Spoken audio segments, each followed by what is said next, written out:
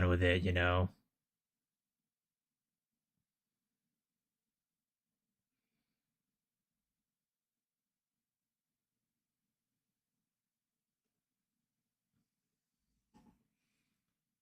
He's playing MapleStory and streaming his Discord right now. Damn. I mean, I guess people are grinders at the end of the day.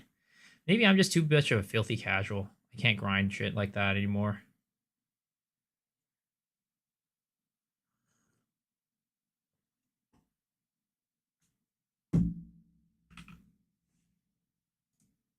But yeah, this is gonna be my jam for the next little while. I mean, there's so much stuff, right? There's even just right now, like there's no patches or anything like that, but like I can already see myself getting lost and trying to make like all of these ascendancies and make viable builds for all of them, and like taking a look at the new skills. Apparently, there's like what 25 new skills total, which is kind of crazy. What's this? I don't remember calling a cute VTuber. Happy April Fool's, Mog. Happy April Fools. This has become an April Fool's tradition on the stream that we throw on a VTuber bottle and just have a good time. You know what's up, name? Who's this? What do you mean? What do you mean, who's this? I'm confused.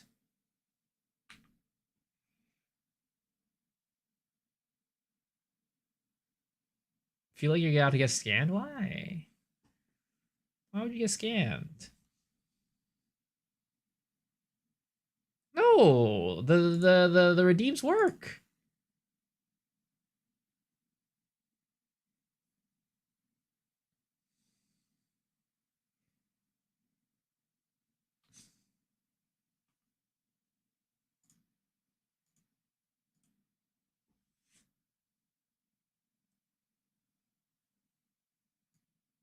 The twink femboy finally came out. What is that supposed to mean? We're just here. We're just having a good time together. All right. I'm just trying to give the people what they want.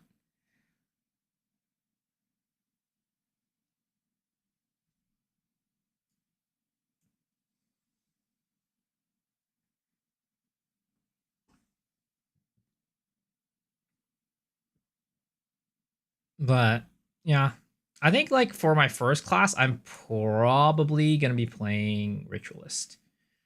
Ritualist is looking like if we're not. I mean, let's be real, right? This is my jam. This is gonna be my jam for sure. I'll be playing a Lich as something that I really want to make. But at the beginning, I want to try out the new stuff. Like, this is new, but it's not like that new. It's still part of a witch. You're still going to be doing witch. You're starting out with the witch tree, whatever. This is going to be brand new. Starting a huntress, you're going to be going in, brand new tree area, brand new skills, probably if you're playing Lance. I mean, you could play Lance with like any class, right? But I think that for the full experience, you kind of really have to go with the lance and buckler for javelin. But what really kind of surprised me was that there was no two-handed. There was no sword. There was no mention of sword or anything. Because like, what was it? This one, right?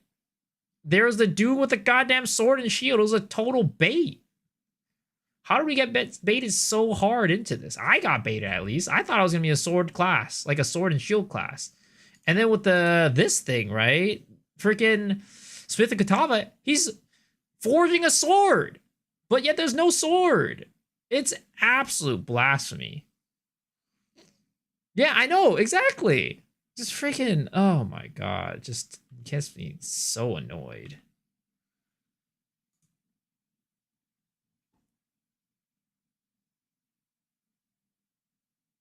But, it is what it is. We'll, at some point, we'll probably get it, but who knows what class we'll get it with. But yeah, I'm probably going to be playing this to start off with, just because of the fact that you get like the plus like ring slots and stuff. My question is, who's going to take this? Like, why would she ever take reduced spirit? I'd rather have reduced mana or reduced elemental resist over reduced spirit. Spirit is like such a hard resource to get that it's just like, I don't know. Which is your second ascendancy. What's one of your first?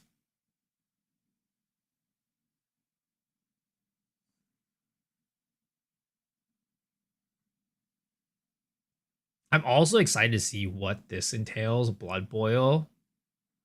Like this could be really really cool. Of course, I there's no in like details for blood boil at all. There's no details for what it's going to be like other than like, oh, it's going to have corrupted blood, and corrupted blood's going to be able to spread. It's not going to have any numbers or anything like that. And it just says all enemies in your presence have blood boils on them or something like that. So that's what Jonathan said in the video. So it kind of feels like it might not be that strong, but I hope it's strong. Because I like bleeds, I like corrupted blood, I like all that playstyle. It's just a lot of fun.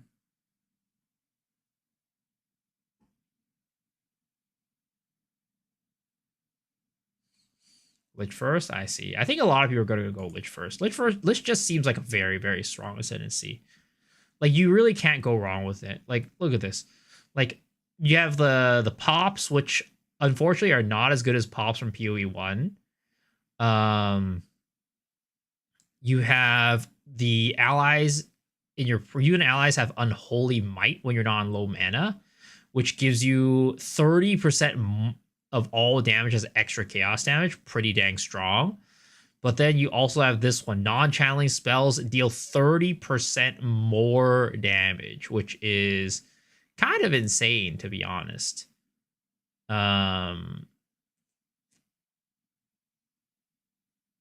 Like 30% more damage. And then spending energy shield does not interrupt recharge, so you just keep doing it, and your energy shield recharges like mana. You could like run maybe like some Eldritch Battery setup, with or not Eldritch. You could run some Mind over Matter setup so that you're basically your mana becomes your energy shield, your energy shield becomes your mana, and that'll be pretty cool. Being able to apply curses to hexproof also pretty strong. And like making power charges, like consuming them, making your spells deal 25% more damage. That's just so much damage multipliers. It's so cool. There's gonna be a lot of stuff that you're gonna be able to do with this. Just like base looking at this. And this whole like crystalline phylactery thing, it seems pretty cool too. I wonder if this would be affected by like a adorned or something like that. I'm not entirely sure. Because if it is, that would be pretty strong as well. Overall, Lich just seems like really, really good.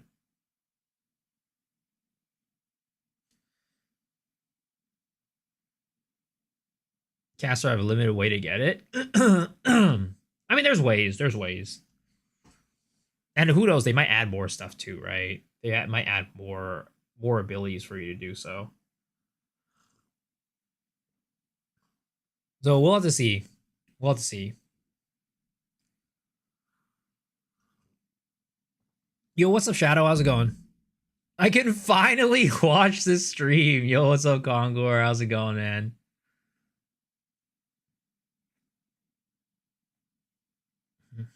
I'm not staying here. Where's a meow sound? It's not a meow sound. It's just to toggle the ears. You turned the ears off, actually. We had the ears on.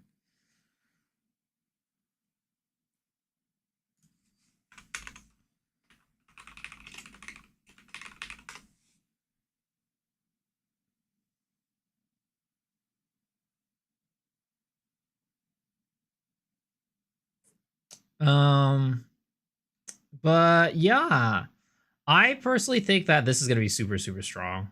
It's going to be, I mean, the most consistently strong. Like, I don't think there's any question that this is going to be good. Closet femboy? No, guys, this is just April Fools. Don't worry, it's not happening. We're not gonna keep this going unless you guys want it. You know, unless you guys want it. You're gonna make me hacked up. What the fuck? What did you say, Shadow?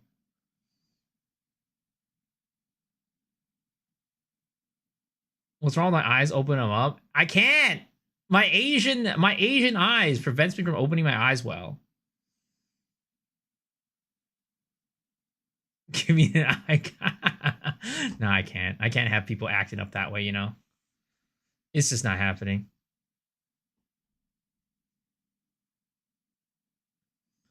Can I say Oni-chan? uh,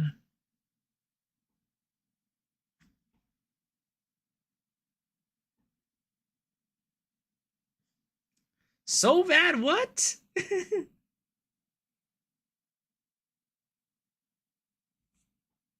Look at how it drugged me 200 milligrams. Oh my god, guys. Here, let's take off some of this we'll take off the blush. How about, oh, that's not the blush button. What's the blush button? This one, I think, right? Yeah. Or they like remember all these toggles.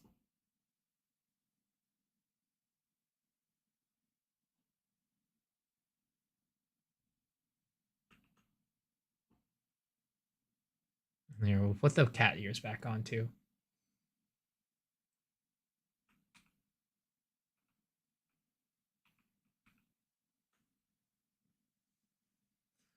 This is most well-rounded, yeah. I agree. I mean, it just seems very solid. Like, and also this thing, eternal life that I'm like blocking right here. Like this ascendancy node is also really cool because like basically one of the biggest problems, like I think like one of the problems is if you're running Eldritch or CI, right? If you run CI, then you kind of like are always draining your life. But if you have this, your life cannot change while you have energy shield. That basically makes it so you're never gonna get fucked over by like chaos damage going through your shield or like poisons or anything like that. So well, there was something for X class. I was playing Hex class Demon Form. Shit slaps, but holy transformation sustain. We'll see. I mean, it has to be coming from like the new uniques and stuff like that, if anything.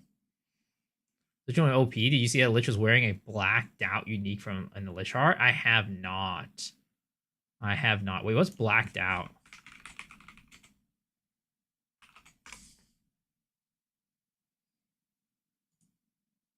Oh, this? Oh, let's see. Increase energy shield, 20 plus 20 intelligence, damage over time, bypass energy shield while not on full life, sacrifice 10% mana per second to recover that much life.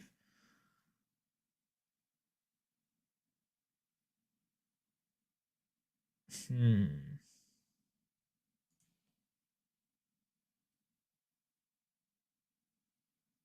Eternal life makes you immune to dots. Yeah, that is true.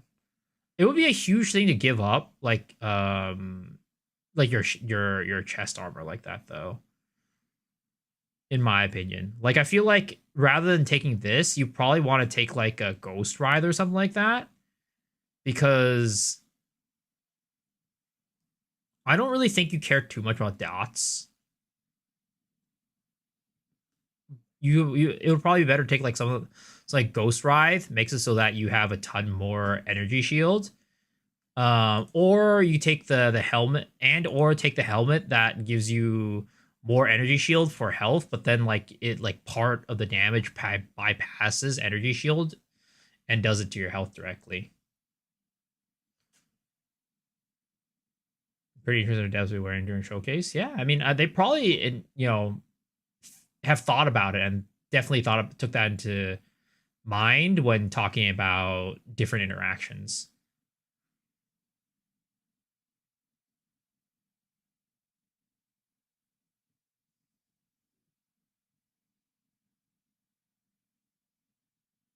Yo, Azor, thanks for the follow. Appreciate it. Surely good curse, chaos support gems because of Lich. I hope so. I really hope that they take like damage over times and like ailments and chaos damage in general, like buff it because it's definitely doesn't have enough to support right now that playstyle. And they kind of teased like that one thing with the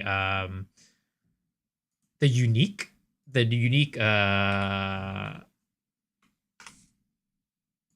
what is it called? The unique lance. Let me see if they put it into PoE DB already. Yeah, this one right here. Aggravates any bleeding and ignites on the target. So this should make ignites a lot stronger. But the thing is, this is only for spear. And I'm hoping that this will be beyond just spear and you can get like aggravating ignites on other classes, on other skills, on other weapons as well. Because ignite right now is really bad. So if you can get to this as like a support for ignites, that would make life a lot easier. The VTuber for channel point redeem, it's Pog.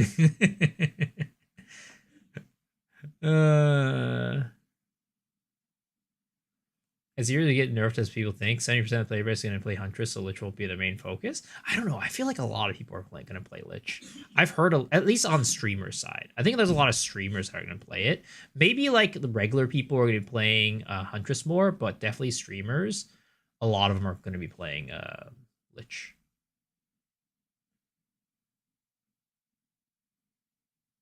As Serious Disdain 100 is going to Axe. Well, I think there's going to be a lot of stuff that's going to be Axe. I do think As Serious Disdain is going to get, I don't know about Axe, but it's definitely going to nerfed because it's so strong.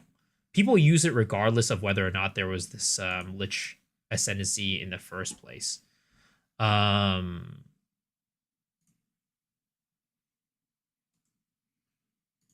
did my Lich ascendancy thing go? The heck?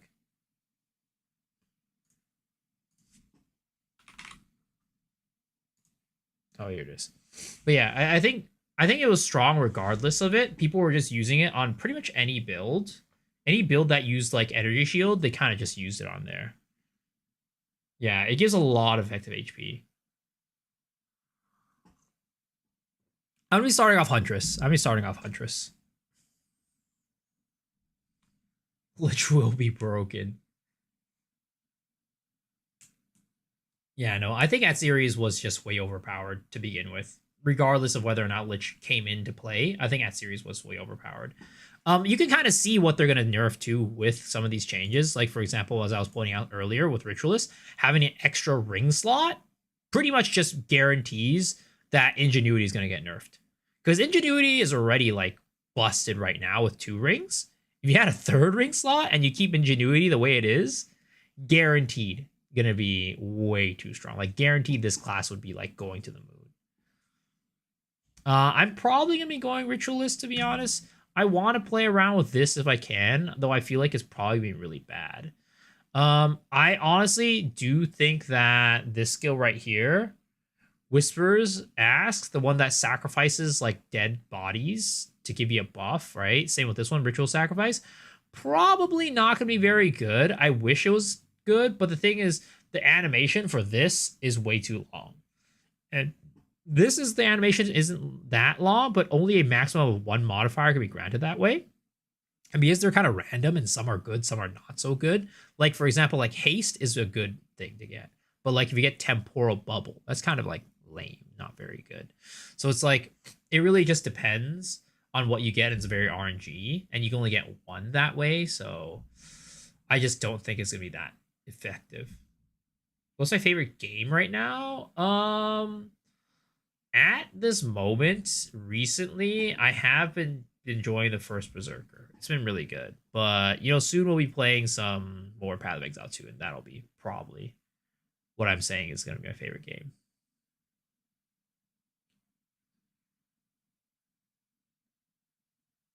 You get all the modifiers from a monster.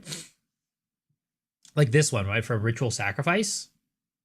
Yeah, I mean, it could be good, but it just feels like it's a lot of time spent on a monster when in the amount of time that you spend like using the ritual on the monster, you could have probably cleared an entire room already.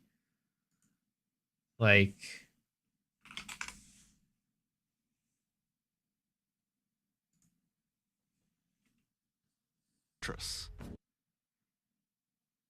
let's see here. Even to get 3 or 4, it's still it's for like about 30 seconds. The buff only lasts about 30 seconds. I mean, that's how I read it for now, but we'll see. We'll see how it goes. Cause like look how long you go down for, right? When you kill, it's like 1, 2, 3, 4, 4 Mississippi, and then you get it for 30 seconds. Like I personally, I just feel like that's a little bit too much time to use on like a like getting buffs. But I'd love to be proven wrong. Like I think it's a cool concept. Uh, I think like one of the reasons why Headhunter is not used in Path of Exile 2 is because Ingenuity is just powerful, too powerful. It's not that getting buffs from monsters is weak. I think it's just that the Ingenuity is too powerful.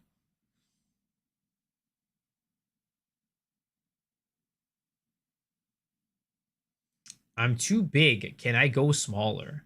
Sir, if I go smaller, you guys would have less to see. I wouldn't be as cool.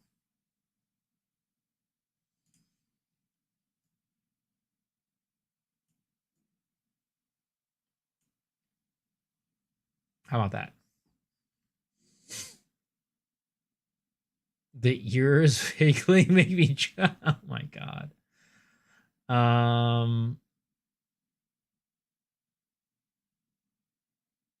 Bleed Chaos will be fun. Yeah, I agree. I mean, those are one of some of my favorite playstyles. Bleed, chaos damage, I ailments, right? Those are some of my favorite playstyles, so I really hope that they will be good.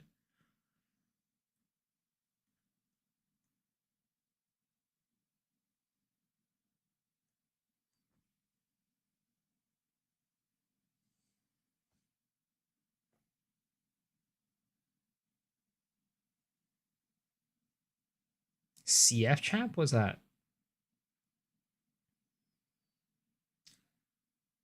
Not I'm not playing Minion Witch, so Lich better be the tendency.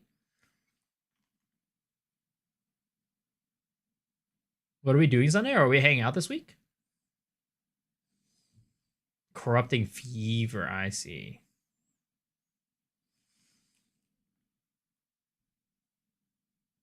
Yeah, we can think about it. We can discuss it. I'm still kind of like getting myself back from the trip, so we'll see. And actually, I mean, now that I'm thinking about it, maybe this Sunday might not be the best time because Path of Exile update is coming out this week. I might want to wait a week before I do take another day off of streaming, especially because I did just take a week off. Patch over 14 hours? Hopefully. Yeah, I think we might have to take a rain check on that.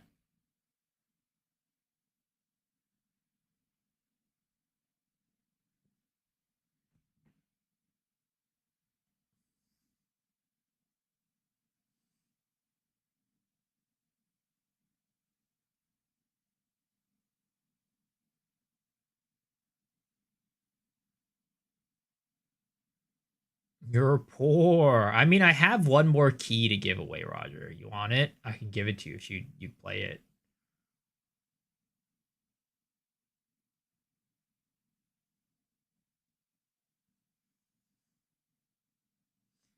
Because I probably won't play it. It's been a year since this incident. What are you talking about, Maple? What are you talking about, Maple? What incident are you talking about?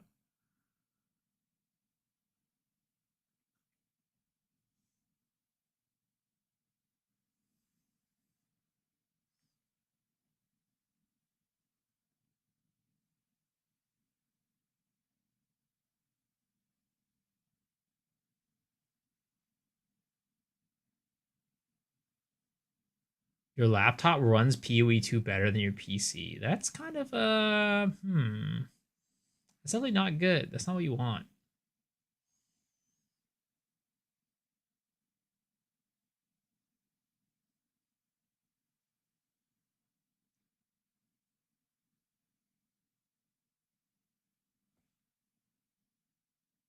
But okay. We'll see. I think this is what I'm going to be going for my Amazon character cuz or Huntress character cuz in my opinion this one's just a little bit boring. It's just like elemental damage leech, evasion rating stuff. This reveal weakness is basically just do more damage, right? It's just do more damage. And there's just like accuracy kind of movement speed, skill speed. That's kind of cool. But it's only when rare and unique enemies are around. So it's like it's cool, but I don't know. I think it's just a little bit too straightforward. Leech is garbage.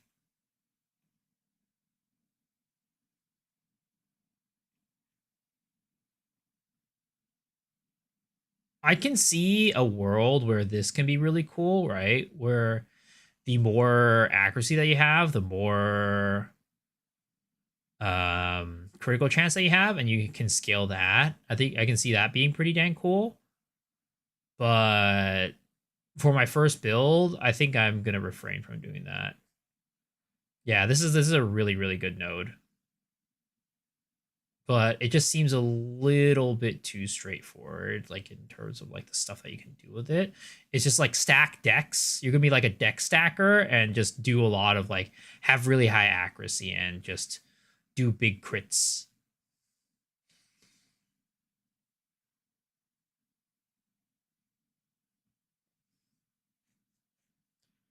Sphere market and trade will be rough. I mean, we'll see. Honestly, I'm not even sure if I'm going to start trade. I might start solo self found this time around. Who knows? No Salamino. Not like this. What do you mean?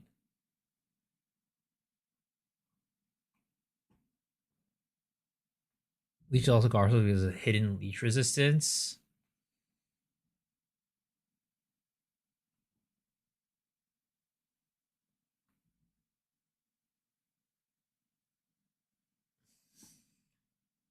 Imagine if I get nerfed.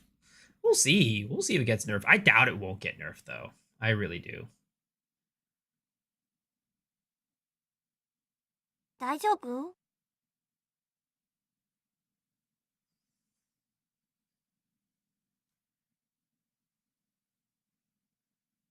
Try so hard to make leech work.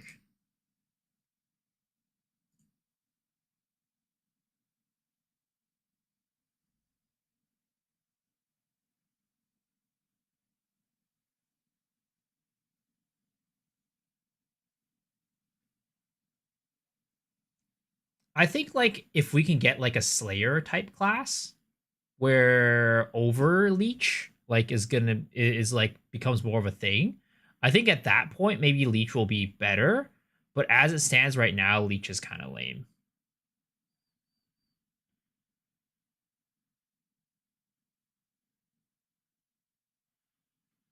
Yo, what's up, besto friendo? How's it going?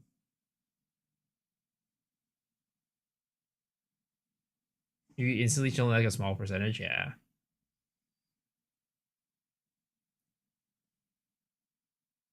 Happy April Fools! How do I report this stream for catfishing? I don't know what you mean. What I just don't understand.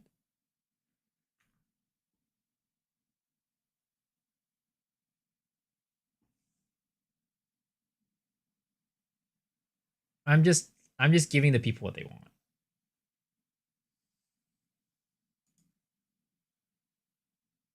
Quit Lost Ark, play PoE 2. I mean, I can I haven't really played. Or are you telling somebody else to?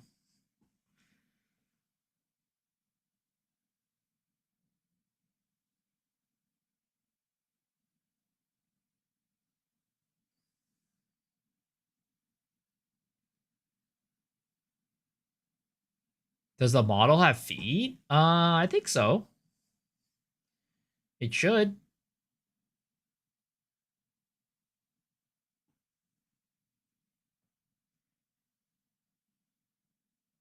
He actually quit Lola. It's funny because he knows that deep inside. I mean, I play casually. I didn't quit. I quit. I'm pretty much quit Maple at this point. I gotten tired of it again. Can I see the legs? Yum yum. I don't know about that one. So that's gonna cost you extra money.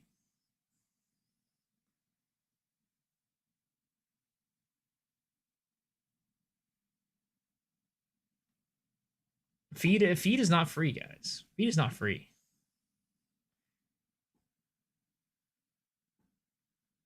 I quit Maple already. I mean, I don't know. It's just like I'm not going to be playing Maple for the next couple days, and then we have like what Monster Hunter on Thursday, right? And then we have PoE on Friday. Like, what time do I have to play to play Maple? I have none. How many channel points? A zero. It's channel points cannot get it to you.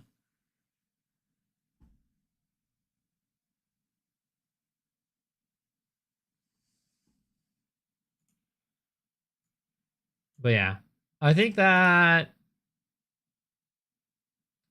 Yep, new update. We're gonna be playing some. We're gonna be doing Mizutsune, trying to get that stuff down, and then trying to do like Arc Tempered Raid Owl. That's gonna be a lot of fun too. It's gonna be a good time, and I'm glad it's coming out on Thursday and not Friday. Because originally I thought it was gonna come out on Friday.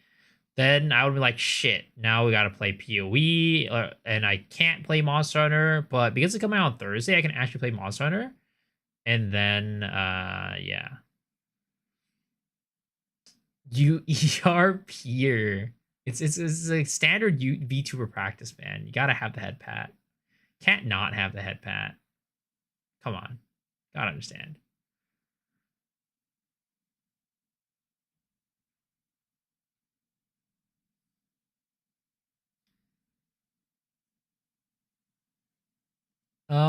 In terms of Smith of Katava, you don't know why your PoE2 became full screen? So shit. It's probably a setting. Sure, it's a setting. In terms of Smith of Katava, this class actually looks very, very interesting. You turned off the cat ears. The meow is for the cat ears, Roger. The cat ears were already on.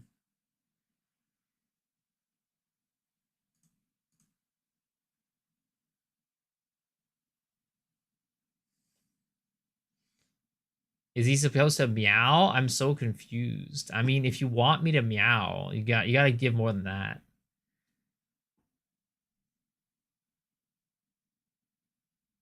You want him to meow? Meow.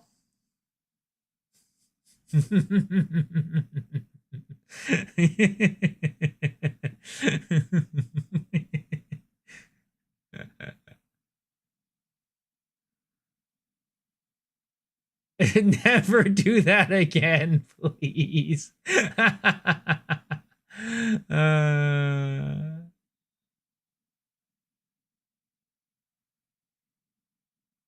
What in the world did I stumble into? What are you talking about? Happier Fools.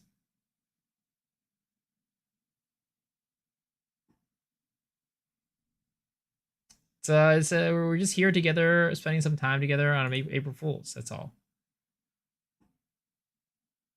But okay, so this one right here, right? Smith of Katava. This ascendancy is definitely looking pretty strong. Defensively, offensively, it's kind of doesn't really do anything, from what I can tell. Like increased fire damage is nothing. Maybe this Heat of the Forge will be something good, but given how they've been on meta skills, I doubt that this is going to be anything like crazy. And then Temper Weapon, literally you're out here smacking your weapon for like 4 seconds, like 3 to 4 seconds, and you get like 4 attacks off and it's like done. You get like 4 charges. It's so lame. Like unless it does uber damage, it's not going to be that great. You only use it for boss if anything. Smith, you're willing to bet is broken. I think it's gonna be very strong because you can like you don't have to worry about defensives, right? You don't have to worry about any resistances, and you just go all offensive on your equipment, basically. All offensive with like life. Just get life and then a ton of offensive. And then 20% increased strength, which will give you more life. It's just gonna be, it seems like it's gonna be a strong class for sure. Anytime you have second full defensively strong, yeah. Because you can just focus on offensive and everywhere else. How many poise for clap with no hands? You can do that yourself.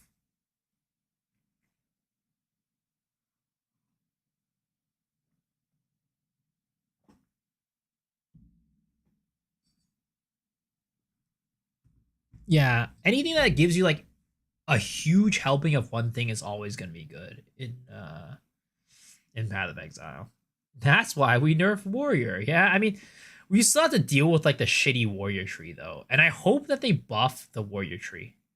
Like there's just so much stuff that they haven't revealed to us that could make this class like extremely strong. I think that if they fix up the Warriors tree, this could be one of the strongest classes in the game.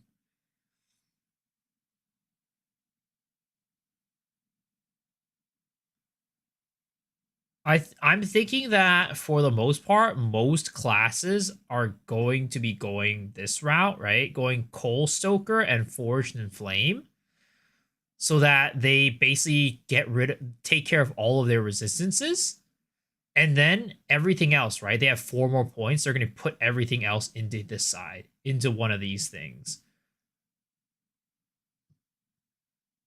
Lich subclass will be good. Oh yeah, no, it didn't. It didn't exist in PoE 1, but it does look really good. I think in terms of like the highest potential, this has one of the higher potentials, but Lich is going to be like guaranteed strong.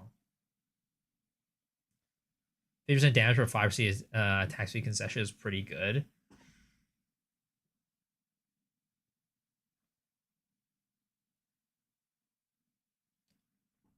I don't think it's bad, but like you can kind of get similar stuff on the other side of the tree with no negatives. Block chance, interesting. So you just want to be like basically like an unstoppable tank. Is that what you're going for?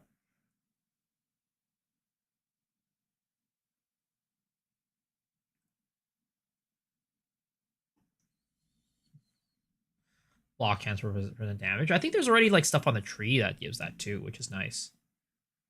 So you can kind of like stack that.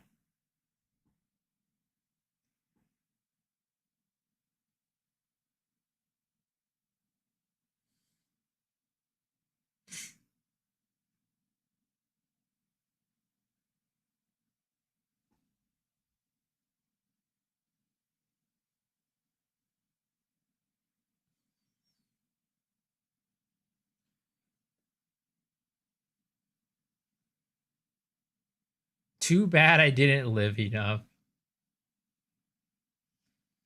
90% max res, stack block chance HP. Yeah. It'll be really good.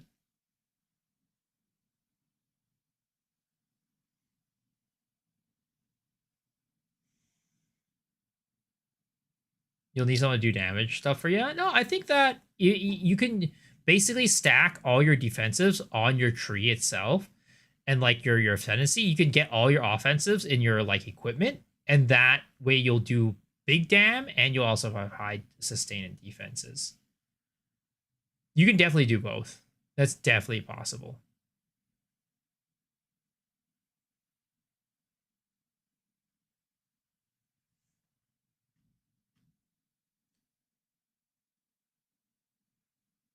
No one. I got no opinion on Warrior. I don't play the class. I just had the level Warrior level 80. Steel Rage Warbringer one. Warrior, I mean, again, as an ascendancy, is just weaker than others. Or not ascendancy, a class, just because of the tree being pretty bad. But if it fixed the tree, I think it could be pretty good. I think it'll keep up with the other classes at the end game for sure. Early game Warrior is really strong, as you saw with like all the speed runs and stuff like that. Warrior early game is very, very good, but it's just late game where it starts to fall off and struggle. Willing to bet money on Smith. Market will be weird. How so? Yeah, I don't know why they put so many downside either. It's just it's what I think Karn was talking about it at one time. I think talk about how Warrior just like basically gets the same stuff as the other side of the tree, but there's so many downsides. Also, the fact that armor is weaker than energy shield makes it weaker too, because Warrior is basically trapped into getting armor and not going energy shield. So it's just I'm looking for changes to the tree in that there's less negatives, and I'm also looking for changes to armor to make it as good as energy shield slash evasion, or like getting closer to being as good as it. Reasonably high demand.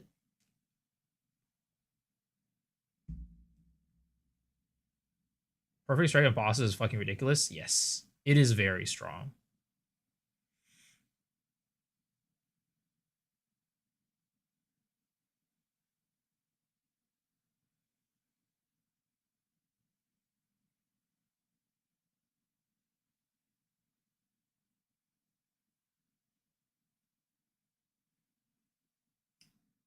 Only several people I trust with warrior opinion. Really, who are they?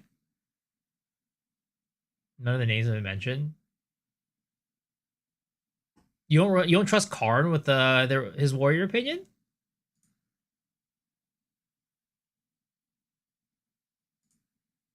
35.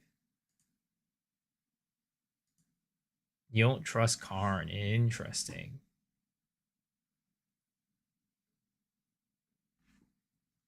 So first of all, defensive layers, defense, armor, evasion, energy shield. There has been a lot of talking. So I played an Invoker, yeah, level 100. And Invoker has this beautiful Ascendancy node and Protect Me from Harm. And there was like a lot of talk about people saying armor is absolutely useless forever. And I kind of want to like very shortly explain why these people think like that. And I want to say that I disagree for campaign. I think that Ascendancy node, for example, in campaign can be very good and very strong. Early maps, you can also still feel the armor. At some point, it's getting a little bit bad.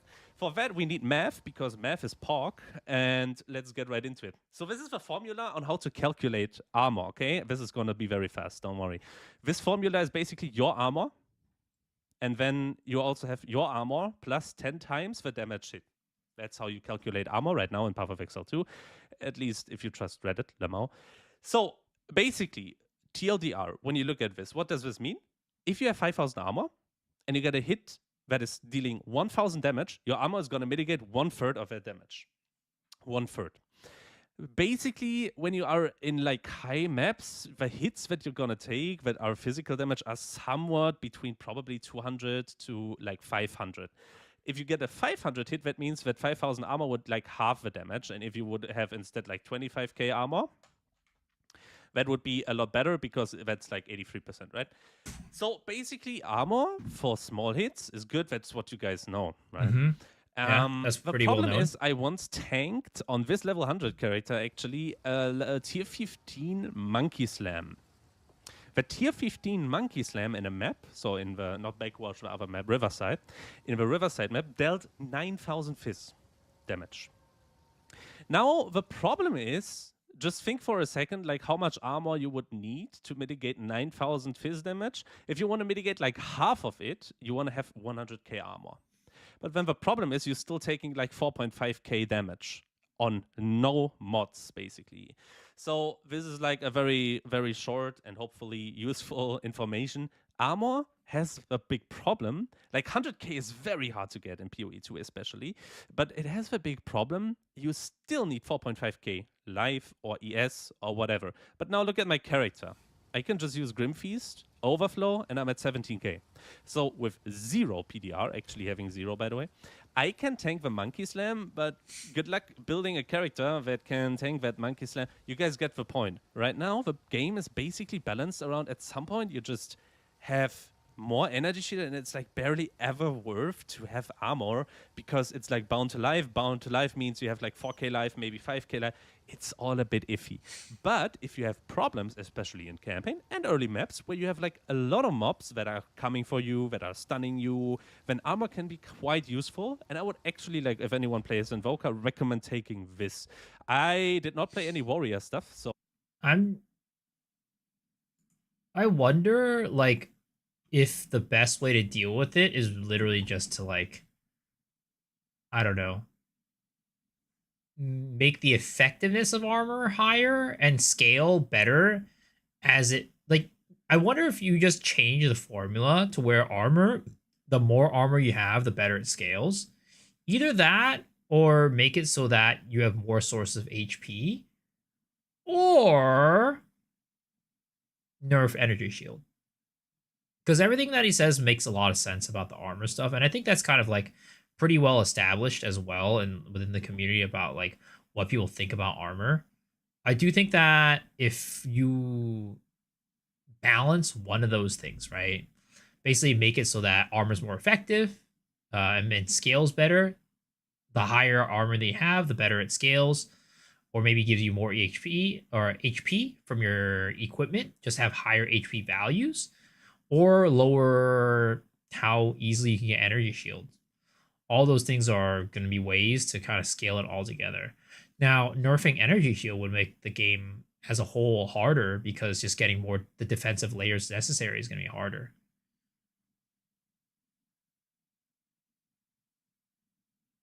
Damage reduction and HPES to get a higher effective health pool. If they nerf ES, evasion community will eat them. I still feel like at the end of the day, evasion is just like a not very reliable thing as a solo stat. But yeah.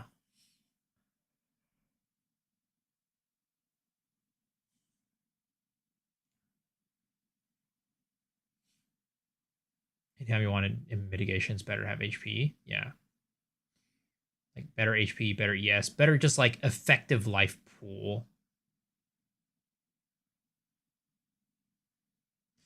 I think the best way to probably do it is just to increase the amount of HP that you can get. That's what I see it as, but I don't know. I feel like that might still be tough too, just because like you still want to invest in armor, whereas ES you could just invest in ES.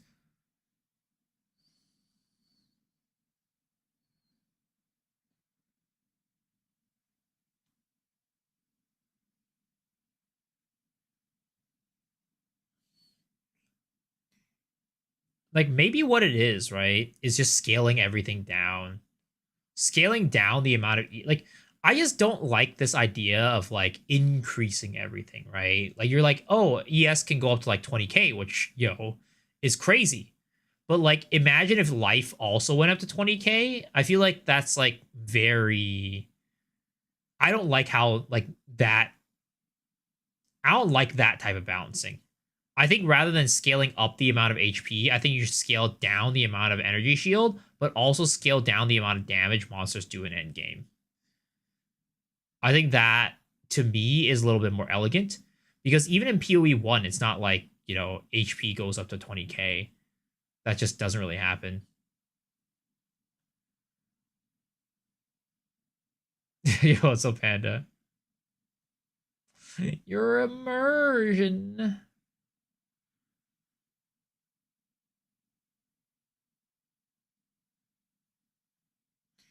I also think that I still don't think that.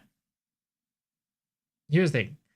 I still don't like the fact that they have energy shield on the tree, but life not on the tree. But at the same time, I don't think they should add life on the tree. I think adding life on the tree complicates a lot of things. So rather than adding life on the tree, I think they should just get rid of energy shield nodes on the tree and just scale energy shield off of like kind of the same way that they scale life and just having it be stuff on the armor itself.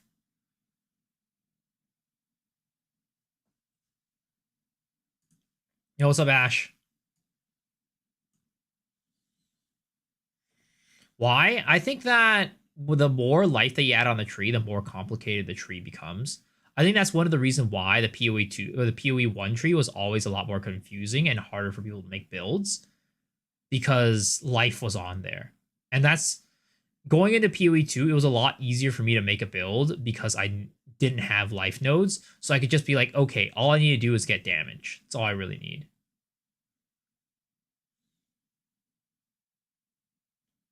Wonder which 100% entity to do. I think they're both pretty interesting. You want life on the tree? I mean, I think there's definitely an argument for both. I think both, there's not a wrong answer, but just a preference. My preference is just still not having life on the tree, not having life or energy shield. What art am I thinking of doing? I'm probably been doing a ritualist. Ritualist is probably where I'm going to be going with. Because I do want to play Amazoness, or sorry, not Amazoness, Huntress. And I think Blood Boil looks very interesting, but this might just be really bad. I have a feeling Blood Boil might be just really bad.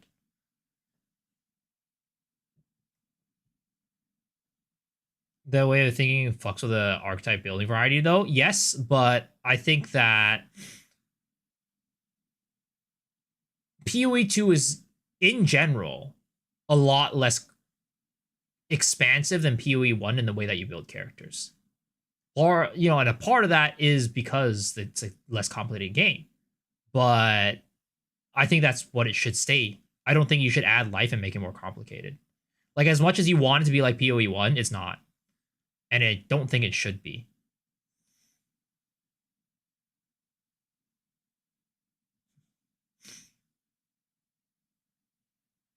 I think PoE 2 is supposed to be an easier point for new players to get in.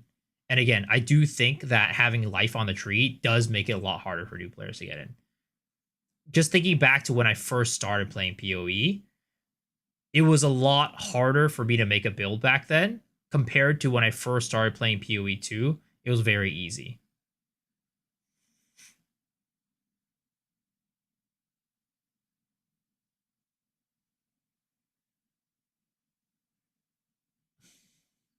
Give warriors more easily accessible layers. I think the other thing, right, is that if we look at one of the other reasons why warrior is not as good as the other ones, right? If you think about it this way, on top of armor not scaling very, very well, you also have, what is it called? You have Wind Dancer. Being basically, you always have X% more evasion, right? Very, very good. Very, very strong. Every single evasion class uses this. Then you have, what is it called? Grim Feast, right? Very, very easy to get. You just kill monsters, you pick up the little things, and it can double your HP, which is crazy. Now you have, what is it? What's the other one? What's the armor one called? Armor plating, right? Scavenge plating. You have to break armor completely to get scavenge plating. So unless you're running a build that breaks armor, you basically don't have the ability to run this defensive layer. Unlike Grim Feast, unlike Ghost Dance, those are just, as long as you're evasion, you run it. As long as you're ES, you run it. But scavenge plating, you don't get to use it unless you break armor, which is definitely a huge con for armor classes because, again, it just forces you into this archetype. And it also sucks, right? It also sucks. But on top of it sucking, it's also not easy to get going. I think scavenge plating should work more like Grim Feast, where you just get the armor plates for slain enemies. I think that just makes sense. Fortify, also decent, right? Fortify just straight up defense reduction, I think, right? Or physical damage reduction. Getting just straight up PDR is also good. Making scavenge plating instead of giving armor, giving straight up damage reduction, I think that would be good too. ES1, this one's give life. That could also work. Though I feel like it could make like Blood Mage a little bit crazy. Because they get their own thing where it gets extra life on top of that. But it's a way to do it. It's a way to do it for sure. I think you either give just PDR straight up or you can give life. And I think you should take away this thing where you have to break armor because this is just too limiting in my opinion.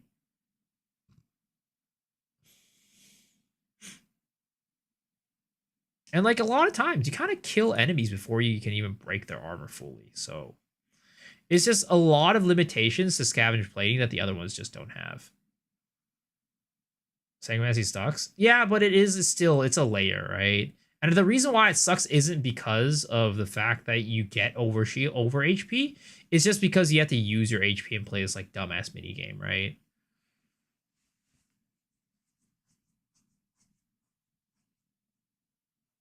It's like you're using your thing as a resource. With Grim Feast, you never have to use it as a resource, and it never goes away. There's no like decay. Yeah, there's no decay. The Grim Feast, like the Sangomancy orbs disappear. It's just worse in every single way. But I do think if you put like getting extra HP, like if you had something that gave you overleech or over HP, right? On top of having Sangomancy, that might push it to become like a little bit too strong. Especially with the fact that you can get like critical damage for higher HP. Which is why I just don't think they should give HP. I think they should give PDR.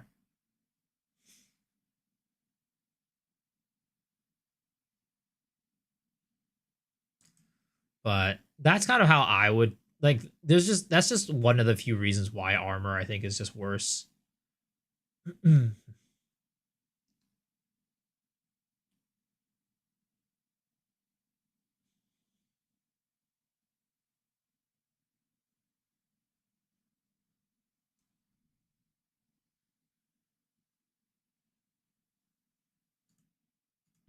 Okay.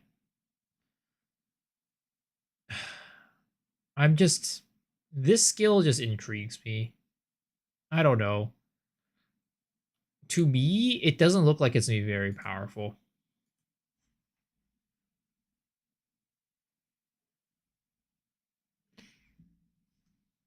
Sacrificing some of your own blood to empower yourself. The Amazon Ascension is for the side of his merry traditions by harnessing the power of animal sacrifice and plague. The Corrupted Life Force skill causes all enemies around you to grow volatile blood boils on their skin. It's cool. I like when it. Those enemies are slain, but it just doesn't look like it's gonna be very strong. And like, how are you gonna scale it?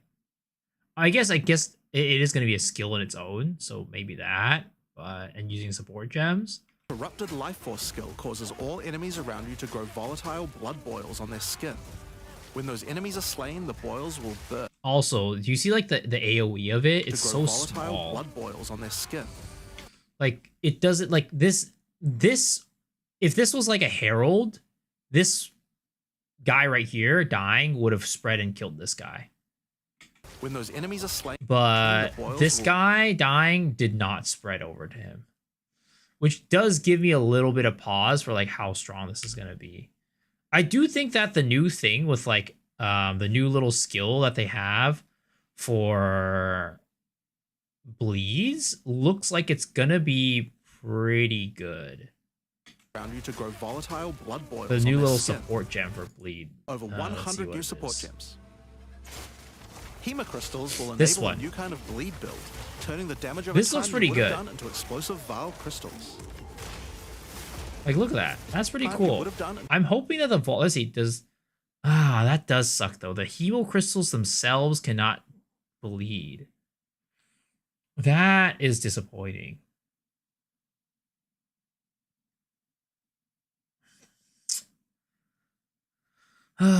They're just so hesitant on making stuff proliferate. I think at the end of the day, the only kind of big proliferation is still just gonna be chaos damage, like using like contagion.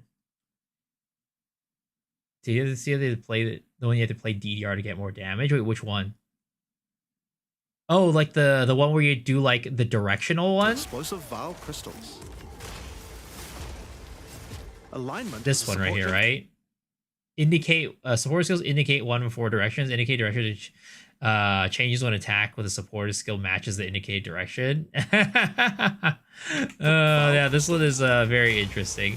I think it might be very impractical for clearing, but potentially nice for like one-shotting bosses. Like it's kind of like how there was like a build with what is it called? Elemental. The one that makes it so that your elemental damage cycles. Like you have an elemental conflicts, right? They had one where like if you you had to wait until your elemental conflux hit lightning and then you would use it and one shot the boss. I feel like it's kind of like the same thing where you kind of wait for it to go in the right direction and you use it to one shot the Alignment boss. is a support gem for bow attacks, which can reward skilled players with good positional skills. Because like, who's gonna actually like, if you're clearing a map and you're going in one direction, Alignment if is a it support goes gem the for bow wrong direction, like that's basically just never gonna help you out. attacks, which can reward skilled players with good positional skills. Caltrops will allow you to litter the battlefield with hazards, slowing your foes as you fling spears through their ranks. But there's plenty more for every playstyle. I've never actually looked through Your this. foes as you fling spears through What their is there ranks. in here? Let's see. Ignition, impact, shockwave. What else is here that I haven't seen before? But there's plenty more for Tireless, that's new. Unbaiting is new. Zenith is new. Oh, do they have everything on PoE 2DB? Ah, shit. All right, let's take a look at the support gems then.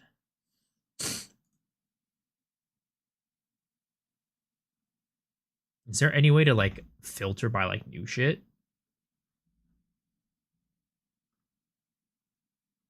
Fist of War.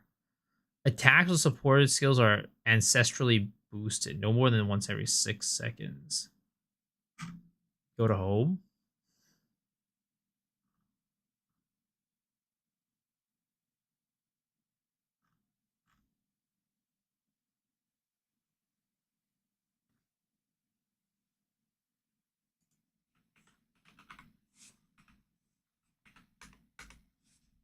Ah, here it is.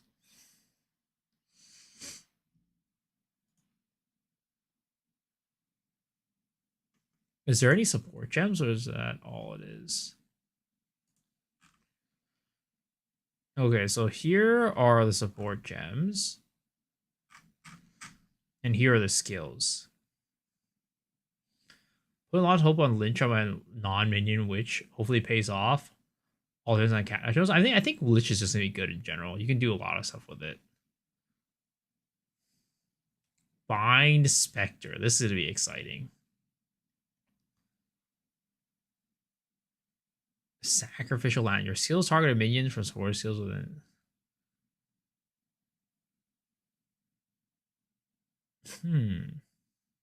Okay. Profanity. Support skills use yourselves.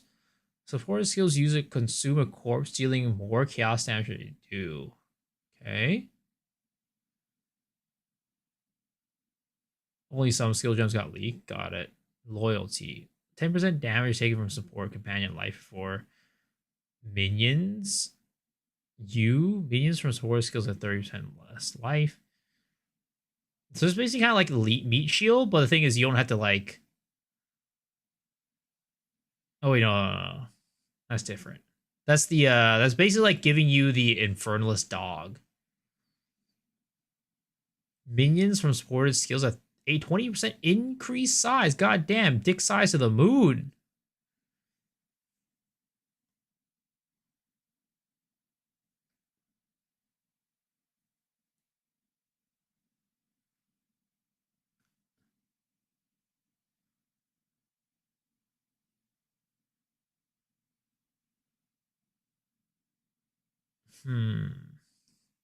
Most of these are gonna be stuff for Huntress for Dex. Slap on the dog, make it take 40%. Yeah. Big damage mitigation. Essentially, executing perfect time with supported skills grants perfection. All perfection is lost, failing to execute perfect timing. I think, like, I definitely do think that there's going to be a good bit of support for, like, Essence Dragon Contagion builds. I just hope that's going to be enough. Huh.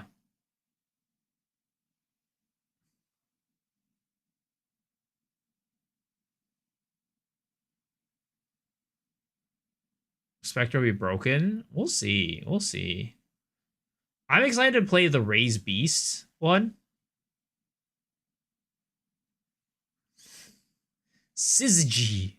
Yes, that's a real word.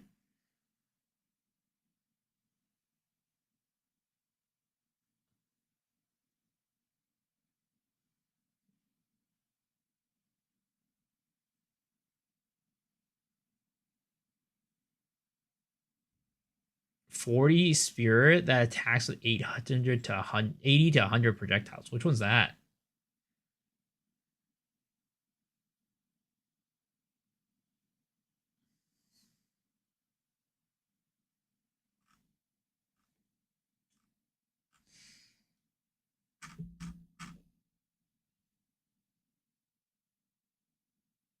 Yeah, combine that with firewall. That does seem pretty strong.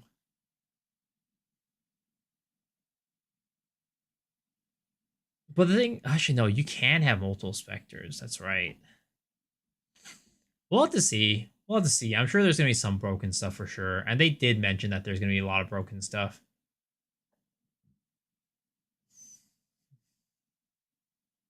The Urnwalker. Oh yeah, that thing. Oh my god, the Sanctum Mob.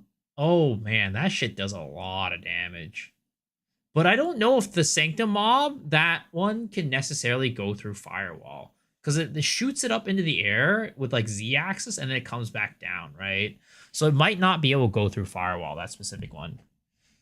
River Hag Spectre. Imagine if monsters just drowned and instantly died. That would be so funny. But I don't think that'll be a case. That would be ridiculous, though.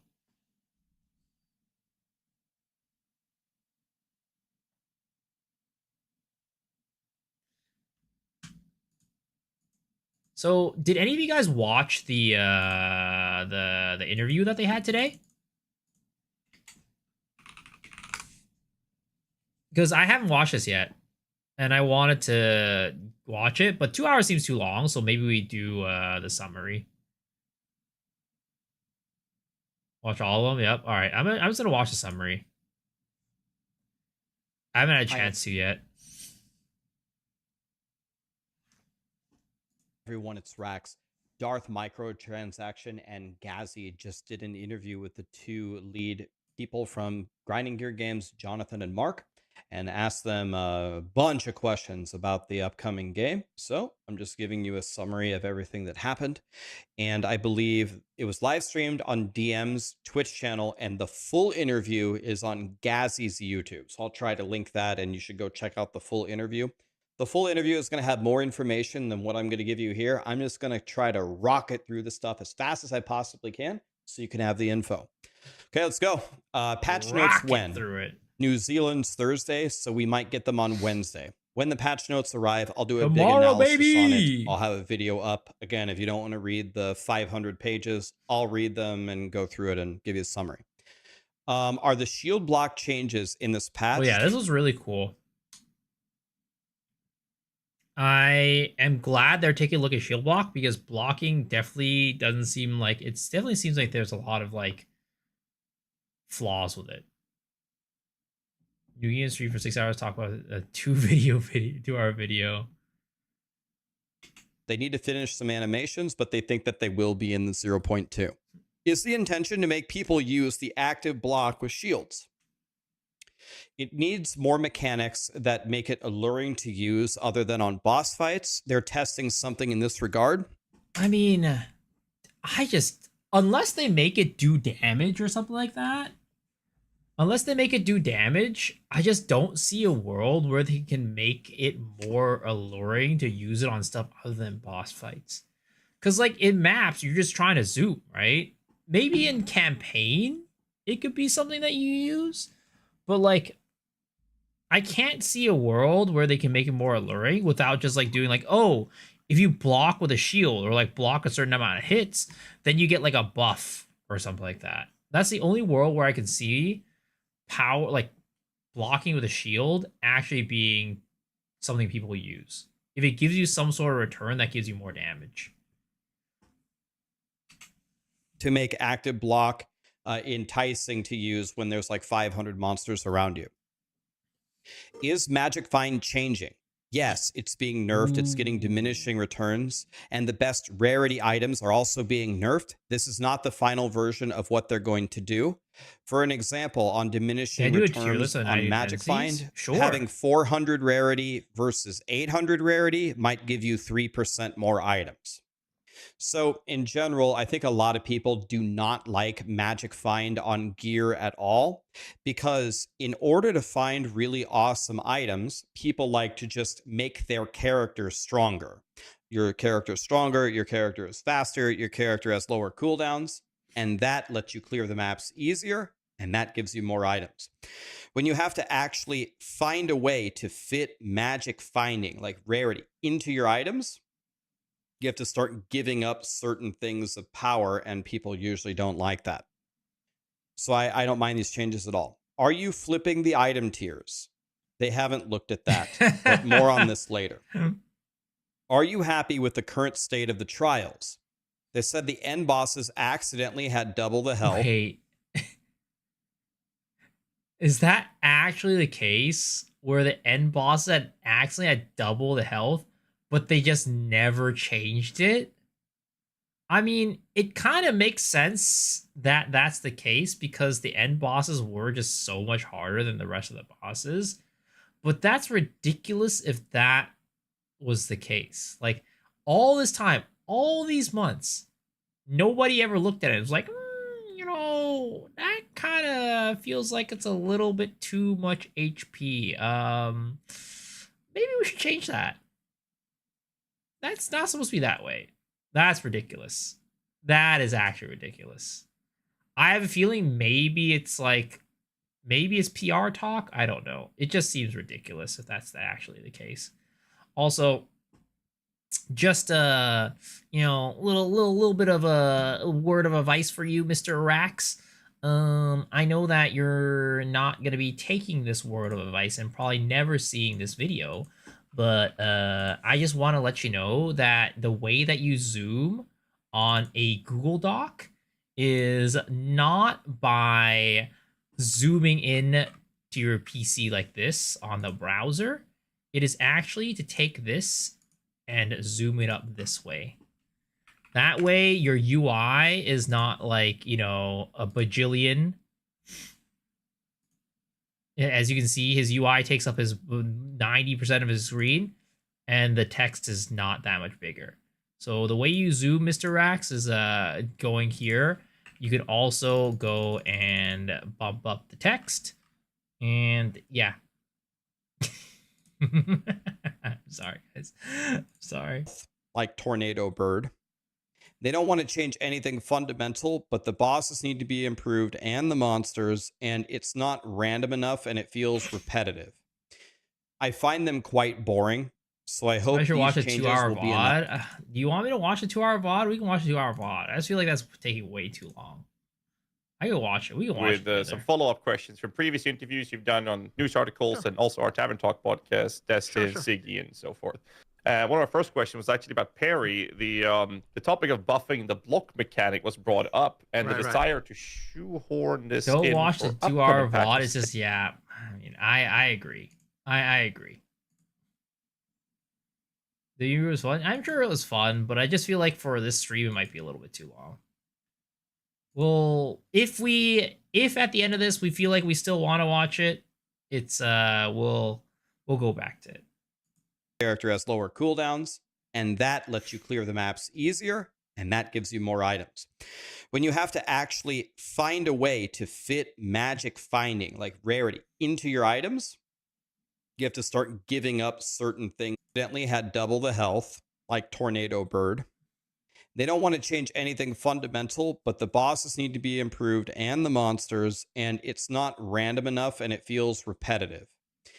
I find them quite boring, so I hope these changes will be enough. But I think a lot of people don't like the trials. The trial of the Sekimas and the ultimatum. Yeah, I think a many lot of people don't like like them. it. Izaro's way better. Are the pinnacle bosses going to be a challenge now since they were previously killed instantly? They hope so, but the community always finds super strong builds.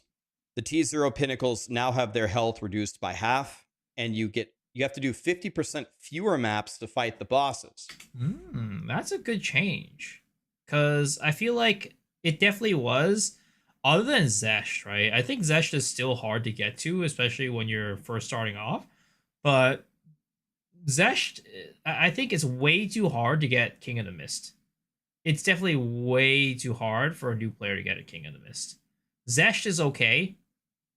King of the Mist was bad. And then who else was there? It was I'm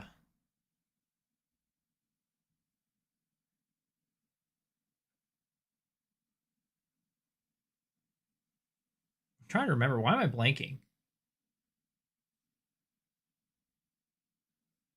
I mean, there's Delirium and stuff, and that was like whatever. That was kind of hard until later when you started like using stuff to like influence your maps, using the emotions to influence your maps.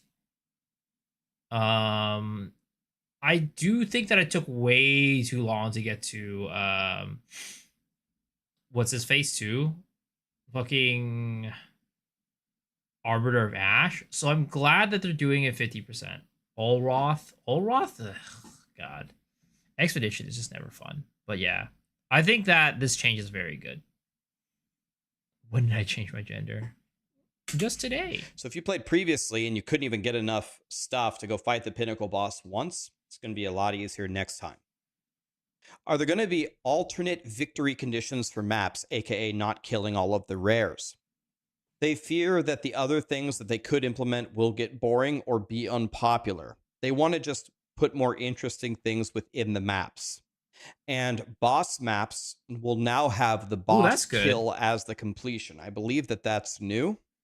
But it is still advantageous to kill all the rares in a boss map because that will give you a sustain drop that they're building in on the final rare kill to help you keep up with your maps. And there will be objectives listed on the side of the maps so you know what you can complete in that specific map as you run it. I mean, I also am not sure what they can do other than that. It's like very, very hard because I don't like how you have to do like a backtrack simulator with PoE 2 maps.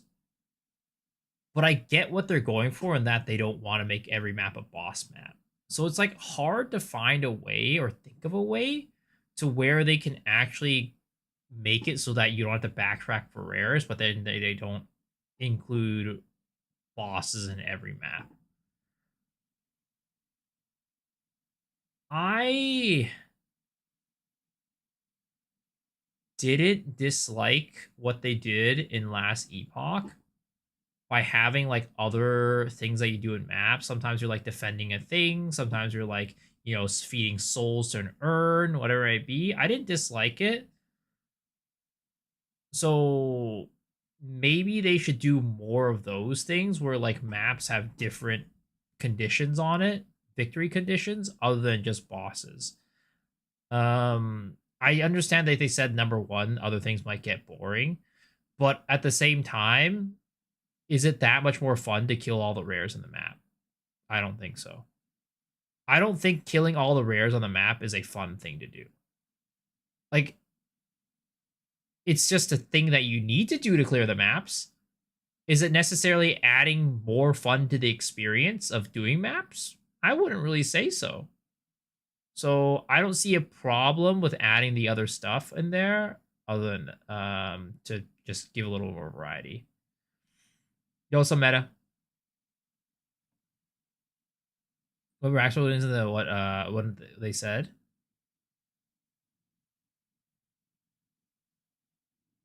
Get the other VTuber back? Why? The other one sucks. Apps, so you know what you can in the endgame tiers. Yes, they start appearing in part 2 of the campaign because they have a full set of skills. They said it would be unfair if a rogue exile tried to fight you when you're a starter and you have 2 skills. They appear in 1 out of every 12 maps. Can rogue exiles drop endgame boss uniques? No, you have to It's nice fight that the they end game start boss and needs appearing to in get the those. campaign. I like Are that. you satisfied with on-death effects? And they said, give them a list of on-death effects that are unfair, and they will look at it. So then they probed further. Should Do be a on-death VTuber, effects it's even need nice. to exist? And they A said male they've never VTuber or really female thought of it like VTuber? that. They think it's cool if monsters explode. It's a bigger problem in the end game than during the campaign, and they'll look at it. The surprising thing to me is I've listened to Jonathan and Mark a lot over the years in PoE 1 and PoE 2, and usually they have had lots and lots of like in-depth thinking on a lot of different theory crafting of game design. They really seem stumped by the question about, do on-death effects even need to exist? They said that they've never really thought about it, which was kind of... That's kind of crazy if they've never thought about it. Because I feel like it's always a hot area of contention for players. Like, I don't know. Ever since day one, I feel like people have always talked about on-death effects. So I'm surprised that they have not even thought about it. It doesn't make any sense to me. Am I going to play Amazons? I'm going to play Ritualist first. But I will play Huntress, yes. surprising to me. But anyway, they said that they would look at it. In my opinion, the on-death effects in the end game that create the stop and go play style of kill, kill, kill, wait because there might be a million explosions on the loot, and then go get the loot and then play, is one of the biggest problems, if not the biggest problem, with Path of Exile 2 in general, up there with like obviously crafting and stuff. Can you quality or weapon assign ascendancy skills? You can't quality them because they aren't items. That kind of surprises me. So they're not having any plans to quality them. And weapon assign they weren't aware of, they'll fix it. Did you ever make the... You say that, but in Rule 2 chat, holy shit, they were so angry they asked it on death question. Chat were angry. I don't... I'm not going to say that the on death effect question should have been asked, because I feel like it's been a question that's been drilled and asked a million times. But it's more about me being surprised that they never thought about it. I'm not like, oh wow, why, like, they needed to ask that question, because like honestly, I don't really care too much about the on death effect. I mean, I actually no, I hate them, but I think that they've brought them back so many times that to me it seems like their stance is like, yeah, we're gonna keep them. But now that it has been asked and they gave their answer, I'm just surprised that their answer is we've never thought about it, because it's been something that's been asked so many times by so many people and requested to be taken away. But they're like, oh, we've never thought about it. Like, huh? Ice Strike Monk with the meditate on the pinnacle bosses with the guide that I made. Did you notice that you couldn't set meditate to your weapon swap? You had to press weapon swap, meditate, and then go back. So they said they would fix it, so that's great. That's a big buff to monks, for example. Will we be able to de-level gems? They don't want people to want low-level gems. They want to address it with gems being valuable to level up. I mean, I think that just comes with mana costs, honestly. Mana costs, lowering the mana cost of higher level gems is going to be one of the things, but also making certain gems scale better with levels. Like, for example, curses are really effective at low levels, but the mana cost scaling is way too high. So if you want people to level up gems, then you just need to make it more worth it to level up, / like the downsides being less. Yeah, attribute requirements as well is pretty high.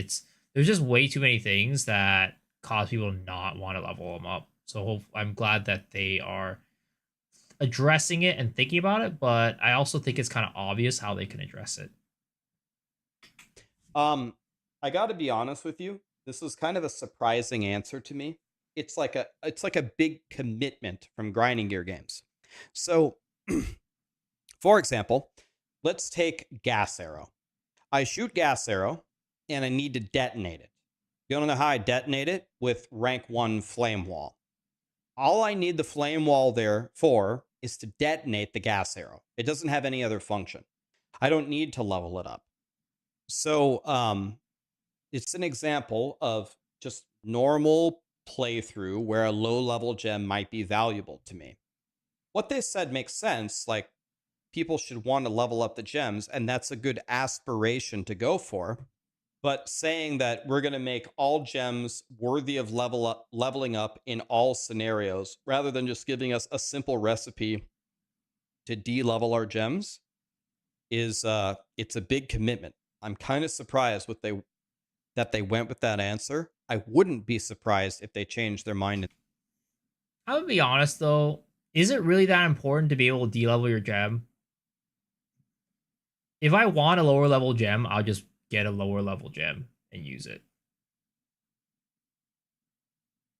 Like, I'll just go and get like an uncut gem, like a level 9 uncut gem or whatever. Now, maybe it's like it's hard to get those lower level gems. So maybe rather than like, yeah, maybe just having it making it easier to get uncut gems is might like a lower level, like uncut gems in general. Because like the only way you can get uncut gems in this game is by finding them, right? In Path of Exile 1, you could buy gems from the vendor, and that makes it so that you never run into an issue where you don't have gems or like you can't find a gem or something like that.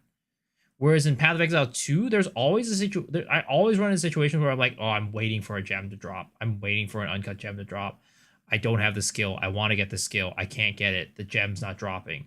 So making it easier to get different levels of uncut gems would solve the problem. It would probably be better.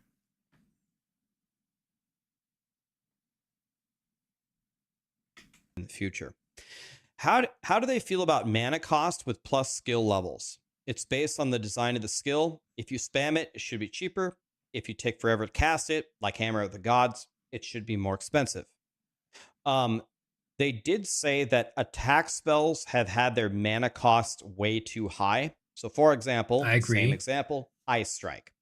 If you got a staff with like +4 level of melee skills, did any of you find that your mana cost of Ice Strike was like impossible to use? That's because attack spells had the mana costs way too high as it scaled. They said they fixed it for the next patch. How do they envision the ideal pacing of PoE 2? Because they add things like leaping backwards and standing still and parrying. It feels very slow. They said it's hard to quantify. They want the bosses to take some time and for you to deal with some mechanics. I don't know. It's kind of hard to answer. What about monsters pushing you around the map? They're fixing those. The monsters should just push you to the side. The reason why they collide with you at all is so it feels like combat. I agree with them. It should hit you, move you to the side, so you felt something, but it shouldn't drag you across the map. These retaliating skills are always fun, but like they're just kind of low clear speed. But I do hope they add more. I like, Magma Barrier, right? That's my shtick.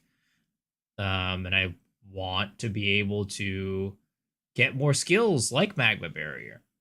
I was honestly kind of disappointed that parrying wasn't a timing thing. Because I'm like, yes, all of my practicing with Magma Barriers paid off.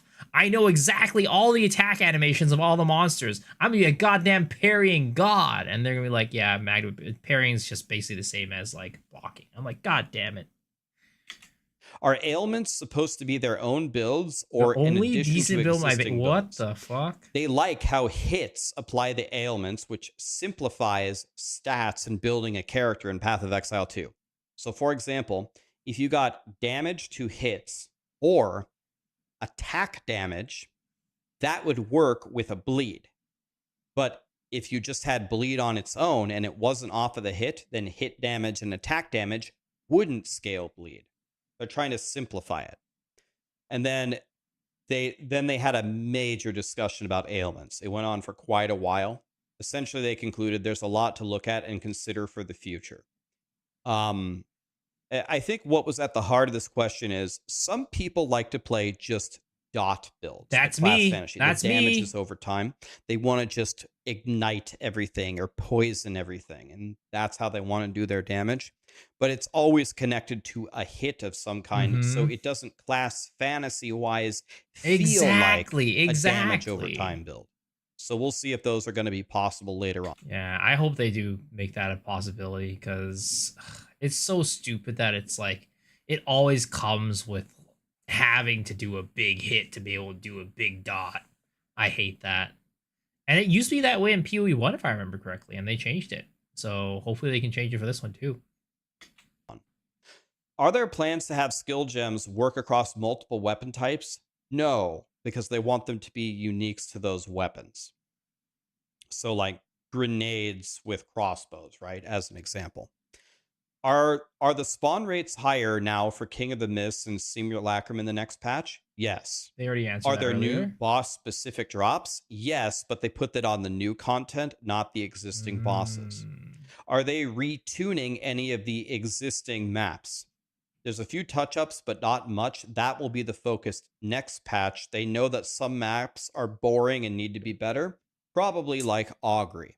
Man, that's kind of disappointing. I'm gonna be honest. I would have hoped that. I do think that the map stuff is a big issue. Like, I don't know. I think that the map being so big or like some maps being so bad, like definitely makes the player experience a lot worse. And even if like maybe some of your skills like didn't feel as good or whatever, you can just choose to play other skills, right? You'd be like, oh well, I don't really like how fucking I don't know lightning arrow feels. Well, you don't have to play lightning arrow then. That's fine. You play another skill and that's that's all perfect, all dandy, right? You'd be like, oh, I don't like how huntress feel. Fine, don't play huntress. You can play other classes. But when it comes to maps, you don't have a choice. You have to run those maps sometimes. It's like, oh, Augury's shit. Well, you still got to run it. Meyer is absolute trash. You can't skip it. You got to run it. So I feel like they should have probably prioritized maps more than some other things because maps you don't have a choice to run, whereas some of these other things you have a choice to like completely avoid it. Patch notes today. Yup, I'm excited. Some people get locked out or completely disconnected maps in their Atlas tree. Has this been fixed? The direct quote was, the guy they told to fix it said it's better. So it's hopefully. better. And also the general connectivity between the maps is better. They asked, are there trade improvements? Like maybe we get an in-game auction house? Nope. They immediately shut down the question. Damn. And any interviewer in the future, if you ask them about trading, you need to fear for your life. That's why I colored it red. They were very unhappy about this question. Oh boy. On crafting, what was the idea of introducing recombinators? They want to introduce a crafting mechanic each league. It's a good way to use ground items. Should be a good way to get 3 or 4 good mods. Was really upset. Like, damn, that's crazy. I don't know. I feel like they're usually pretty good about keeping their cool and stuff like that. But the fact that you guys could all tell that he got pissed, that is insane. Like, I guess maybe there's just like, you guys ask this question every single time. And, but like at the same time, it's like, I kind of think it's a bad look. I really do think it's a bad look because there's a reason why so many people are asking for it, right? Because people want it. People care about it. So like it is your job to address this question. If it's like a one-off question, like, one guy in chat says some random ass question, you pull that shit out and you ask it and it's a fucking bullshit question. All right, you have every right to be like, yo, don't ask these fucking type of questions. That's fucking stupid, right? But this is clearly something that's been asked over and over and over again, and it's something people want, but you've never given a good answer for it. So like, it's at some point it's just your problem that people keep asking for it because you never give people a good answer for it, and some people that people want. It's kind of He just looked angry. I see. I'm just like going Lich. Yeah, Lich looks really strong. On an item, then I just think that they need to address it. They need to straight up say we're gonna add it, or say we're not gonna add it. It's too important of a question. It's too big of a question, and people have been wanting it and asking for it for way too long. This is what Jonathan said. You can't get 6 T1 affixes from recombinating. Remember up above here when we were talking about did they reverse the tiers? Jonathan literally answered the question as the tiers from Path of Exile 1. So even Jonathan knows in his subconscious that they need to be flipped. you don't know what I'm talking about. In Path of Exile 1, when you're looking at a sword and has 5 mods on it, one of the mods is tier 1 attack speed. Tier 1 is always the best, no matter what. Then tier 2 and tier 3. You don't know how many tiers there's going to be. Maybe there's Do you like trade 12 systems right tiers now on is attack fine. speed. I mean, I don't have a problem with the trade system, right? I've played Path of Exile 1 for a while. I've been dealing with the trade system from forever. At this point, it's just second nature. It's just part of the game. Can it be improved? Yes, of course. It can be made better. And I wish it was better, but like, it's fine. I don't think it needs to be changed. I think if their ultimate goal is to help with new player experience, then they should change it. But I don't have a problem with them leaving it the way it is. But again, I do want them to take a stance and be like, yes, we're changing it, or no, we're not changing it. As opposed to letting people continue to ask this question every single time and not giving them an answer.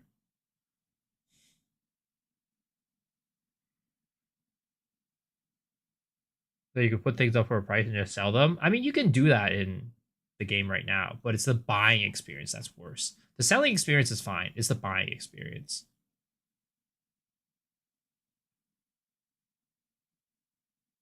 You also, Howie. I'm so pretty. Oh, thank you. Thank you. You make me blush. Whatever. But I always know if it says tier 1, it's the best. I know if it's tier 3, it's 2 away from the best. You know what I mean? You when the best tier is 1, it's very easy to understand. They flipped it in Path of Exile 2 for some reason, and the community hates it. For example, if you get a wand with T6 lightning damage, how do you know how good that is? First of all, you have to know how many tiers there are of lightning damage. I have no idea. Are there 8? Are there 10? Are there 12? I don't know. So when you get tier 6 lightning damage, you just don't know how good it is. That's why the community keeps asking them to flip it, make it like PoE 1, where 1 is always the best. I do think that they should just flip it. I mean, it's early access. People just make it consistent. Why don't you just make it consistent? It's that easy. Jonathan clearly just keep it agrees with this consistent because he literally said you can't get 6 T1 affixes. He's talking about the tiers relative to PoE 1. You might think that that doesn't matter, but I actually think that would be a big improvement for the game. Will resistance swaps come to PoE 2 like in Harvest and PoE 1? That's Also, supposed Gus, to be runes. I'm going to be honest with you. I don't think this is such a great answer because runes are being expanded to not just being resistances. So it's not just swapping runes like from resistance to resistance. It's actually giving up another stat. In PoE 1, you can just switch a fire resist to a cold resist if you go do harvest and pick some flowers. So this answer, I'm not you're so saying that funny, it's a Shadow. bad answer, but this method of swapping resistances is severely nerfed relative to PoE. You're so goddamn funny, Shadow. PoE 1. Will the Huntress crit ascendancy be base or increased? Base. If you don't know what that means, that's a lot of crit for the Huntress. We just got a hell of a lot stronger. Yo. What's up, Nemi? Thank you for the raid. Appreciate it. And Ken, appreciate the 50 bits. My eyes just went all funny. I mean, I don't know how to do it. You think I'm a VTuber expert that knows how to set up the eyes? I don't know how to do it. But welcome, Raiders. How are you guys doing?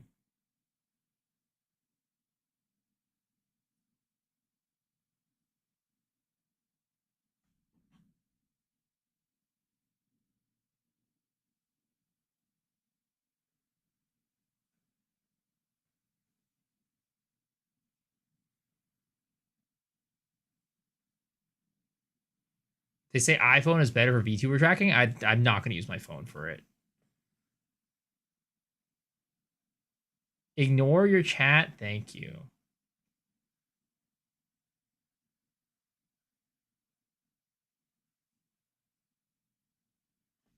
Nemi touched a rod and sprayed me with it. That's interesting. That's very huh. No, I'm not gonna question that.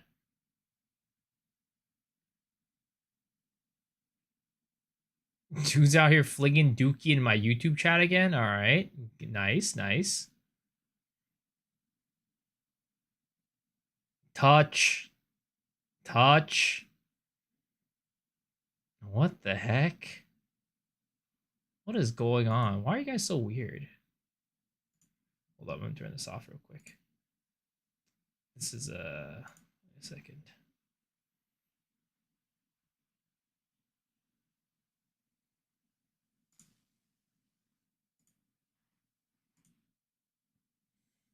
She's showing to tummy.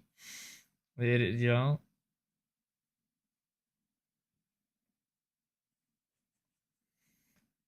I'm trying to figure out what I can do with the eyes situation. It just it ain't great. But yeah, it is what it is.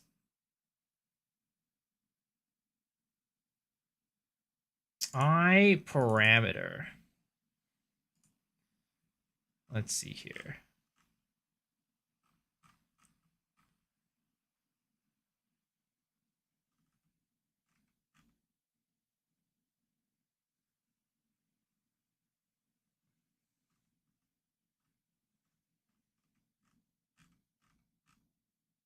Down more. I don't think it's here.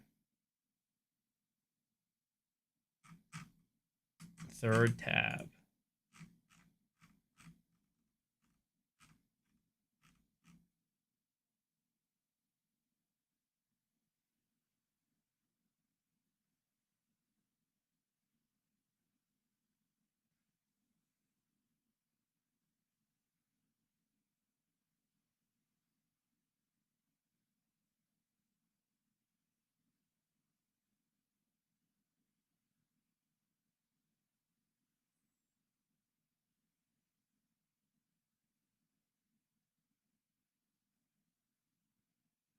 Not beating the twink femboy allegations? What are you talking about?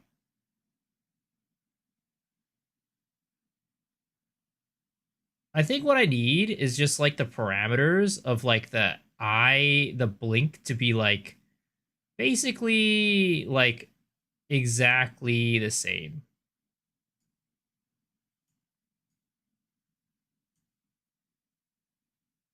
Like make it so that it's like it's either blinking or not blinking.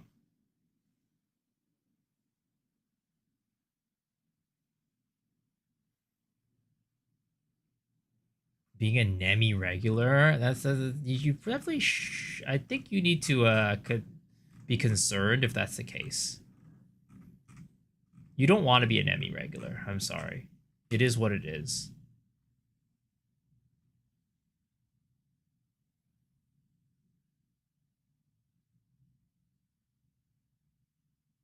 Yeah, I don't know how to do this. No clue.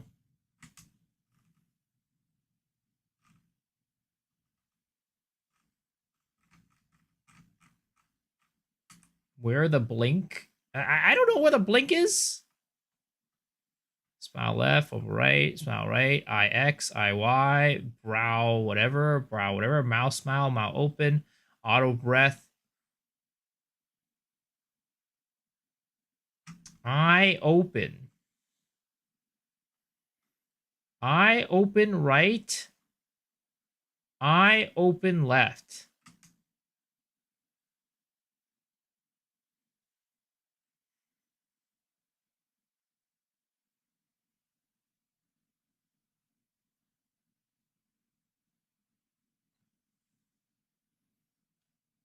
.92.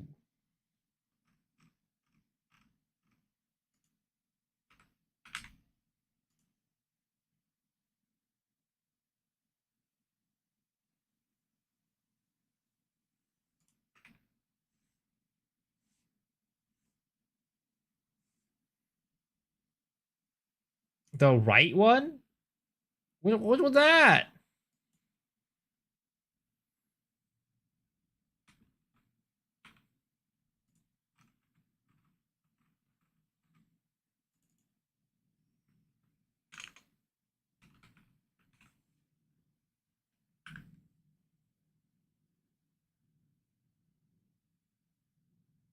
The left one. Oh.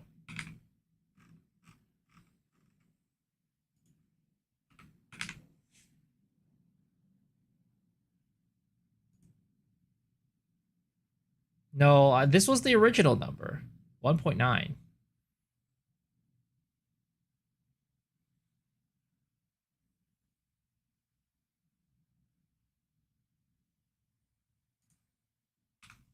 All right. Well, hopefully this is better. We'll see.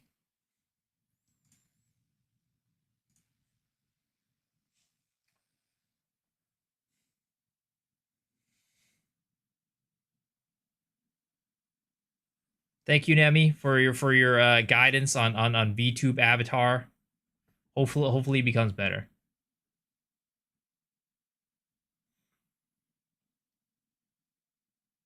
But yes, guys, if you want actual actually no, JK. I was gonna say actual VTuber. Let's say like I'm like your Payless shoe store. I'm like your Dollar General VTuber, right? Nemi is like your Walmart VTuber. So like if you want to level up from my VTuber to Nemi's VTuber, like you can go that. But like honestly, if I were to give you a recommendation, rather than going like to like a Walmart VTuber, you should probably go to like an actual VTuber.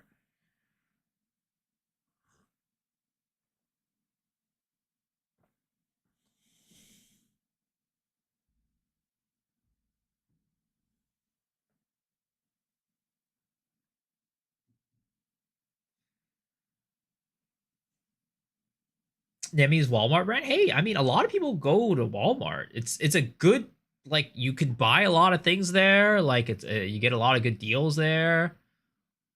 A lot of people want that.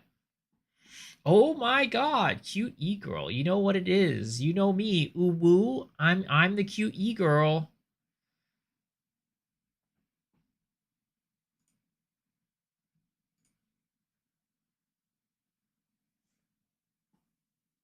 Disgusting.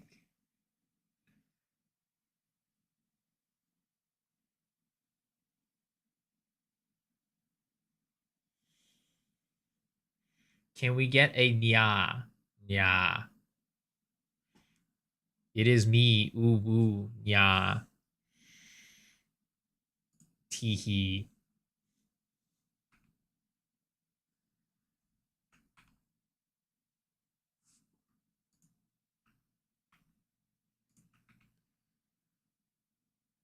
Yeah.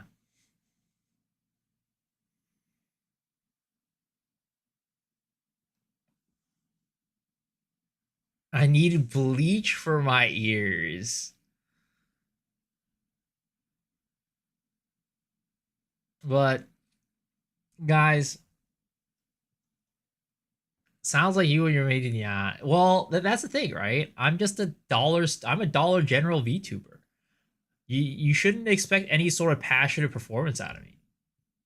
A Walmart VTuber should have a little bit better of a yeah, but you don't, so that's a problem.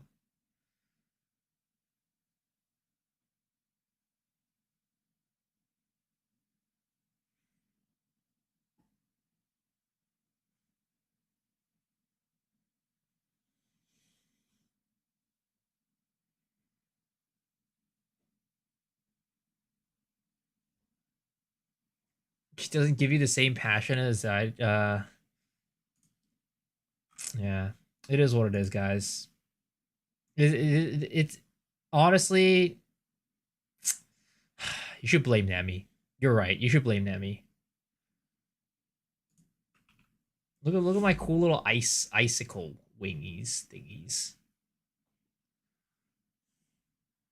I don't turn them on when when we're on the other screen because it takes up too much of the screen. But here, get a cool icicle princess.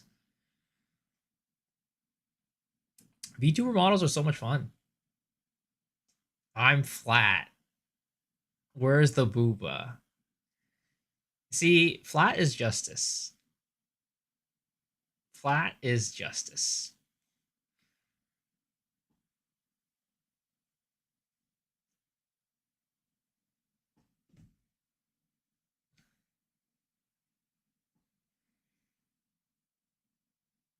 All right, all right. We need to go back. We need to talk Path of Exile, guys. Path of Exile is where we were talking about before we were interrupted. But okay, let's continue to watch this Rax video. Sorry for the distractions. Sorry for the detour. Can you use the tame beast outside of the Huntress? Yes. All right, have a good night, Emmy. Thanks for the raid. Appreciate it. Why it has more letters there.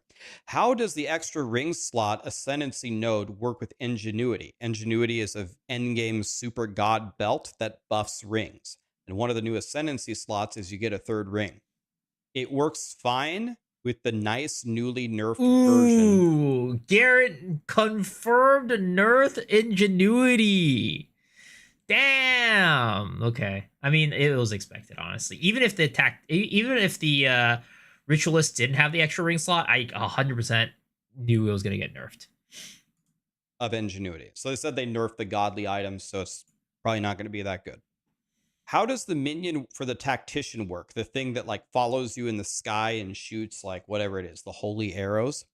It's not an actual minion. It doesn't exist. So anything like nearby would not work. How does manifest weapon work? Another new thing. It copies your weapon and it does skills based on your weapon type it copied.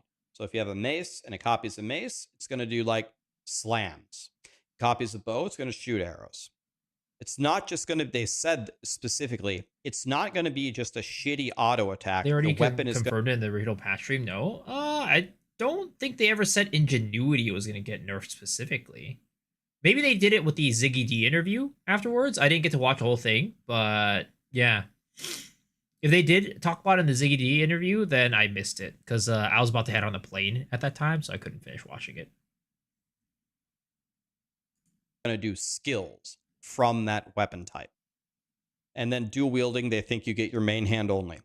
Is Righteous Fire, which is the skill where you stand there and do absolutely nothing as a brain dead idiot and kill everything. By the way, I love Pox and I also love Righteous Fire. So don't take offense to that. It doesn't sound like you like Righteous Fire.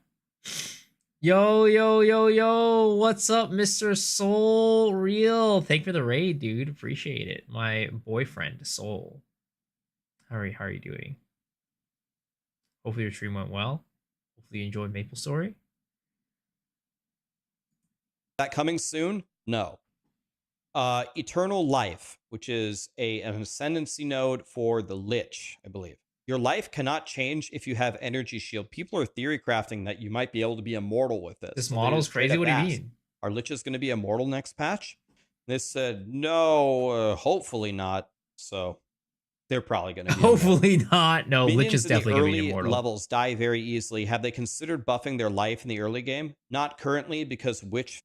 I'm a cat girl now. No, it's just because of the toggle. We're not a cat girl. Where is it? There it is. Not the tongue toggle. There it is. Feels very strong. Not really sure if these two things are correlated. Yes, Witch is the minion girl, and witches are pretty good. What am I doing in my life? What do you mean? There could be lots of changes around witches. Shouldn't they actually look at the minions in a vacuum? But anyway, they said no. Witches are strong. Can you turn specters and tame beasts back to... Wait, what did you say about witches? Witches are strong. They actually look at the minions in a vacuum. I see. But anyway, they said no. No, witches are strong. I see. Can you turn specters and tame beasts back to their original gems? Yes, they'll have a way to do that right after the patch. How does the Spectre and Tame Beast spell level impact the power and the cost? The levels make them stronger, but the cost doesn't go up. That's good. How is the spirit cost of Spectre monsters calculated? It has to do with the loot and the experience of the monster, and they squish some of it at the top so you don't get extreme costs. There are also manual adjustments after testing to make some cost more or less, but there's not too many manual adjustments. All right, have a good night, sir. Are you happy Thanks for with the raid. perfect Appreciate jeweler it. orb drop rates? They're a little too low. The 5 link is also too low. And now you can just 6 link without a 4 or a 5 link. So if you get lucky enough to drop the perfect jeweler's orb first, you can just 6 link a gem. Oh, that's good. I didn't know that was a thing. I didn't know that you couldn't 6 link it until you put everything on it. Oh, that's a good change. Which is early game ready, really safe? I don't know what Gassy asked that question. I mean, as a minion guy, you know. And also, he doesn't only play minions on Witch, I think is the other thing. Because he plays minions on like basically every ascendancy.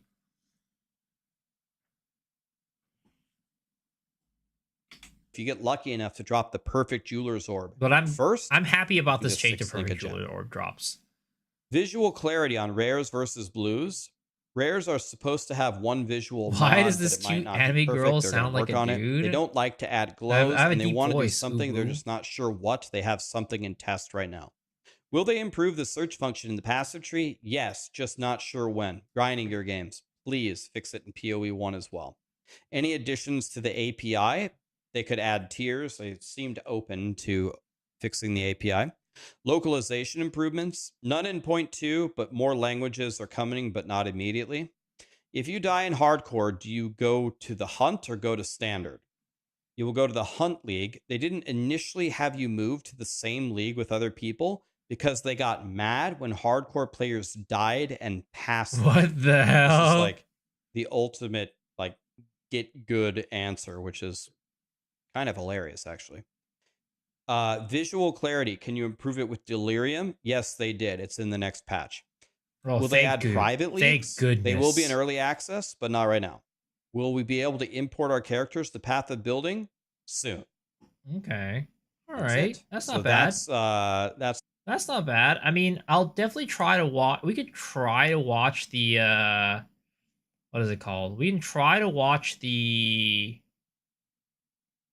full interview maybe later. But for now, I think we got a pretty good summary. Good time away? Yeah, it was a good vacation. How are you doing, Flop? Just died on Delirium map. Rest in pepperonis. But I think that, let me see, is there a PoE 2 tier list that's already made?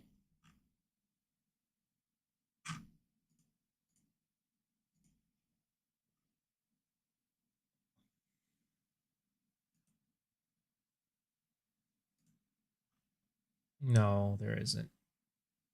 So I guess we'll just have to make our own, which is fine. Dark Reader own. Where'd I go? I went to Seattle. I went to visit some of my friends in Seattle. So when it comes to the tiers, right, of all the ascendancies, what do you have for so far right now, right? So we have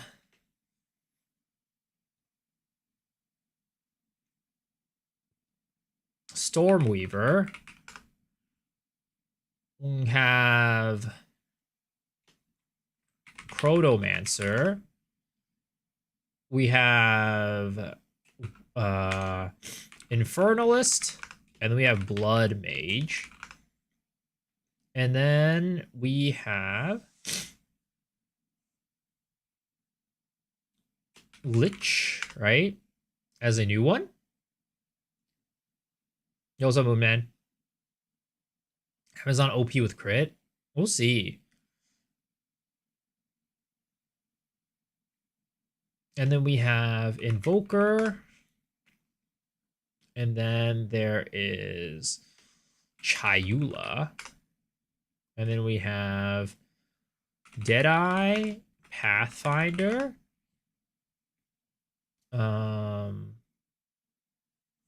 We also have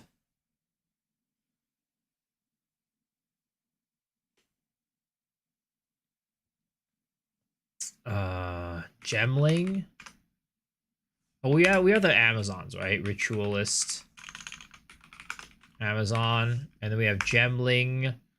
We have Witch Hunter. We have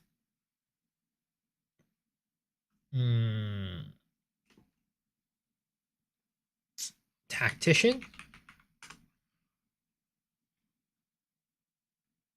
And then there is Titan, Warbringer, and then we have Kitava, right? Smith of Kitava.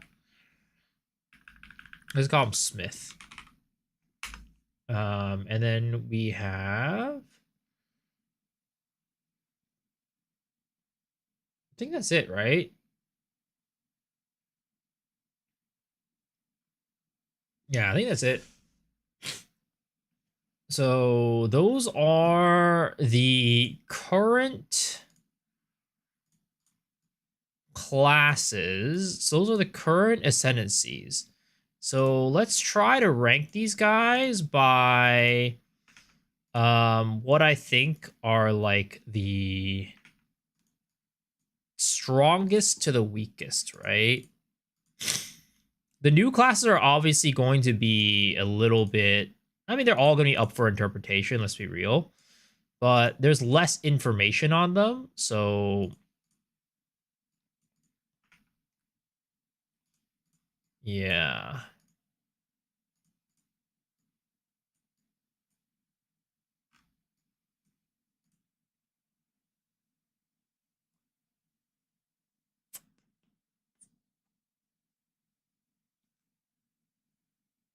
What color do I make these guys?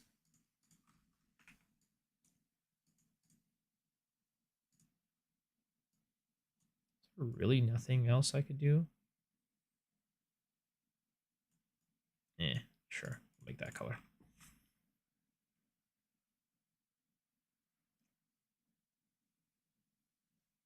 Just add the new ones in there. Okay. Well, let's add the new ones in here then. So S A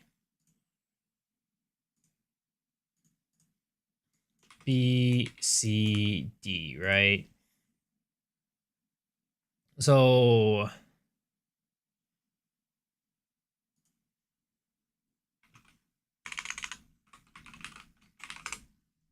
Huntress PoE.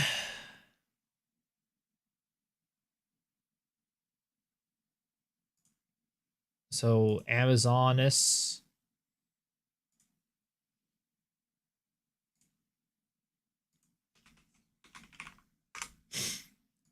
And then we have Ritualist. Right?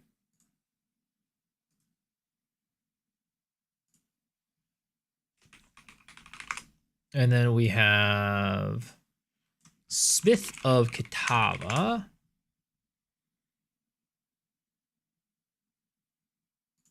This guy. No, not save link as. Save image as. Yep.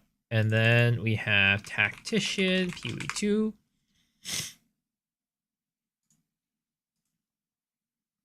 Save image as, Tactician. And then we also have Lich PoE2.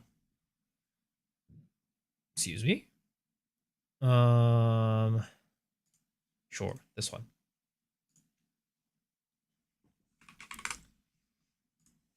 Okay. So, whoops, not that one. Ritualist. Smith. Amazon.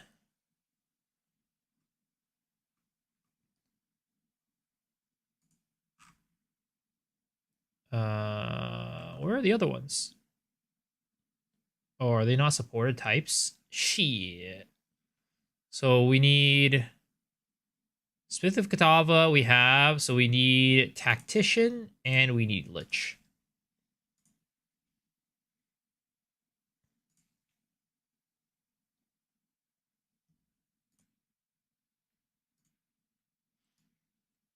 Let's do that. Lich. And then we need Tactician.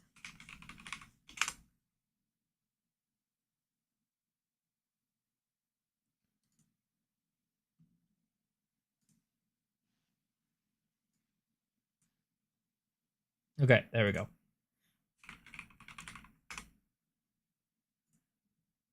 Add these two. Ow!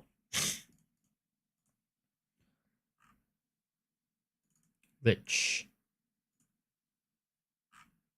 Tactician. Boom. Okay, there it is. We got it, boys. Okay, so let's go start with the bottom, right? So Chronomancer is not good. Chayula also is not good. So Chronomancer, pretty much not a very defensive class, but also not a very offensive class. It's like the thing is like we were talking about earlier how Smith of Katava is could be really good because like you could basically max out all your defensive needs on the tree of the ascendancy, and it leaves you the option of doing a lot of offensive everywhere else.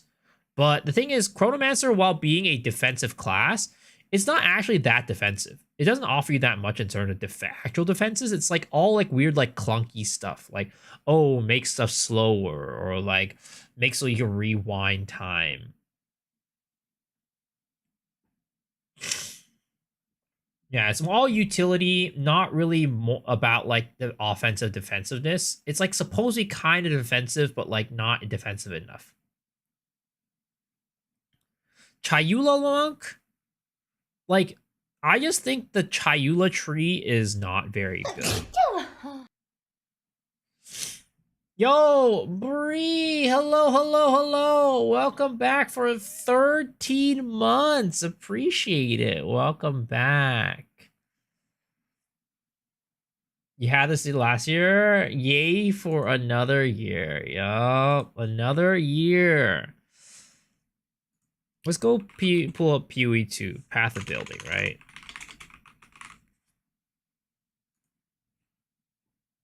How are you doing, Bree? Hopefully you had a good day with Inzoi. But yeah, so let's take a look at the tree for Chayula, right? So let's go to Monk. And then go to Acolyte of Chayula. Let's look at what it really does, right? Actually, this is probably not a very good one. Let's see. PoE 2 Ascendancies.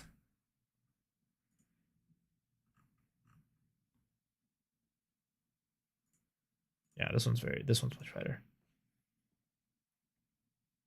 Washing Plave, of course. The only useful part of Chayula is we will run Temporalis Relics. Pretty much, right? If you look at Chayula Monk, pretty much all it does in instant mana leech is okay. It's not great. At some point, you can build enough mana regen to like not really worry too much about it, and also like only certain skills can mana leech. You cannot recharge energy shield. Mana leech also recovers energy shield. Like you can make life leech recover energy shield as well. This is like pretty much useless. Chaos resistance, honestly, not all that important. And like this like chance to deal extra chaos damage sucks, right? Like the chance to do stuff all the time is like not that great. Into the Breach, not that great either. In reality, the only thing that you can really do is like what you said for like the running the relics and being able to easily farm Temporalis. That is really what Chayula Monk can actually do. That's the only thing. So that's why it's in D. Clear Chayula is strong, but it's not like that good, I'd say.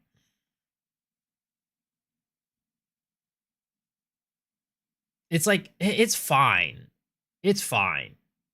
It's not bad, but it's like being the only thing that you kind of have is just kind of not enough for Ascendancy. You don't want to only have one good thing. So as a result, not very good. I mean, Stormweaver, obviously S tier, right? Obviously S tier.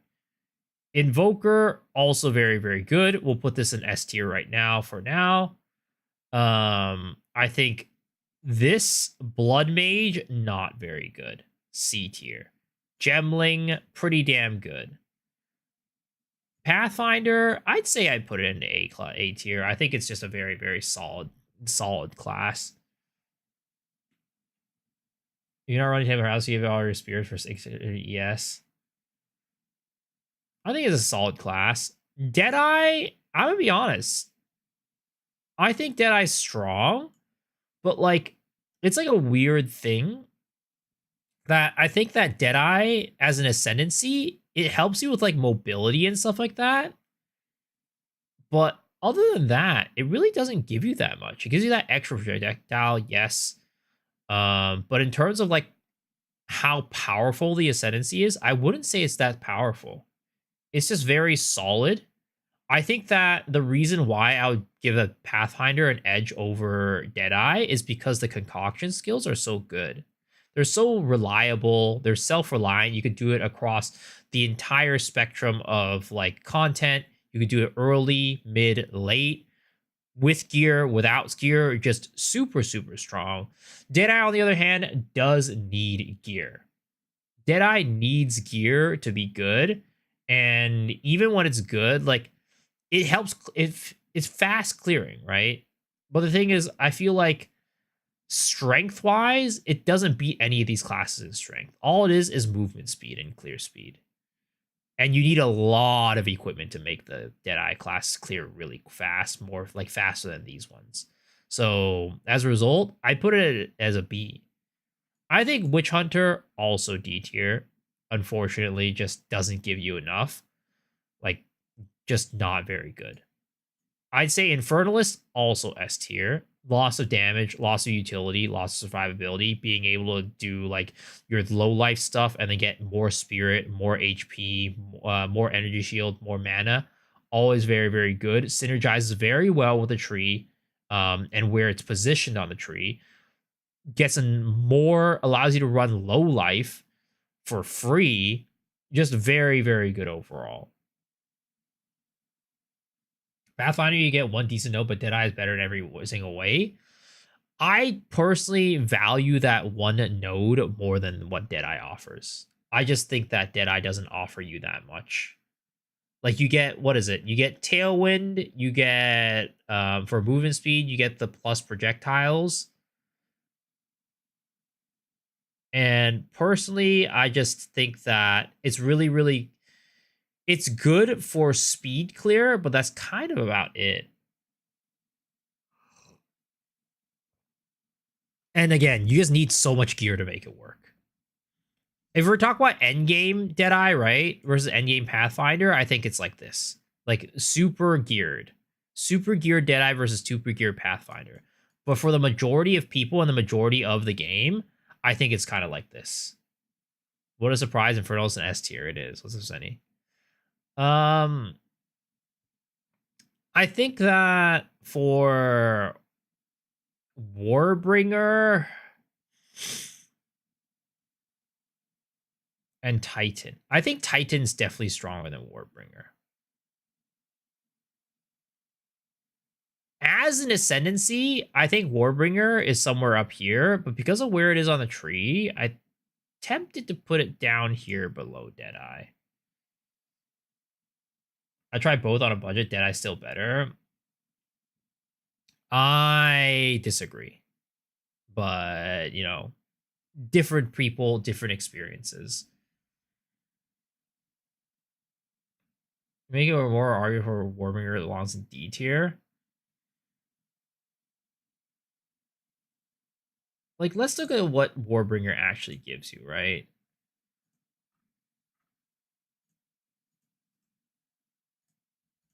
Warbringer gives you breaking armor below 0. Which, I don't know if, did they ever fix that? I'm not entirely sure. But in terms of offensives, that's one of the only things it gives you. Encase and Jade, pretty dang useless. Let's be real. Who needs this? Who wants this? Maybe in hardcore. Ancestral Spirits, complete dog. Complete trash.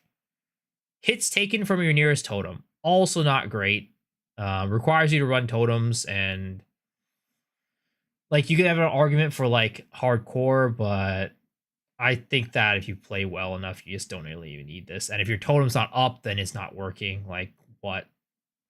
Gain 40% base from block chance from equip shield instead of shield's value and turtle charm. I think this is good.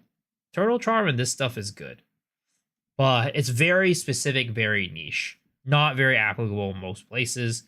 And then Warcar's Bellow is actually not even that great, but Great Wolf's Howl, this one I'm blocking it, but it's what is it called? The cooldowns for War Cries, no cooldowns. I think that's only really useful with Corrupting Cry and nothing else. And even then, Corrupting Cry doesn't need it because you can just put pin on this and it's not very good.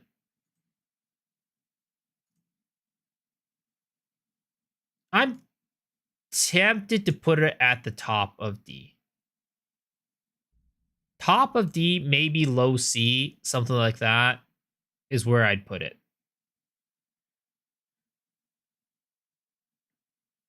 Now, that's it for the current ascendancies. When it comes to the new ascendancies, now this is definitely up for debate. I think Lich, from what I can tell, is S tier. It's just so strong. Like, there is literally like no downsides to playing the class. There is no downsides to playing the class.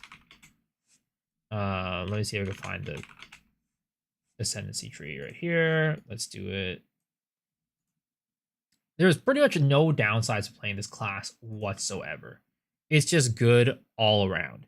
Gives you damage, gives you survivability with energy shield, which we know energy shield is ridiculous, right? Gives you some, like, I honestly think Rupture of the Soul, as cool as it is, unfortunately, is probably not going to be very, very good. 32% chance to explode is just not great. And all enemies killed by you or allies in your presence, let's see. I think 33% is like fine, but not great. Also, if it's anything like what the shrine is for like the skeleton shrine or whatever it's called, the AoE is not huge. So it's gonna be decent, it's gonna be okay. But what really gives you a ton of juice is like 30% more damage from non-channeling spells, right? And then making it so that damage does not affect your life at all is going to give you a ton of survivability, gives you a ton of, you're able to run ES without having to worry at all about chaos resistance pretty much. So being able to do that is insane. Like, you don't have to run CI, you don't have to run anything with chaos resistance. All of that is just insane. And then if you're able to get power charges, and we don't know if the new patch is going to bring any more abilities for us to get power charges, but let's just assume that there is the ability to get more power charges, right? You get more energy shield on top of 25% more damage. That's just insane. That's so much. It's just ridiculous. I think that this is just too crazy. And we're not even looking at this, right? The unique jewels. Will there be a reset? Yes, there will be. There will be a new league.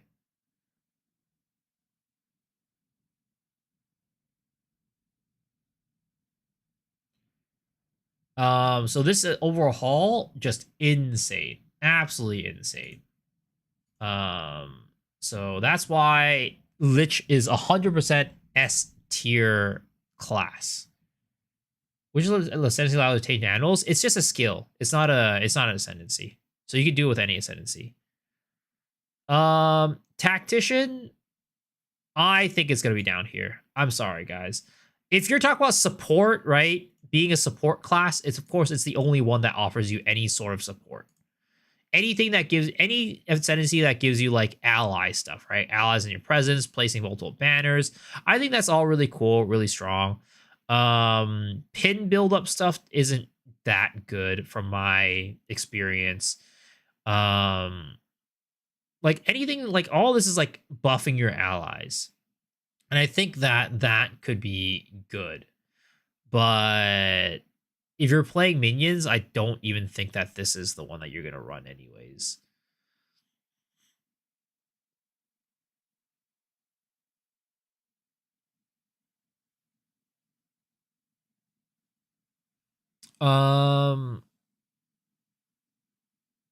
This is like, this is also like a weird thing. I feel like who's going to be taking, actually no, sorry, this is the wrong one. Not a big fan of the minions of this. Infernal is just skill to offer the most since you get a lot of spirit. Yeah, exactly. Like, if you want more minion damage, you get more spirit. And 8% increased spirit just doesn't do it. Like, it just doesn't. And then even with totems, I mean, granted, I think this is probably gonna be the best totem ascendancy, because no other ascendancy really offers you much totem stuff. But it really just depends on this one, right? Totems only use skills while you fire attack projectiles. That also sounds a little bit weird. But I think this is probably gonna be a better totem build, like a better totem class than all the other ones. Yeah, minions are not that great. This is like interesting. I think you could maybe make a build around this, but like now you have to, like, your strength stacking is not that great as a class because you don't have anything that gives you extra strength percentage. But maybe the scaling on this might be kind of crazy. So who knows? This skill might end up being ridiculous, but we just need to be able to, like, yeah, we need to figure out how good this skill is. My assumption is that it's not going to be anything insane, but yeah, it has potential, but I don't think that potential is very high. So all in all, I think because of that, this tactician is a D tier. For, again, playing with allies, I think it's probably been one of the better ones because you have no other ascendancy that gives you ally bonuses, but this one, D tier. Is it a manifest weapon and I keep my expectations low? We'll see, right? Because the summon weapons stuff is not new to PoE. In PoE 1, it wasn't that bad. So there's a chance it could be good. I think that Amazon is probably going to be an A tier. My expectation is that Amazon is going to be A tier.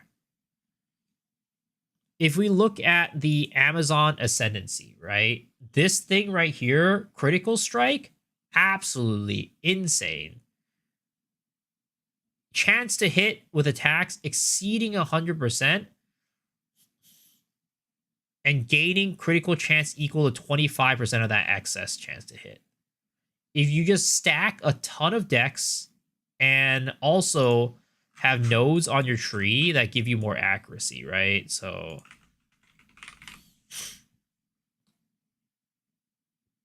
like accuracy equal to crit chance, like all that stuff. Like this is kind of scales and it's on its own.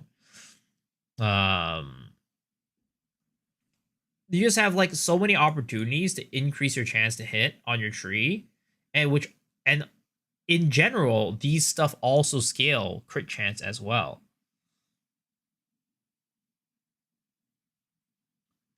I think that this is going to scale very well, and it's going to increase your accuracy rating here.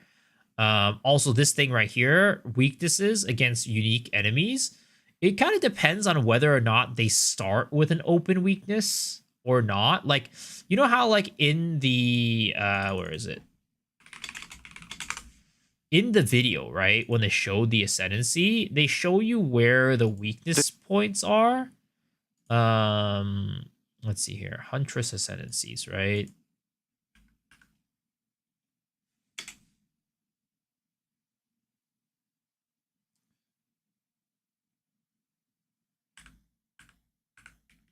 Where the fuck is it?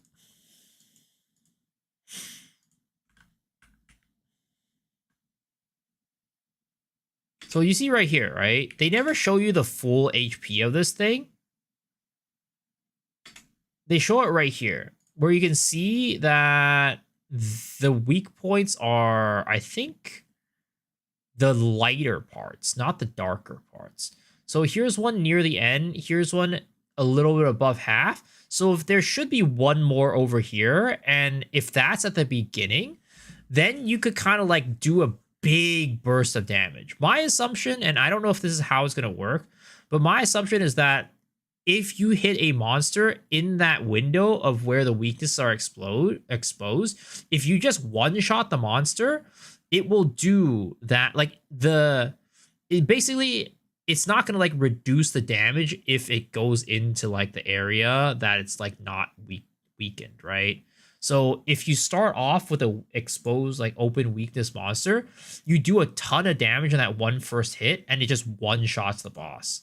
Like that just sounds really strong. But again, it has to be hopefully that open weakness is at the beginning.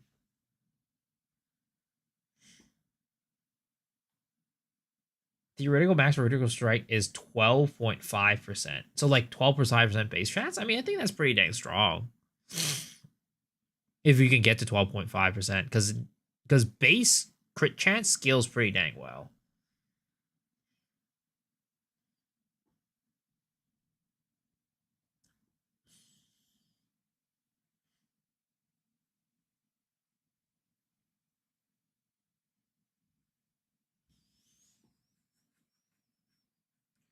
Most builds will only go with 7-9%, but there's already a spear that gives base 10%. Most spear will sit at 5% base crit.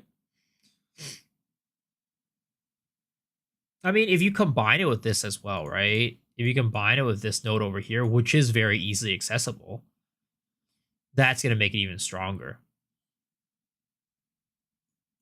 I just overall think that it's going to be pretty dang strong. Just anytime you increase your base crit chance, you combine that with like Eye of Winter with crit weakness, like you're gonna be critting a lot. You're gonna be critting a lot. And it's basically all free, right? Because one of the biggest problems with that I've found with crit is that you can miss your crits because of accuracy. But if you have high enough accuracy, and that in itself will scale your crit chance as well, you kind of hit two birds with one stone. And that ends up being pretty dang strong. So this combined with Predatory Instinct, if it works in the way that I think it is, and that you can have an open weakness from the beginning of the monster's health bar, that's going to be pretty dang strong.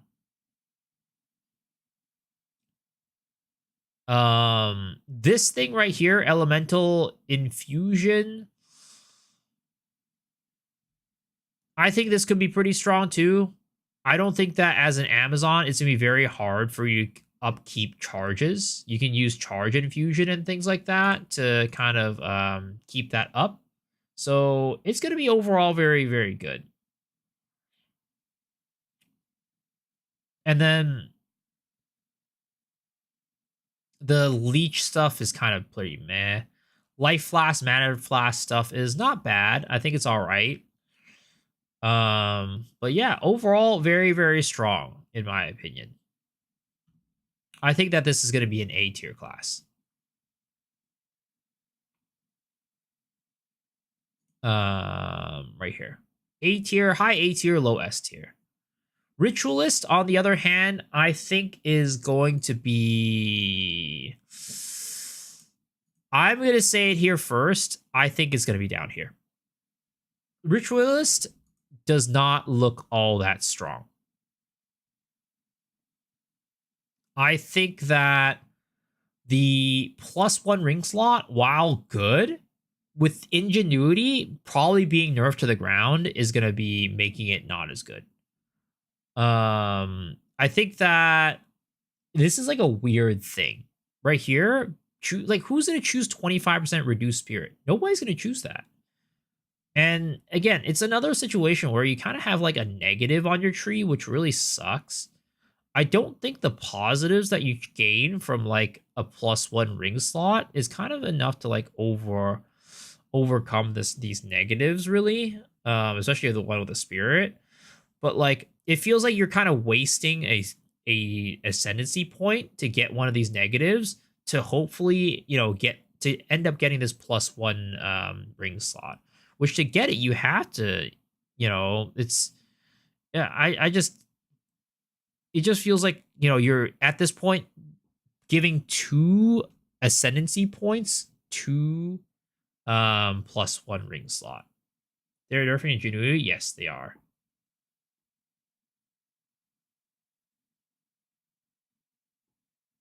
But yeah, you're spending 2 points for this +1 ring slot, which since they're nerfing Ingenuity, I just don't think it's gonna be strong enough. You do get this Mystic Attunement right here that increases your bonuses gained from equipped rings and stuff, which could at the end of the day be pretty strong. But I think that it's pretty much required for you to get these skills as a ritualist. Because the other stuff just doesn't look very strong. Like, unless unique charms end up just being crazy, this stuff right here, Mind Phylacteries and intricate sigils, just seems useless. Like, the unique charms have to be ridiculous for this to be even like remotely useful. So this is basically a dead part of the tree. The rituals, we'll see how good it is. I still just think, in my opinion, that it's a little bit too RNG, and using the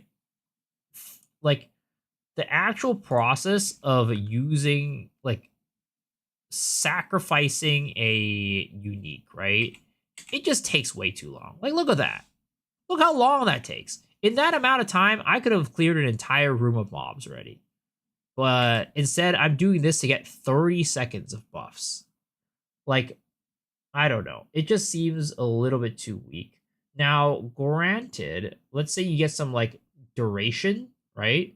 And you get some skill speed increases, and maybe at that point it might be worth it for you to do that. But it just ends up being, like, in my opinion, not amazing. And the other thing is that this one right here, ritual, what is this called? Ritual sacrifice can be used on yourself to remove 20% of life and grant a random monster modifier. The fact that this is not its own skill is also kind of bad, because, like, in reality, right? How often are you going to, like, for the most part, if you're going to use the skill, why would you use it on yourself versus a monster if this only gives you 1? It's way faster, yes. But, like, the animation's way faster, but it only gives you 1.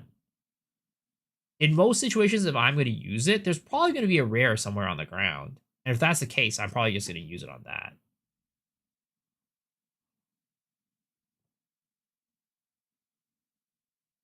Just a random modifier is meh. Yeah, you're basically never going to use this. You're always going to use it on a monster. So you don't want to go down this path, in my opinion.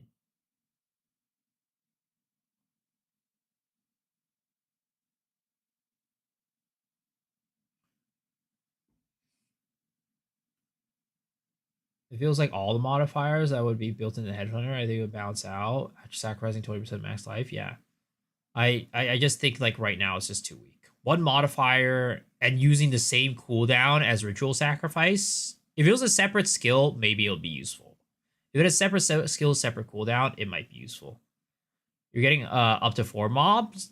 Yes, if you are using it on a monster, you are getting up to 4 mods. But 1 for yourself is not enough. You also geek looking people cute today. Thank you. Well, the self animation isn't that bad. The self animation isn't that bad. The thing is, for the monsters, you can get up to 4. As you can see right here, it goes to 4, right? You get 4. But the self one only gives you 1. It's a way faster animation, but the fact that it shares a cooldown and it only gives you 1, I don't like it. And it's only 30 seconds. Like, at the end of the day, it's only 30 seconds.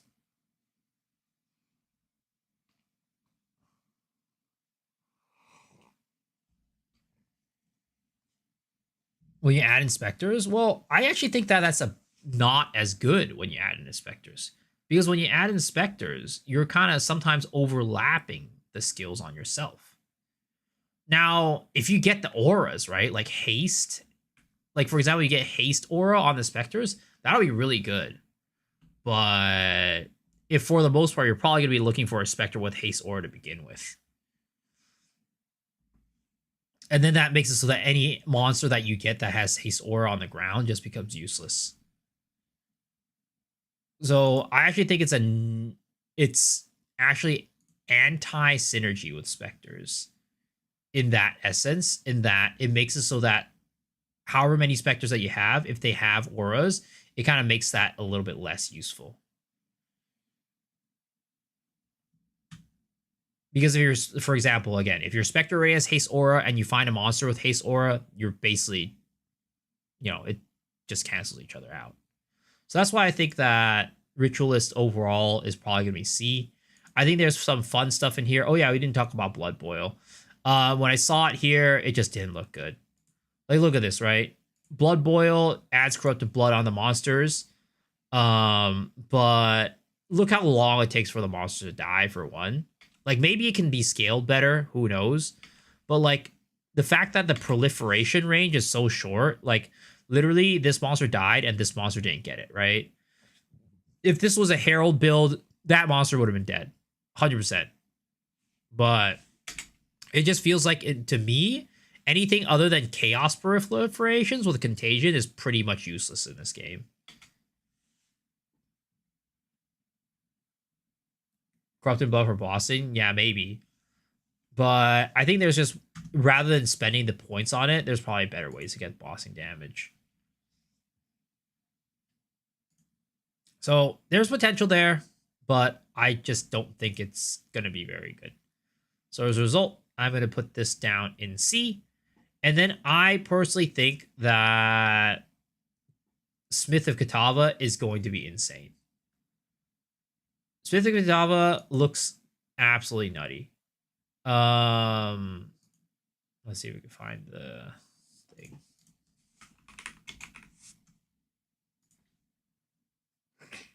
Smith of Katava, I think that Manifest Weapon we'll have to see how good this is and how many charges it has, like how many weapons you can summon. I'm assuming it's only one, so it's probably just going to be going alongside of your minion builds, and we'll have to see how it scales. But this stuff right here with like Forged in Flame and Coal Stoker that allows you to basically focus all in on one resistance, and then combining that with body armor gives 5 max resistance, right? You don't even need that, actually.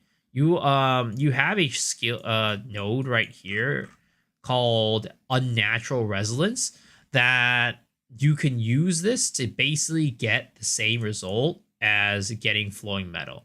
So basically you stack up a ton of fire resistance, use that node, get over your max cap of fire resistances, and that just caps out all your resistances, basically.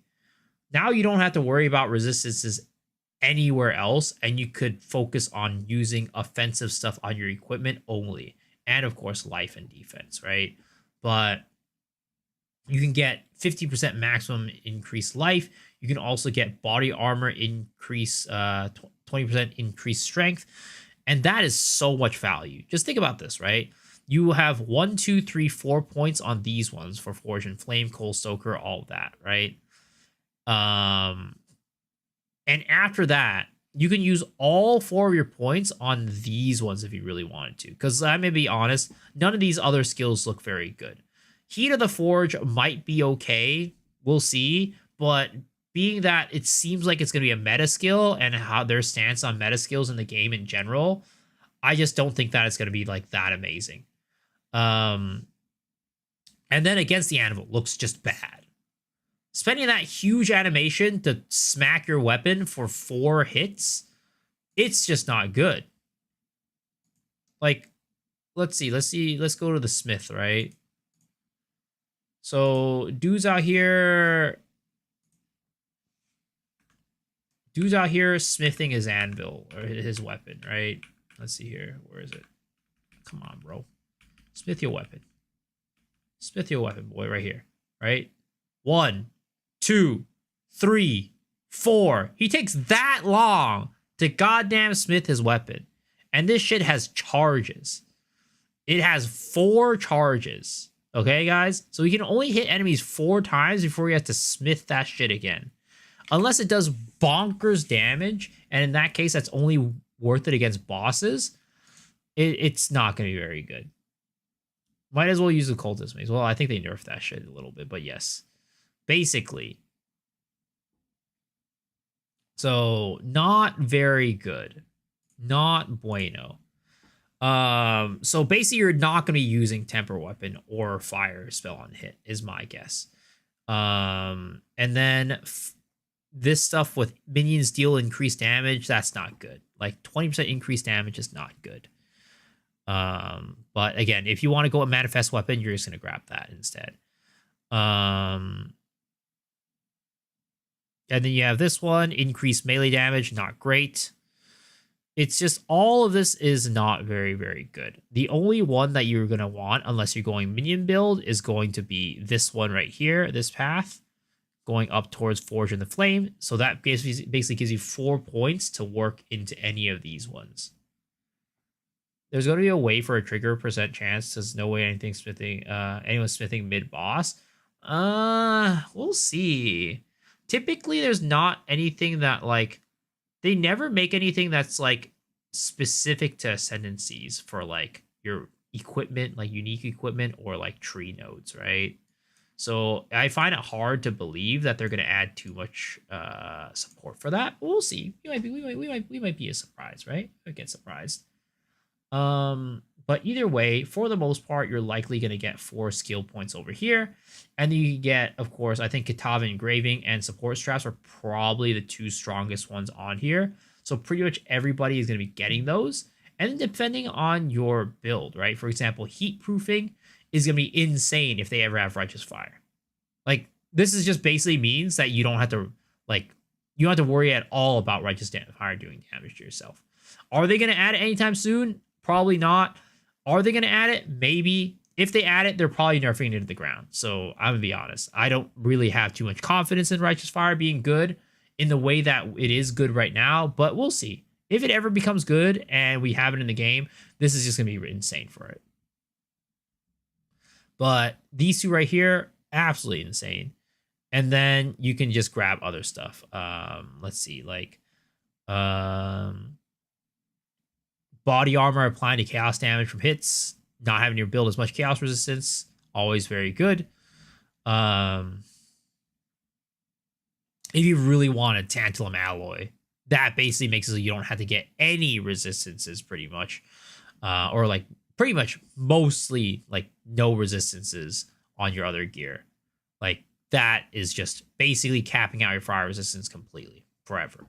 So this tree is going to be insane. Get all your defenses in this tree, and then all your rest of your equipment is just focused on offense. Absolutely insane. So that is my rating and tier list for the ascendancies. Again, I do think that there is some argument for like doing something like this, but in my experience and how I see the game, I just think it's more like this for most people. And if you're really geared, then it's like this. Yeah.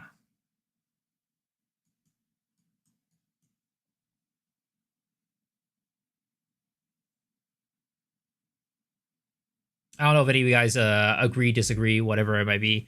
I just think, I do hope that, and this is like pre-patch, right? So there's always a chance that post-patch, they could buff some of these ascendancies and nerf some of these ascendancies. What's the plan? I am going to be playing Ritualist. And I'm going to be playing around with Blood Boil. That's the plan.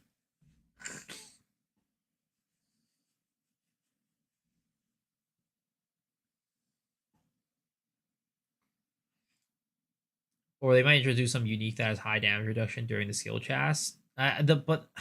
Yes, but like the fact that you have to cast that shit and you only get 4 smacks just sounds really bad. Is the Kadaba? I disagree because it's just tanky. It moved to A or even B. We'll see, right? We'll see. I just think that the fact that you don't have to build survivability on anything just makes it really strong. I would be down to move it down to an A. I can see it going down to an A, but I don't think it's going to be B.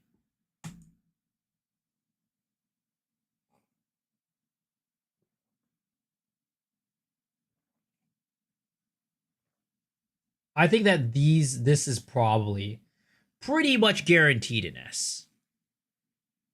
I don't think anybody sees this as anything but an S tier class. That was like, here you see a jug.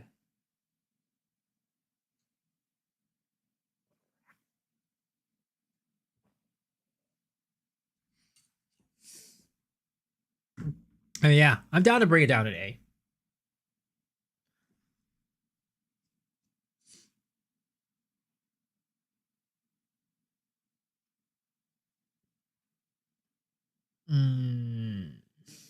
Okay.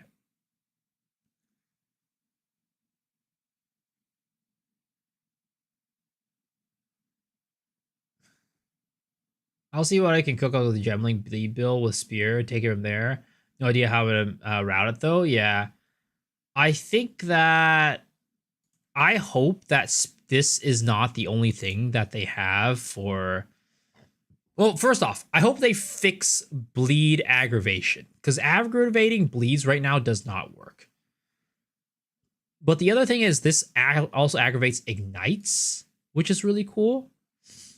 And I hope there's more areas, more things that you can do to aggravate ignites with.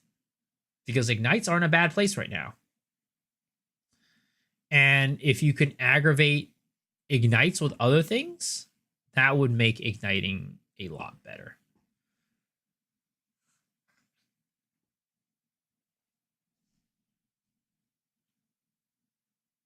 Ignites are a decent hand with the gods. Well, I mean, yeah, I think that's the only thing it's okay with. I don't think anything else you do with ignites is not good.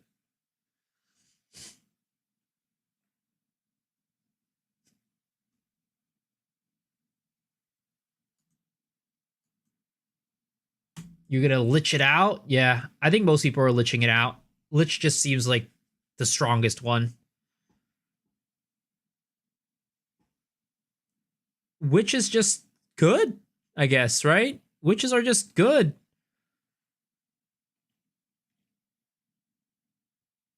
I want to try to play around with beast taming, but we'll see how good that is. Yeah.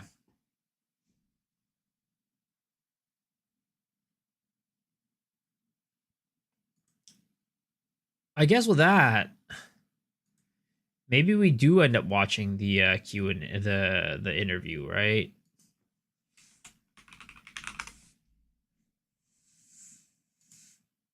Because I haven't watched this yet. I know we went through the summary with Rax, but this gives us a lot of like background information to why they made certain decisions. So the question is whether or not this made it in or not. It Let's hasn't. start with the beginning. Hello. There we go. Well, without further ado, welcome to the Dawn of the Hunt version of the Tavern Talk podcast chat, whatever you want to call this thing here that we do. And the very first question that we have, sort of the icebreaker here, the one that you've probably been spammed about in every single way you can, is patch notes when, my friends? Well, I guess the thing Mark said earlier today is we'll post the patch notes when we're done making changes. There's still Rax wrote a lot of personal there's still some interpretations. last-minute Yeah, changes let's coming watch it for ourselves then. You know, Let's see at this point what we're we kind of think. like, yeah, we just want to get a few more of them final before we post the patch notes. There's certainly a lot of balance changes coming in hot on this one for sure. But I mean, look, it'll be like towards the end of the week, like maybe Thursday, sort of ish time, I suspect. You know, like yeah, we still have some things to do. That's New Zealand Thursday. That's New Zealand Thursday, so Wednesday. Okay. Yeah. Woo, Wednesday for you. tomorrow. Yeah. Fair enough. So we structured this little interview with some headers. So we're going to move on to starting this interview with some follow-up questions from previous interviews you've done on news articles and also our Tavern Talk podcast, Destin, Siggy, and so forth. One of our first questions was actually about Perry. The topic of buffing the block mechanic was brought up, and the desire to shoehorn this in for upcoming patch was stated. So the question is whether or not this made it in or not. It hasn't made it in yet, but we're still working on it. Like, I just have to see whether it feels good. In order to make it actually right, we had to do some animation stuff, which makes it take a little bit longer because there's some, but effectively, we want to have something that makes block a bit more special than it currently is now. Yeah, if unfortunately I don't think I can talk about it until like I'm a bit more sure it's going in because I don't want to excite people and being like, oh, then it just didn't work. Yeah, like, and I believe it's going to work. Like I've tested with it with bad animation and I can kind of see like, yeah, I'm pretty sure there's something here. But I mean, if he's tested it and it like seems like it's gonna work, maybe it will be good. I'm still skeptical about them making blocks work because at the end of the day, blocks makes it so you have to stop attacking, and that means lower clear speed. So yes, but we'll see. Head to bed. Got inspectors coming tomorrow. All right. Oh, it's good, man. Thanks for hanging. I appreciate it, man. Sleep well. Good luck with the termites. We'll see once the animation is actually in whether or not it works well. But yeah, I mean, you know, it needs it does need something to improve for, with it, and I'm pretty sure it will still get in for 0-2. Okay. Just a quick follow-up to that. Like, is the Mhm. desire for block is to make people actually use the race shield mechanic? That's the part of the block that you guys want to focus on, or is there more to it? Yeah, so I mean, in my opinion, I can tell you what's wrong with that block, I think. So one of the issues that we have in PoE is that you're only going to actually bother using a mechanic like that if you can then follow up with something that's reasonable to do. And like there was a theory before we tried parry that you're just never going to use a mechanic like that except in a boss fight because you know, you've got a bunch of monsters hitting you. If you're going to follow up to one of them, well, like you might, you know, like sure you block an incoming hit, but then there's another one coming like, you know, another 500 milliseconds right behind it from a different monster. So effectively what that would mean is that you know, you need something to be able to do that actually allows you to respond in a way that isn't going to get you killed, right? So in a boss fight context, you can use block effectively, but the problem there is just that like changing your build just for a boss fight is kind of not something most players are really willing to do in that regard. So it kind of ends up just being not used in both cases, because block can actually be quite useful in a boss fight if you know to use it, and you know if you're actually used to using it. But as I said, most people don't bother because you know they could just be doing something else and they've been doing something. I mean, and also the fact that most bosses end up just dying instantly anyways. So like it'll only be useful in campaign, but like anything past campaign, it's not very useful. Of course, pinnacle bosses are a little bit different depending on your build and how strong it is, but it's just like so niche in the cases that you're gonna end up actually using it that most people just end up not using it at all. Else during clearing. So we need to make block good enough to use in clearing to be able to make it something that people will use in boss fights. And in order to do that, it needs something extra, as I was saying. So you need some way That to sounds deal very with the hard fact to that you've do. got other I'll monsters be hitting honest. you. So there just needs to be more mechanics around that. So as I said, we're in the middle of testing something. You know, like it'll have like, you know, there'll be something there that'll sort of ideally make it so that you can follow up more easily to attacks and that kind of stuff. So that's kind of the goal with that mechanic. So in one of the previous interviews, you said a very Why use shield if you do damage? Yep, exactly. Maybe parry will be better if we bind a right mouse button or something because the biggest issue I've had with it is having a comfortable way to use it.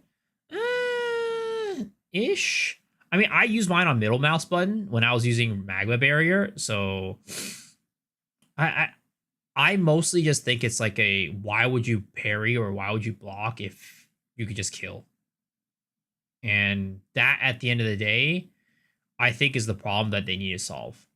They need to make it so that you're actually like, rather than be like, oh, I have two choices: A, kill, B, block, or A, kill, B, parry. Like instead of choosing A every single time, you need to be able to have a reason for me to choose B. Yeah, you need it. Like my guess is like some sort of, like you said, deflection bonus to like increase your damage and increase your deep, like just increase your character performance if you land a block for a certain amount of time. Because you're definitely not going to be like hunkering up into like a block formation like a ton, but you need to be able to make it so that when I use it, it's very impactful to me in the future to be able to use it as a clearing method. interesting line that I'm still even skeptical about parrying being good, but we'll see. kind of with you a follow-up question. I believe it was the Destin interview that you did. And you were talking about how you were balancing around, or you have multiple axes of randomness is how you're sort of Right. getting your difficulty layers effectively. And so my Mhm. question for you is, how do you manage to balance around having multiple interacting levels of randomness while also, you know, putting a limit on player power at the same time? Right. Well, I guess what I would say with that is that usually the axes of randomness get boosted by your atlas tree and like how many mods you're putting on maps and all these other things. So effectively, and that the player will tend to adapt based on their ability to be able to do things. So while the overlapping axes of randoms can result in obviously much harder fights that can be very difficult, generally speaking, the degree to which that will occur is sort of controlled by the economic element of like setting up your mods correctly on your maps and your atlas, and other stuff like that. So effectively, like we are a game that allows you to set your own difficulty using these mechanics, and I would expect that you won't get too many outliers with regard to difficulty, even when you're getting these overlapping mechanics like that, because obviously the less they're overlapping, the less chances there are for the really crazy ramps. Now we do still have to be careful about life pools of monsters getting out of control and stuff. Like there was the issue in PoE 1 a long time for like completely unkillable rares and that kind of stuff. Like we still have to be careful about that. And so I feel like those we're still a little exist. bit more strategic. Definitely very these rare. days with how we kind of approach like adding life to monsters and Mm. stuff like that. Like we're doing that in a better way than we previously were doing. Which isn't to say it doesn't still happen occasionally. Like I ran into a rare myself, even just like in a playthrough, even just in Act 3, which had life regen, and I was just having a real tough time with it. So it does happen sometimes. But I mean, like on some level, you want there to be challenges like that. You just don't want them to be so unkillable, and you don't want to run into them so frequently that you get issues. So Well, we yeah. have learned a few lessons from PoE 1 actually in that Yeah, regard, yeah. which is because we ended up having all of the bosses and stuff have effectively life overflows to the point where they couldn't Yeah. go anywhere. Yeah. We've swapped to using this in PoE 1 as well, where we use, instead of scaling the life of the monsters, we now give them this toughness stat, which effectively has diminishing returns. So when you get too many sources, they don't get multiplicatively more difficult. Right. And that also, we do that with the same thing with like the rarity and the rewards as well. It has Right. a thing where it's not. There was a point where yes, everything would just multiply, and then literally the entire drop pool of a monster would be saturated to entirely unique items, which still can happen in PoE 1, in PoE 2, and in a lot of cases in PoE 1, we're using like buckets of rarity that are additive with each other, and there's this kind of league rarity we use, and then that's got diminishing returns as well, in the sense that it will never get so high that it will just multiply endlessly into some ridiculousness going on. So we are approaching the like difficulty from many sources better, and we are certainly approaching the rewards from many sources better to not turn once again into this thing that we have to end up all of a sudden re-engineering a bunch of stuff to solve. So Right. That kind of rolls into one of our next questions here, which is you did an interview with, I believe it was GameSpark, a Japanese website, where they were talking about Magic Find and the state of Magic Find, and you mentioned there could potentially be some Magic Find changes coming to the game. Did you want to elaborate? Well, I'm trying to remember exactly where we landed on it, but Magic Find, yeah, it is nerfed. But the details of that are kind of arcane and internal in a way that's like kind of hard to even describe. I don't know how much we should even go into like the specific details around that. I reckon we should we can talk about Sure. where we were going. So we are nerfing it in 020, firstly. Like it is worse. When looking at it, the impact it was having on the shared like number and quality of items you're getting is just too high. I just want to bring up one thing as a starting point though with this, which is that so one of the things with any mod on an item is that you have to be able to feel the mod. And so the concern that I had going in was that you should still be able to feel Magic Find when you get that as a mod for the first time at early levels. I mean, the thing is though, do you feel Magic Find as a mod when you get it at early levels? Like, I would argue that people even like, unless they're in the super end game and like stacking Magic Find, a lot of people are still like, yeah, I stacked like 200% Magic Find. I don't really feel anything. There's no change. Like 100%, 200% base rarity increase. I understand that in the mapping process, people try to throw in more Magic Find, right? And if they're stacking like 100% plus, you'll start kind of feeling like, oh, I'm getting more currency, I'm getting more this and that. But when I think he was saying like early on, right here. You should still be able to feel Magic Find when you get that as a mod for the first time at early levels. See, look, very specific, right? He's very specific when he says it. You should be able to feel it when you get it as a mod for the first time in early levels, which means you're probably getting like 20%, if anything, like at the most, Magic Find at like, when you're leveling. And at that point, I don't think I feel it. What do you mean by Magic Find? Rarity. Magic Find is just an antiquated system mechanics. Sorry, but it's crap.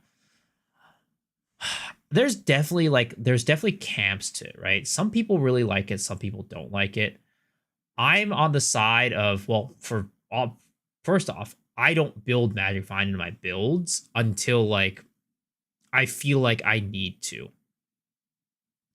Like, unless I'm building a character that's like focused on super fast clearing, I don't want to have to build it on it. So I am on the camp that I don't think Magic Find is interesting. I don't like it, but I do see why people like it and why people run it. With 200 rarity and 200 plus quantity of life items. But I mean, that's what I mean, right? You feel it at the late game. You feel it when you're at that late game, when you're trying to juice your rarity, trying to juice your quant. But right here, Mark is saying, or Jonathan is saying that he wants it to be still felt early on, which I just don't think is the case. If I find a Magic Find, like if I find rarity on my gear as I'm leveling up, I feel that's a dead stat. It just is. When I'm leveling up, I'm looking for damage, I'm looking for survivability. If I get Magic Find, I'm unhappy because I slap that shit on. I don't think I'm going to feel a difference, especially if it's like 20%. So I don't know what he's talking about there with like, oh, I wanted to still feel like impactful early on while leveling. Was that you should still be able to feel Magic Find when you get that as a mod for the first time at early levels, which is why it's kind of balanced the way it is right now. And clearly that balance is bad at endgame with the way that it is. So there has to be on some level a thing where as you go through the game, the effect of that mod goes down. Because right now, the increase that you get at endgame is like, I mean, I can't remember what you were saying that it was like that you worked out. It was like the increase for having a Magic Find versus not was like something kind of crazy, right? I mean, it's hard to. I mean, you were pretty easily getting 40-50% more rare currency, the currency you care about, just by running not even that many Magic Find pieces, to be honest. Like, I would say an actual inconsequential loss in character power to gain effectively what would be 40% more quantity of the currency you care about. And this is bad. Like, this is just too much for like the amount of power you're losing to the amount of gain it's an obvious trade. Now there were obviously on live there are some issues with like the however you pronounce it, Val Shield that has the effect of Soul Cores. And then the Soul Cores, and it's like, oh sweet, well there's 240 rarity for just everyone running that one item, and there are issues like that 100% that we're mitigating, like getting rid of those extreme cases. But ultimately it's just like, I think it was, as you guys pointed out last time, rarity is effectively now acting as what quantity did in PoE 1 for the sake of currency and thus waste, don't sustain, etc. So we've had like a ridiculous number of conversations about this.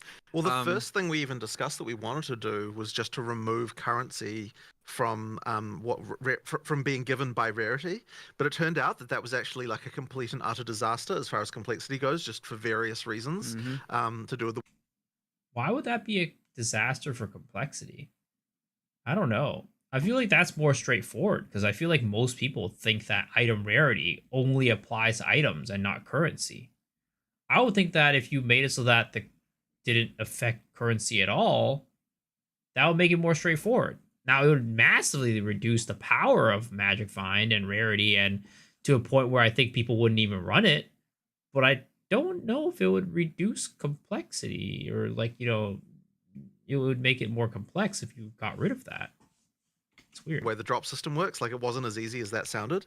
Then we also came to a realization that we weren't even happy with that anyway for various reasons. And so then I think we just came down to, okay, we just have to nerf it some other way.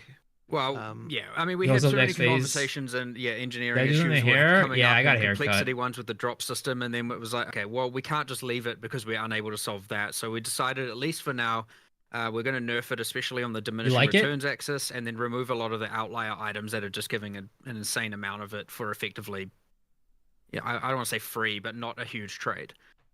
So yeah, I would expect you should be expecting a lot less power, certainly by at least the influence, and thus less necessity to use it, like in 020 100%. That being said, I would say we have not come to our resolution on this one, honestly. Right. We need to find out. We need to either figure out how we're going to implement it the way we want, like it affecting. I guess the last thing was not just not affecting currency. We were talking about it only affecting things that can be either normal, magic, rare, and unique was another option. So things that have a rarity.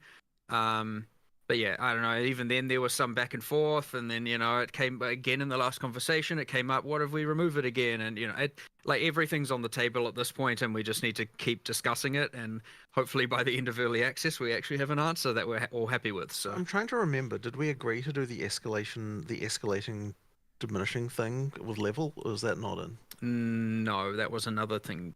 I can't That remember. was I thought for discussed. some reason I thought we landed on that one, but No, maybe we didn't. No. Okay, it was a different one. Okay, sure. Well, anyway, yeah, it's getting nerfed basically, and so hopefully the problem is not a big problem in 020. But yeah, as Mark just said, potentially more changes need to come. It's honestly surprisingly hard now, with the way the drop system fundamentally works, to be able to make it so that a single drop pool, as they're known internally, is affected by certain by the stat like that. Yeah, and like the solutions that we were trying to do to get around that were becoming increasingly more hacky and horrible. In order to be able to do that, like there started to be discussions of like, oh, do we generate the currency anyway and then delete some of it and like random shit like that. And it was just kind of like, you know what? There's a dark path down here. We just don't want to like let's not do it. Let's not do all of that. Yeah. I got a little follow-up question to more specific on the whole domain. I mean, I'm glad that they're nerfing it. I hope that it'll be still useful for the people who want to use it, but just not like required. Any plans for League Stars I didn't see? I think I'm gonna go try Ritualist. It's the most interesting to me. Probably gonna be one of the weaker ones, but it's just more interesting. Finishing return part. 800 to 400. Like the shield specifically, you talk about the Vol shield could apply such ridiculous amounts of magic fine. Would it be safe to assume, or if you could share the details on this diminishing return implication, does that go in a ramping scaling? Like the more you have, the higher the diminishing return? Or is it just a certain amount of diminishing return that kicks in after certain thresholds?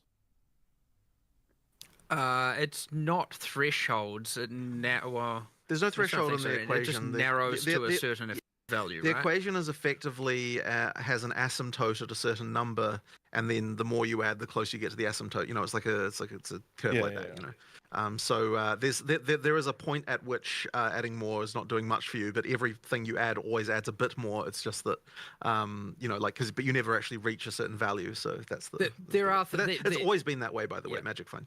There are no, I don't actually know if these are the right numbers, but like the difference between like 400 and 800 rarity is probably a difference of like 3% or something. Like it's actually. Yeah, the 400, 800 I saw in the racks summary, but like, is there a point even before that where it just becomes not very useful? Like, for example, 100 to like 400, maybe it's an increase of like 10% or something. I don't know. Like, when is that point where it starts becoming like super bad diminishing returns? I don't know. I don't know. It's cool with 3 ingenuity rings. Yeah, but they're nerfing ingenuity to the ground is my, what I know. I know they're nerfing ingenuity. I'm assuming they're going to nerf it to the ground, so I'm assuming it's not going to be that good. But yeah, we'll see. Still need 400%. Is there anywhere? I mean, maybe they'll talk about it later. There's a point in where it is ultra inconsequential, the point getting even more of it. So you have these guys who are even in PoE 1 where they're running like 1,000 rarity. It's like there's probably 60% of that is absolutely just a waste. Mm-hmm. Okay, that's fair. Yeah, they don't mention where the asymptote point is, right? Where it starts becoming so bad diminishing returns that it's not worth it. They just say like 400 to 800 is like 3%, but it's like 100 to 400, like the full percentage. or is it like, still like only a 10% increase? So we'll have to kind of see what they say about that and what it ends up being. I still, at the end of the day, for me, I personally am not a Magic Find guy, so any Magic Find is just like whatever. I don't really care. I don't want it. But I understand that people like it. I don't think they fully know the ranges. Move on to another question that we had, which is a follow-up to our previous ZVPS and that and is a question that's been Forge. spammed. That's me. And it's about tier of modifiers. In PoE 1, tier 1, or actually tier 0 is the highest. It's flipped in PoE 2. We discussed some venues in our last Tavern Talk, whether or not you're going to flip it back and or maybe make it show like it's a tier 6 out of 12 tiers, so people could determine which one, if they have the highest tier or not. Where have you guys landed for point 2 for this Well, one? we haven't had, honestly, this has not been a thing that we've been thinking about for probably since the last time we talked about it. Like, it's one of those things that we should look into. I just honestly It's just have not had time. it's such So, a yeah, small no changes change there. for them that it's no surprise they the haven't stage thought is about exactly the it. same as it was previously. Yep. We're going to move over to another generic question we have, and that is whether or not you guys are happy with the current state of the trials, or if there's any changes you'd like to see coming. Well, one change that happened, which I think we mentioned somewhere else, was that we found that accidentally the end bosses had double the amount of life they were supposed to have, which was a bit of an issue. I still think that's ridiculous that they didn't find that until now. What actually caused that bug? Because you told me that it happened, but I wasn't actually sure. No. I would not use the word bug. Okay, that's kind of the way you phrased it to me. I would use the term human error. Okay, sure. Okay. A mistake. Yeah, there was a point in where Listen more. Listen to what? Did I miss something?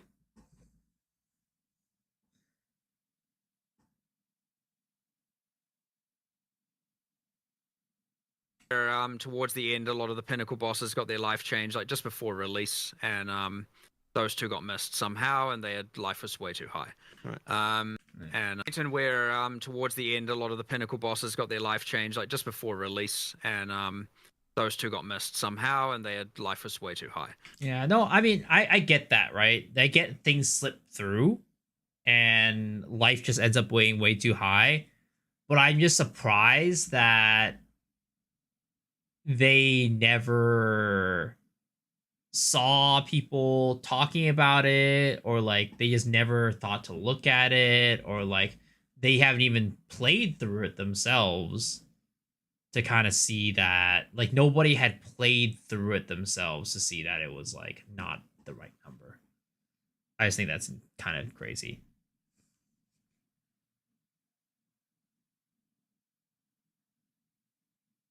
Like, I don't know. Because like people literally on like forums and stuff put out like, here's like the max HP for these bosses and stuff like that, or like, whatever. I'm just a little bit surprised that it took them like months to figure that out.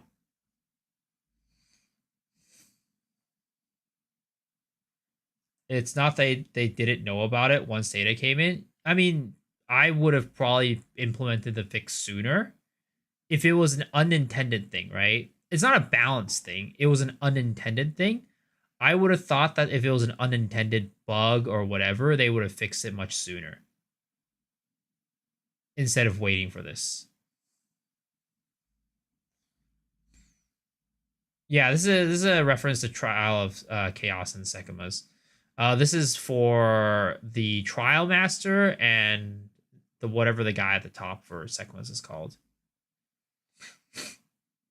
They didn't fix it because they didn't know how strong builds can get. Can realistically get. Well, at that point, right, when you're doing the trial for your character, you're getting it for the Ascendancy node, and your character's probably not that strong at that point. So I don't even know if it really has to do with like the strength of builds. And they've had months and months and months. I mean, literally the meta had kind of solidified like maybe 2 months ago. They could have done something within that 2 months to like add a change, in my opinion. If they knew like 2 months ago that, hey, this is not intended to be this weak or this strong or this tanky, I would have thought that they would have. In my opinion, they should have implemented it sooner.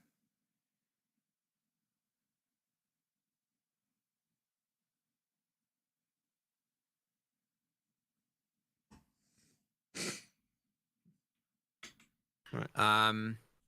That being said, changes to the trials. I do want to change. I don't have anything fundamental in terms of hopefully within the next the 24 actual full hours. structure of them personally. I more so have a change in the content itself. Like it is worth like okay, for example, in Ultimatum, you have the 3 random bosses, not excluding the Trial Master, the 3 random bosses. One of those is actually a placeholder, like it's not actually meant to be used there. You wouldn't know because what? Maybe you would know. But for those who went to like, you know, I guess I'm guessing the Chimera boss is probably a placeholder then, if that's the case, right? Because the Vulture is somewhat something you don't encounter anywhere else, and the other guy, the Wind dude, whatever his face is not encountered anywhere else. But the Chimera, you can find it outside.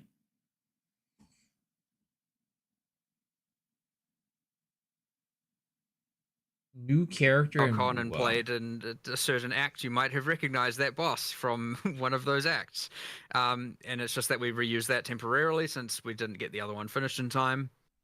And then a lot of the monsters in Sanctum and like encounters and the different, I guess the amount of randomness I would say is not high enough. Like it gets a little bit repetitive after a while, and we need to extrapolate on all that. And honestly, I would say that we didn't get the monsters to the quality I wanted.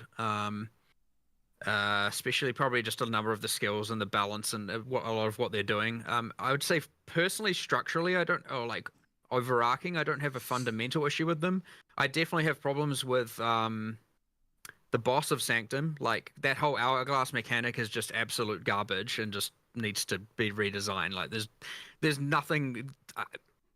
Honestly, having had a bit more time beforehand would have changed that already, and I have every intention of fully just changing that whole mechanic because, like, it is just like, oh, now there's these things on the ground that if you don't pick up, you're gonna die, and how do you know that? And it's just obviously bad, right? So they're changing that 100%. I'm and glad then they're taking a look at all these trials and, because people really hate the trials. Like, I mean, I'm one of the people that does not like trials. I personally think Trial of Sekima is a little bit more fun to do than Trial of Chaos, but both of them, honestly, are just not fun to do for the most part. I much more enjoyed Lab. Lab was way better in PoE 1. So I'm glad they're taking a look at it. 010 is effectively kill the boss before it can do anything, and then you can make good money, and that's why you do them. But are they fun to do? Certainly not changes really. To the actual monsters and individual bosses that I have in mind, but I haven't really thought too much about changing everything across actually how the mechanics work necessarily. Fair enough. I remember me dying first time on that fight, going in blind. It was because of that mechanic. Mm-hmm. And the speed of which scales with players as well. Like if you have a party, it's just actually bad. Uber Sancto the Unique Relic is fun, and not on a Chayula monk, I'm assuming. Like I there's no there's no excuse there or anything.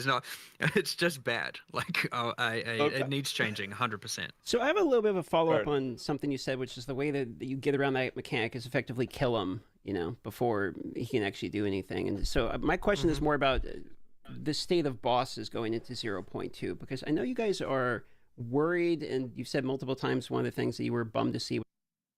Well, do you understand the relic system, how to get good relics? Well, I mean, that's your goal, right? To get good relics, and it's fun to get good relics, but I don't think the actual process of going through Sanctum is fun. I think it's more fun than Trial of Chaos, but I don't think the process of going through Sanctum is very fun. It was like people killing pinnacle bosses in like 14 seconds. So it's going into 0.2. Do you believe this is going to be different with the rebalancing that you currently have? What's your expectations? Because I know you also said you lowered the tier 0 of these bosses by, did I hear it correctly, half HP? Correct. So my hope is that it will be fixed because we fixed all the things we knew to fix. My worry is that more things will be discovered that I mean, that's probably going to happen, let's be real. But it's honestly incredibly difficult to actually find every single thing like that. What I would hope that happens is that people don't find anything too outrageous before the point when people get into the pinnacle bosses, so that it can actually be a reasonable challenge for the first people who get there. But yeah, I mean, look, people do tend to find stuff. Obviously, there's a new class as well, and so a bunch of new support gems and interactions and things that have been added. So there'll be things Their probably boss there that will just happen. mechanics. So yeah, like I don't know that I can expect that. Like I'm certainly not going to sit here and say, oh yeah, like everything like that's not going to happen again, because it probably will happen again. But so we're just making every attempt to make sure that it doesn't. And yes, this was an exact thing that Mark said when he said, okay, we're lowering the life of these bosses. This might make this problem even worse. Because yeah, if people do find 90% of players that don't even know how to dodge right? arbiter Because attacks, yeah, including me. I have effectively, not the seen situation we have arbiter right now attacks is that in general. by not lowering it, I we're just effectively one-shot 'em. saying that if you're playing a more average build, then you are not capable of doing that content. Right. And by not changing it because there are a bunch of broken builds is just unnecessarily punishing average users, or more, I don't want to say necessarily casuals, because we're still at the end of endgame here, but like within that spectrum of players, casuals are not even able to do the difficulty 0 pinnacles because it's balanced around an extreme that is just way too high. And so I'd rather just have it be easier for broken builds and at least accessible to people who are playing more like average or our ideal DPS kind of builds. And yeah, sure. And then the broken builds can go up to difficulty 4. And again, now with at least all the uniques dropping from the pinnacles, you got more stuff to at least look forward to if you're killing difficulty 0. Sure, the chance to get it on difficulty 4 much higher, by the way, but it's still at least not just the good uniques are restricted from those players. And I mean, another thing as well, I know this is like I mean, I like how they're going to balancing it, right? They're like, broken builds will always exist, and broken builds will always melt the boss in like 10-15 seconds. But you need to make the bosses accessible to players who are not using those broken builds. So even if it means that the broken builds are going to be killing stuff faster, at least the people who don't run those broken builds have the opportunity to kill it and get the loot, which I like. And I'm glad they're doing that. Yeah, like you said, common meta builds shouldn't influence accessibility. Exactly. I like that. I feel like not many, like there's too many organizations, companies, whatever, developers that think of the opposite way, where they're like, yeah, this is too easy, clearly. People are killing it in like 10 seconds, 15 seconds. We need to make it harder. And all that does is alienate the players who are not using the super strong characters or using OP abilities, meta skills, and creates an even bigger divide between newer players and experienced players. Lost Ark. This is stuff that I wish Rax mentioned. I see. Technically unrelated, but talking more about that accessibility for players to that content, we have made all the pinnacles are now not only half the life, they're also twice as easy to access. So we had this whole like, you should have to do 60 maps of Breach or Delirium or whatever to access the pinnacles. That's just too much. It's way too high. It was a kind of conservative number, and we've changed that. We've now made that 1 in 30. I know that's not actually how it plays, because with juicing and all the mechanics and how well characters do, so it's just a rough number. But effectively, yeah, we've doubled the frequency in which you can access that content as well. And again, that's the same thing where it's like we're unnecessarily restricting that content, even trying that content, behind a bunch of not only lots and lots of hours of gameplay, but also character build requirements that are honestly too high.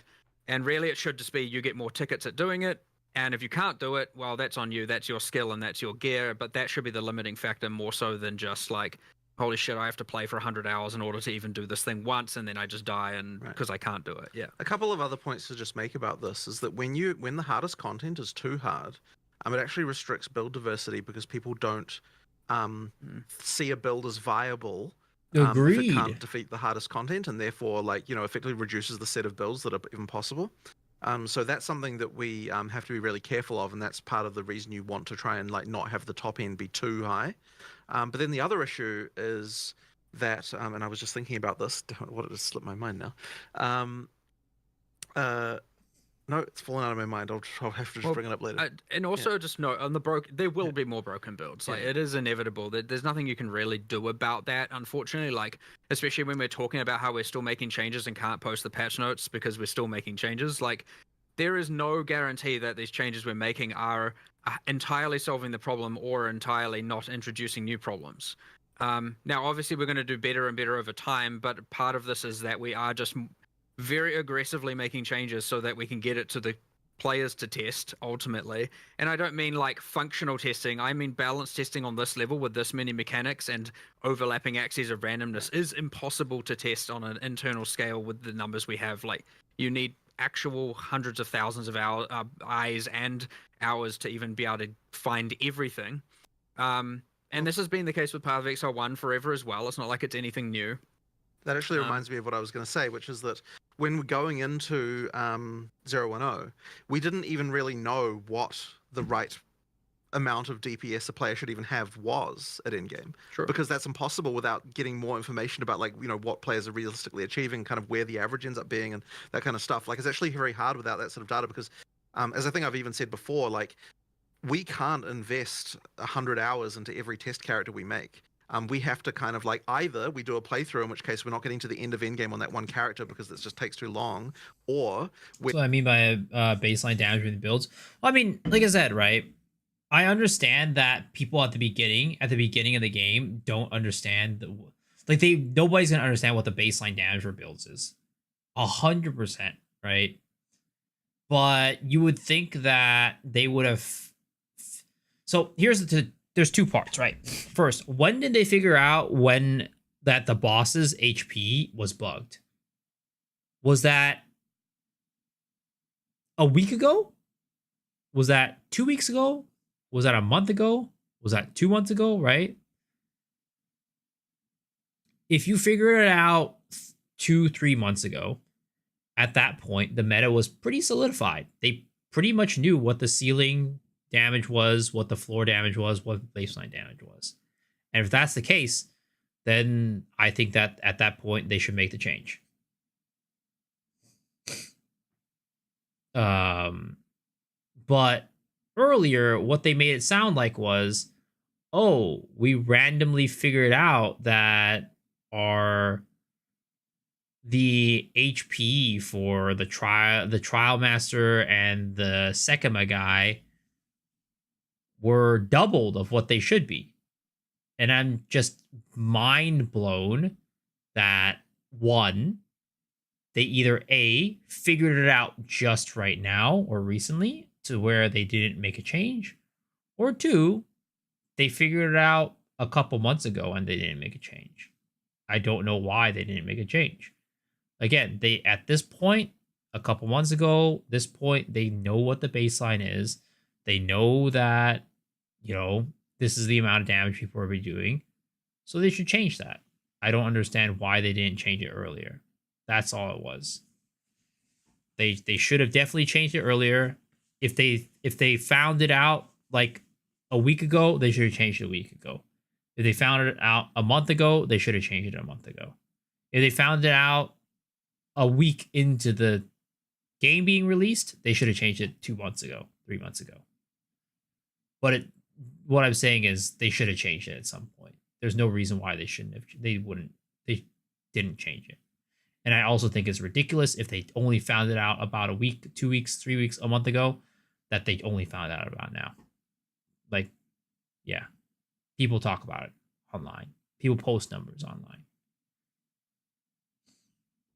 They're creating a character synthetically, which if you do that, you're not necessarily gonna end up in the same place as what you'd end up with if you didn't do that, right? So I mean, yeah, we can cheat every item into existence, but like, is it really how it plays out? It's actually very hard to say.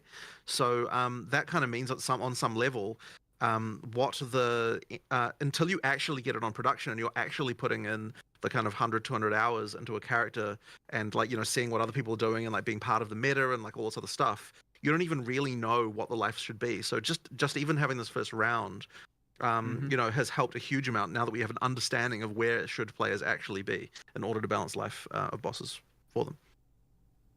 I'm curious. I think that pretty much everything you guys just said feels really good to hear as well. And we're talking about build diversity, more broken builds going to be there. There's an expectation from John Groen and the community and you guys to see really broken builds. We're going to find them. There's what 600 plus different minions. We're getting specters that we can use for that. Sure, I mean, that's sure. another road we can take, for that approach Yeah, as yeah. well. At the same time, I want to circle back to the topic of actually temporalis not barely being touched, where the idea was it was too easily achieved.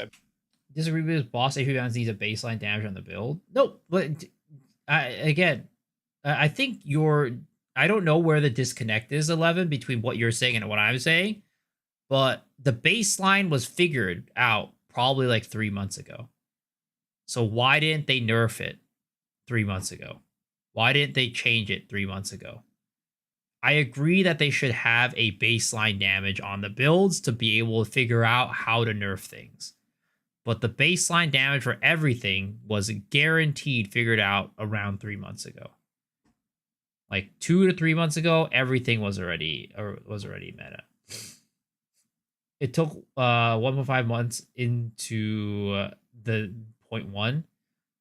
It was 1 week there they radically nerf builds. No. So here, let's go back, right? Let's go back. And I need to find where they say it. Or you have multiple axes of Race shield mechanic that There's Daffy. we've done on news. The Right. desire to Working on it, like right, we had to do some animation stuff. Effectively, we want to have something that makes. If unfortunately, I don't think I can talk about it until like I'm a bit more sure. I'm pretty sure there's some action get in for Zero to Kassan, or is there more to it? You're only going to actually bond that. You're just never going to use a mechanic. There's another one coming, like changing your build just for a boss, doing something else during clearing. So we need to make block good enough to use in clear with that mechanic. So in one of the previous, effectively, and so my question for you is, how do you manage to balance around And all these other things told by the economic. I really think you're misunderstanding what we're talking about, 11. Which still can happen. Or what in I'm PoE talking 1. about. In PoE 2, and in a lot of cases in PoE 1, we're using like buckets of reds, approaching the rewards from many sources better. Japanese website where they were talking about Because what you're talking about has nothing related the to state of what I'm Magic talking Find, with and what I'm you mentioned talking there about. could potentially- on it, but Magic Find. Items I'm you're trying getting to is- find where he talks about the boss. Actually, I don't think I can talk about it until like I'm a bit more sure it's going in because I don't want to excite people and being like, oh, then Desire for block. going in by the stat like that. And I want to move on to another question that we had, which is a follow-up to our previous Tavern Talk, and that is a question that's been coming. well, one change that happened, which I think we mentioned somewhere else, was that we found that accidentally the or if there's any changes you'd like to see coming. well, one change that happened, which I think we mentioned somewhere else, was that the Yeah, let's see. Yep. We're going to move over to another generic question we have, and that is whether or not you guys are happy with the current state of the trials. So current state of the trials, all right? Remember, current state of the trials. We're talking about the current state, where the trials are right now, okay? Okay, this is the current state, as in what's going on in the game right now. If there's any changes you'd like to see coming. well, one change that happened, which I think we mentioned somewhere else, was that we found that accidentally the end bosses had double the amount of life they were supposed to have. So they're saying that recently they found that the bosses had double the life. And they're going to be making this change. You get what I mean? They didn't find it until now. That's what I'm saying. I'm not talking about balancing. I'm not talking about whatever. I'm talking about how did they only find this recently? That's the whole thing that I was saying. So that's what I mean, right? That's what I'm saying. How did they only find this until now?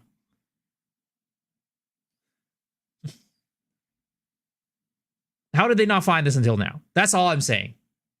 So that's why I'm saying I think you're misunderstanding what I'm saying. 11. My whole thing is, I'm sure they literally just said that. They just found it. They're gonna make that change.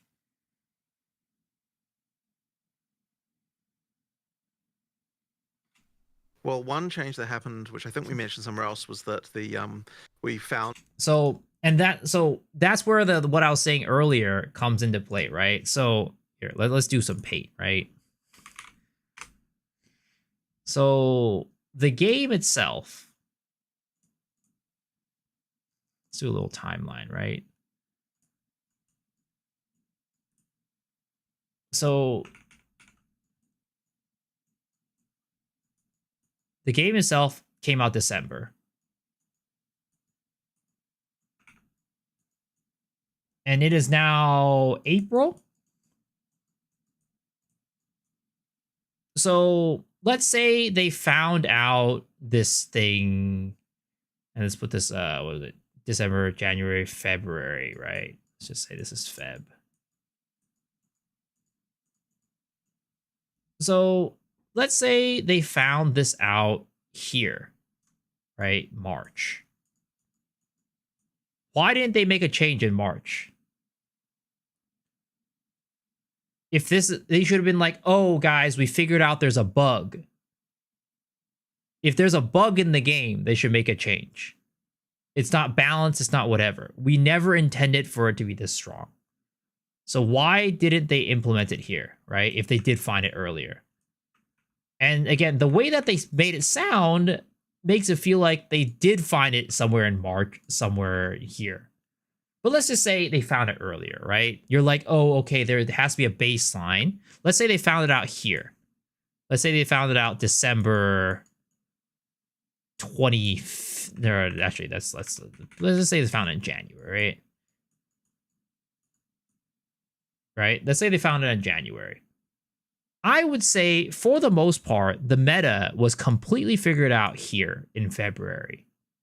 So we have a really good baseline for what the power of builds are at this time. We have a baseline of how weak the builds are to begin with, how strong they are in the end game. So at that point, they should have that baseline that you're looking for. So at this point, they should have been like, oh, guys, we're really sorry. We found out that there was a bug in our bosses for Trial Master and for Trial of Sekimas. We're going to be having their HP because they were never meant to have that much HP to begin with. Like, I don't understand why they didn't just do that. The baseline was already discovered here. If you're saying that they didn't discover the baseline here, I think that's crazy. I think for the most part, they kind of discovered, for the most part, the strongest and weakest builds at this point. Most people, by like the mid-end of February, have kind of figured out what's the meta, right? Ice Strike, Spark, Stormweaver, all that. I think at this point, they probably have everything in, and they should be like, hey, look, this is a bug, and we need to change it, okay, guys? If it's a bug, if it's a balance thing, right? I don't care. They could have not done it. They could have done it, whatever. It doesn't matter. But if it was never intentional for them to have it that way, I think that they should have changed it as soon as they found it. But like you said, there's a baseline, right? So they're like, okay, maybe we'll take some time to observe it. But if it's a bug, I think that they should change it ASAP. If it was unintended for something to happen, I think that it should have been ASAP. Like if I make a mistake on a test, right? I should try to fix that mistake before I turn that test in, not wait until later.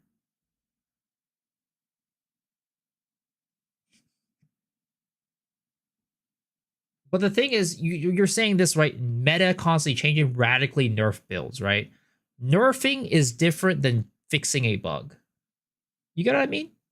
Nerfing, I don't care about nerfs, buffs, whatever, right? They could nerf and buff whenever. They could have never nerfed or buffed anything throughout this entire time, and I'm fine. But the fact that they had a bug that they either A, didn't find out until recently, or B, found out earlier and didn't change is the big problem.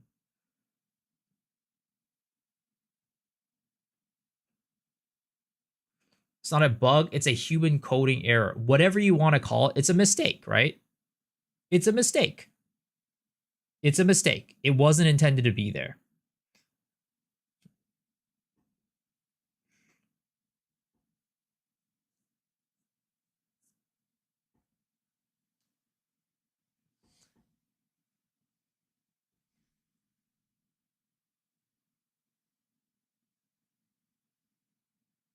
But it's not nerfing. It's a fix. It's not nerfing. It's a fix. Like, Yozo Chrome, Me's alternative YouTuber. It's a nice little April Fool's thing. Like, this happened. When was this? March 27th. Actually, that's not a bug fix. This one, right? This stuff. Let's see. When's the latest bug fix? Right, like this, right? February 26th. That's a bug fix. That's a fix to something that was not working. I personally think that if there's any bug, right, they should fix it. But again, even regardless, right, they are in here are saying that probably not aware of. So I'm assuming. I mean, they never said explicitly what they're going to do it, but I'm pretty sure that what they said basically means they're going to revert it. If the trials or if there's any changes. If imagine February, March process HP goes 50%, I mean, I wouldn't care at that point. Most people aren't even playing the game anymore. You'd like to see coming. Well, one change that happened, which I think we like if you nerf, I think it would be a bigger impact if you nerfed it while everybody was playing versus at the end when nobody's playing. Like at the end, like February, whatever, right? I figured it out. Oh, hey guys, we figure out in the code that, it's double HP. We're going to revert it back to what it's supposed to be. And then you're impacting like barely any people. The only people who are playing it are like people who've been playing for months at this point. I think that's fine. What's the point if they nerf it late? I just think it's a bad look. Either they should have said it they should have not even said it, right? They should have said, hey guys, we're going to nerf trial. So like they should have brought in 0.02 Dawn of the Hunt, right? And in that, they should have patch notes saying, hey guys, we're nerfing Trial of Sekima boss. We're nerfing the Trial Master because we just found that over the last season, we've discovered that player damage was definitely not at the level we needed it to be at this point. We're going to nerf it, and that's how we're doing it. That's what we're balancing, right? Totally fine. But the fact that they said it's something that was unintentional, that makes me want them to change it. It's just a bad look that they had something that was unintentional there for however long without addressing it. Again, I don't care if they didn't say it was unintentional, right? I don't care. They could have brought it in next patch. Let's say it was unintentional, right? But they could have just never let us know, hey, it's unintentional. They could have been like, oh, okay.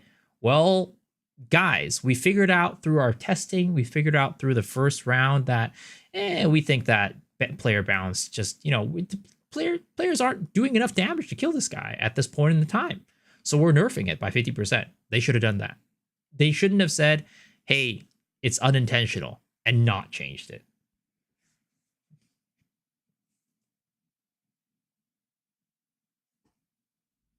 Again, I've said my point, right? If you don't think that's fine, that's it, then it's fine. Though it is displayed on the map, it lists it under extra content. So like, because often what could happen is you go into the map and you're like, I don't remember what was in here. Like, was there a breach in here? I don't remember. So at least now that is all displayed, and you do know what you have to at least keep an eye out for, and it will display on the top right. Once you've done it, it'll get ticked. And so you at least know what's remaining, where you're like, was there an expedition in here? I can't remember. And then you're like, oh yeah, there is. That was one of my concerns here, what you guys talk about, but that feels really good to get that clarified. I feel reassured with this. Speaking of clarity, one of the questions we had is regarding clarity in maps, because in the reveal footage, there was a little display that most people saw in the top right corner showing basically objectives that you could do in the map. So the question with this is this just an indicator of what's available in the map, or is this an indicator of an alternative way of completing maps instead of just getting all rares? It is just an indicator of what's in the maps. and we still have the kill rare objectives. And so a lot of people will say, oh, why don't you have alternate different victory conditions for doing maps and so on? And I understand why people say that, but the thing is that if we actually had a bunch of different objectives, I believe that you would get tired of those very, very quickly. Like killing the rares is already the thing that you want to be doing when you are mapping, and so that's the reason it was chosen as a victory condition like that. If we just have like all sorts of random shit, you'll like there's going to be ones that you're going to get tired of very quickly. They'll be annoying and like various things, right? I mean, like effectively, what you'd probably end up with is something that looks kind of like, I mean, because when we're talking about alternate victory conditions, what you end up with is things like what's going on in Sanctum and Ultimatum, right? Like these are this is effectively what you end up with if you're talking about alternate victories, right? Because I mean, not necessarily.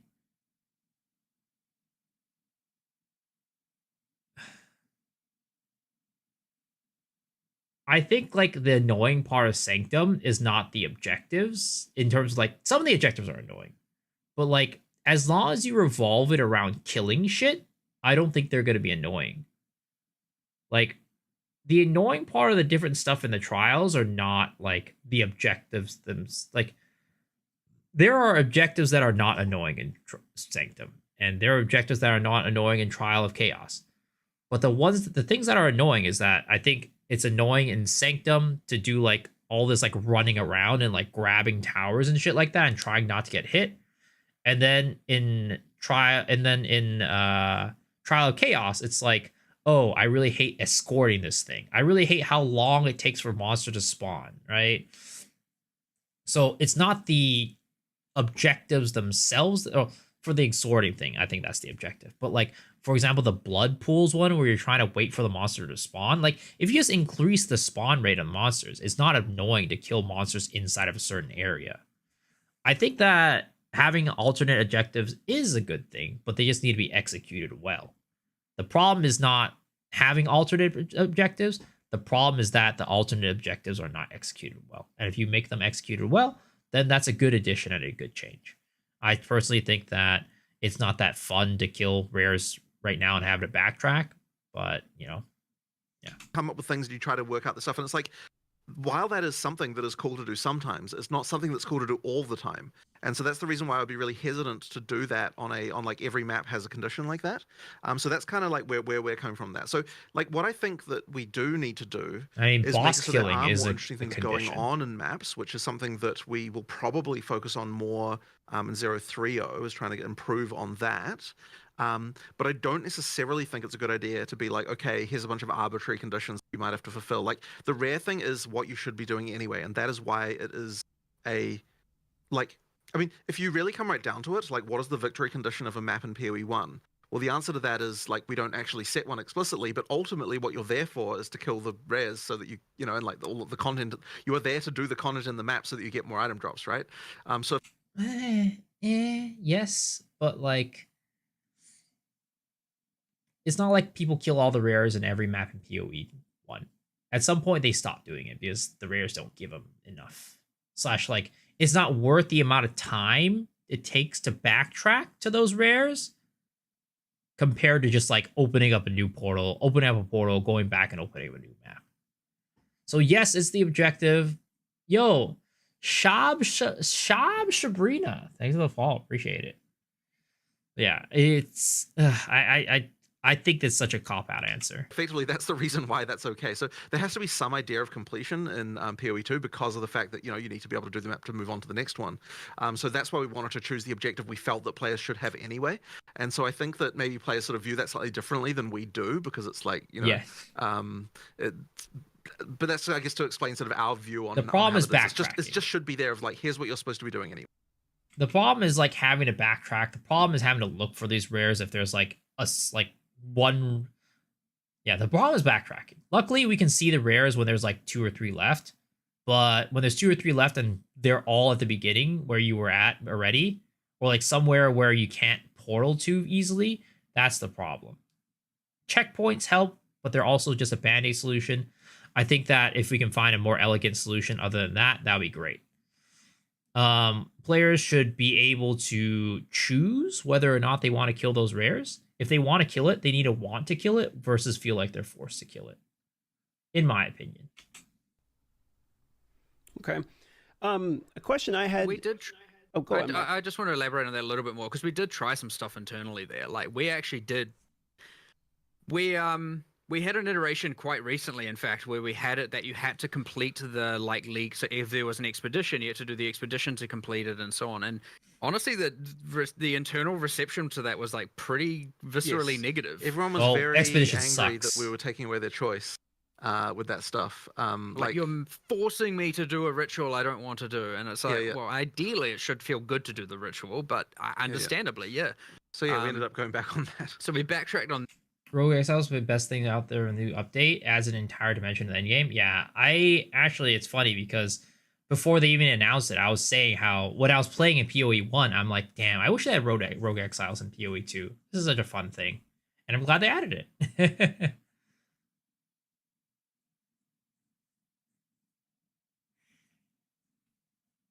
Yeah. I think again to that point about the expedition, it's what I said before. You need to make the adding more objectives is not necessarily inherently a bad thing. It's when you add bad objectives and objectives that are not fun to do.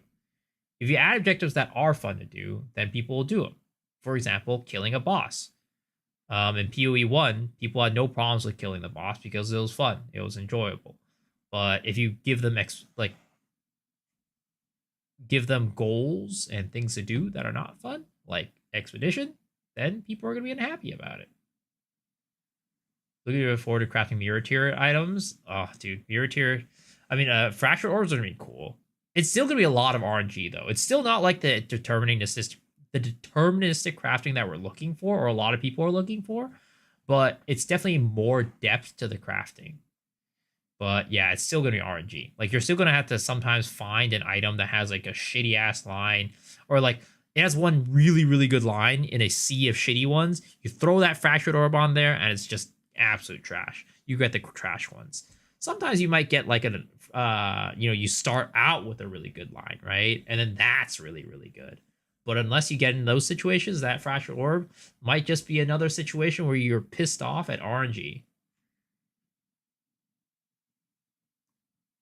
Not going to run 300 trials, 250 Uber sanctums, did your own testing. That, and then it's like, okay, well, you could design a whole bunch of encounters, and then it's like, well, how do you know you're not going to create strong boxes. Equally things that a divisive hopefully things they make people them don't better want to do in the still. same sense that those leaks I still think came strong out, boxes and suck it's like, right now. well, I hate this one. Whenever I get this one, I hate it. I hate doing that map. You know, I just want the one when I have to kill the rares or some other thing. Yeah, I know they have unique ones, but I still just think that doing strong boxes is so annoying. The process of doing strong boxes is annoying. But to clarify just some of how it works, like if it is a boss map, killing the boss is the completion, right? That is what it will be. If it is not a boss map, killing the rares is the completion. If it is a tower, clicking the tower is the completion.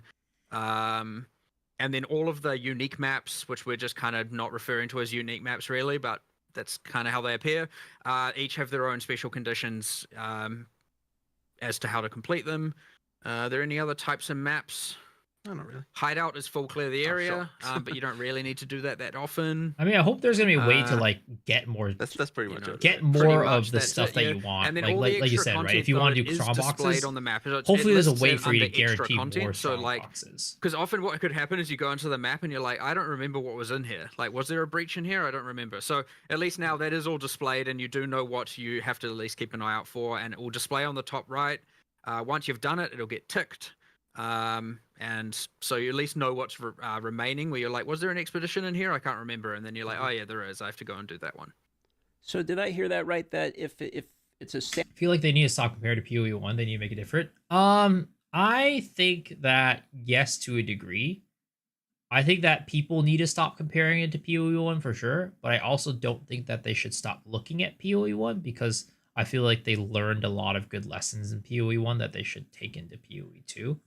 And I also think that PoE 1 has a lot of good content in it that you could just be repurposed into PoE 2, but PoE 2ized and making it fit the game versus like, just grabbing it over.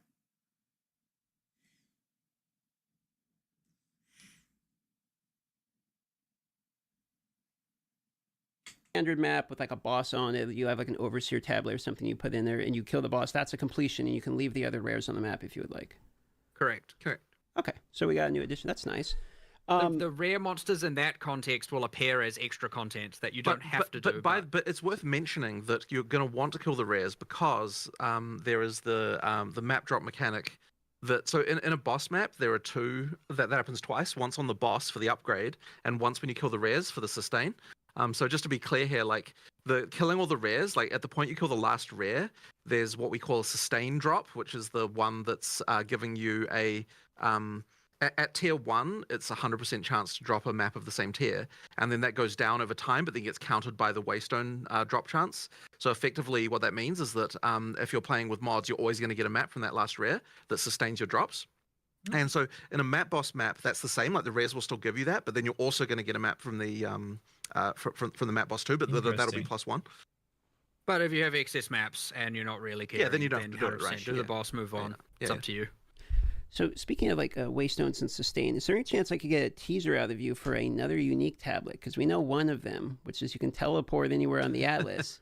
The main difference I wanted from a very surface level when comparing the two was no one-button skills and no one-button screen wipes, slower pace combat. Best way to put it, but it's subjective, yeah. At the end of the day, it's all subjective and what people want from PoE 2. I don't think it should be too slow, but it definitely shouldn't be so fast that it's like PoE 1. I think pacing right now is probably a little bit too fast, and it probably could use a little bit of tuning down, but it's going to be hard to tune down the game for people. Like, people are just going to, people like zooming, right? And if you bring it down too much, people are going to be unhappy.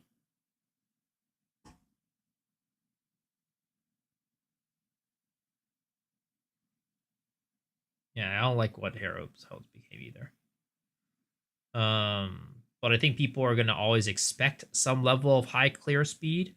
So they definitely need to start like tuning it down slowly but surely is what I'll say.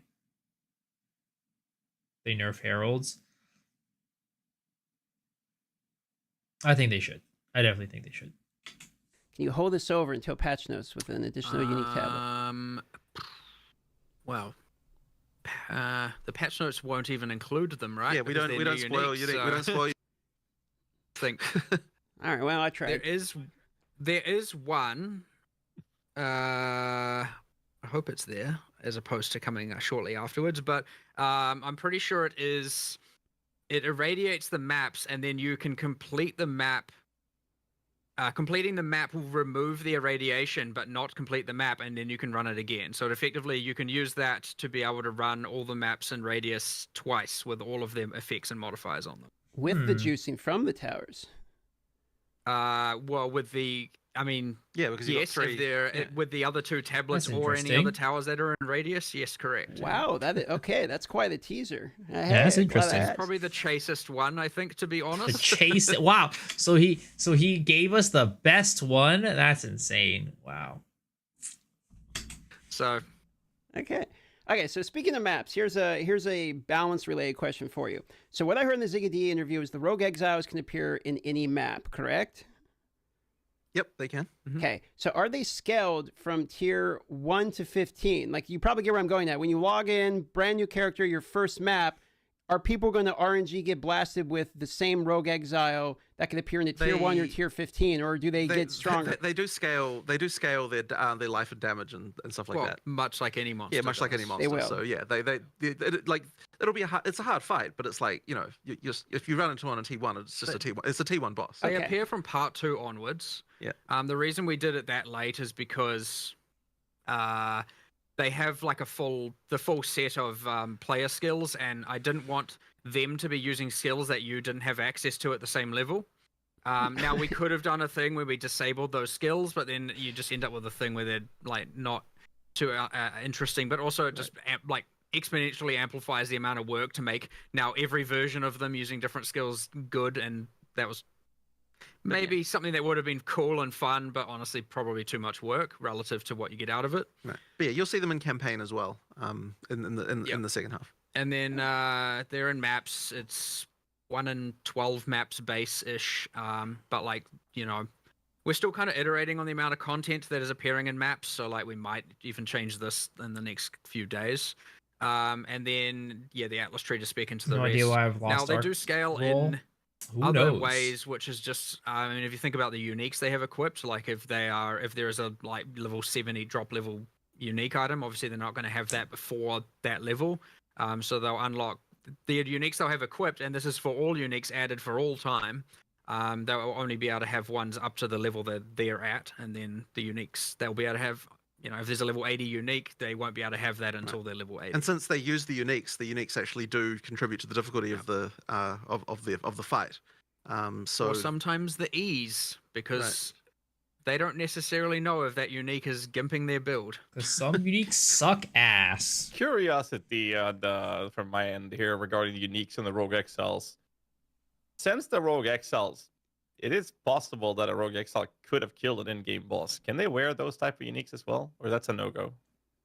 No, we've kept that off because, again, it's simply because you are right, they could use it, but we're not going to drop them because we don't want boss uniques to come from non-boss sources. Like that's fair. And we're much more strict about that now in PoE 2. Okay, that's fair. Next question we have is on death effects. Are you currently satisfied with the current state, and do you believe that on death effects are something that is needed? Ooh, this is the one they got pissed off at. Well, what on death effects are you referring to? Yeah, what's even Right? left? Oh no, that's not I that. That's mean, not the one you got that is pissed my off at. first You got pissed question. off Is at like, you tell me the what's not trading good enough stuff. so I can go get it fixed.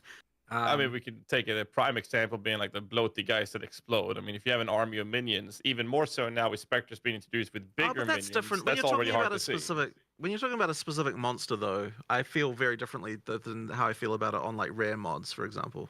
Because rare mods you can run into any time and you're not necessarily expecting them. But if you're talking about the bloaters, I mean, like those, you can see those bloaters coming a mile away.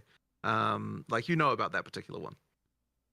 Well, to some degree. I mean, it depends on the build you're playing, but I mean, there are multiple non-death effects and ground effects that is exploding and like after death. Like the issue that is being brought up is how the players are getting punished from going up to loot, maybe not seeing because there's loot windows popping up covering whatever the explosion is, and you have minions or Expector. You're still fighting something, and you can't see it because there's too many effects going on the screen, and then you move to what you think is a safe spot, but you die.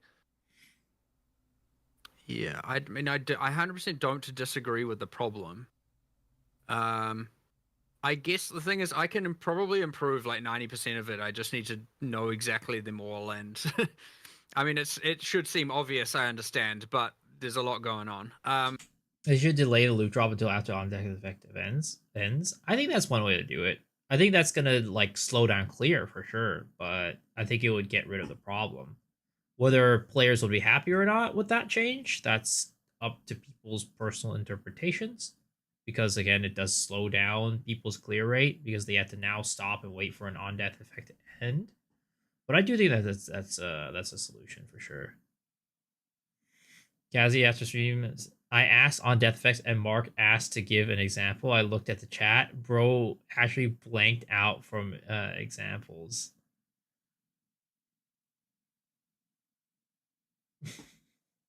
I mean, on death effect has just been such a like, I don't know. People have been complaining about it for so long. They really have. I don't know. Give me a list. I'll go through and either remove, change, or make them Give less me a list. punitive, I guess, in almost every case. Or at least, sorry, I don't want to say punitive. Like, they should just be fair. And I agree with you, the loot label situation, like, is a problem. Where all of a sudden now, if it was a rare and it happened to drop 8 items, well, you don't even see the monster anymore. Well, in the case of the bloater, for example, you could make the drops happen at the end of the explosion. You could, of which all the clear speed junkies will be like, no. Yeah, exactly, exactly. Because they want to pick it up and then run away before it blows up. So Right, yeah, right. I agree though. That would be the thing I would have done. But yeah, I mean, that's fair. look, again, it's like I don't really have a problem with it as a general sense. I have more a problem of just if there is an unfair mechanic, I want to address that. Like, I mean, I just think at the end of the day, making visibility higher. I know they've been doing it constantly and trying to make it visibility higher, but I think that in the most elegant way is probably just to do something like that.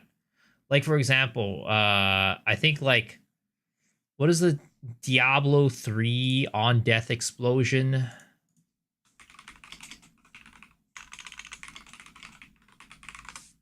Look like there's a it's a mod. It's a mod on a monster. Like look at these, right? They're super obvious. They're super obvious when it happens. They just need to make it like more visible whenever this shit happens. Or like the monsters with them are more visible, right? Like look at this shit. Like literally you could tell that these monsters are gonna be fucking molten, right? Like something like that just makes it really like this one, that, right? This is the one I was thinking of. Where is it? This one. Like that's so obvious, right? That's so obvious.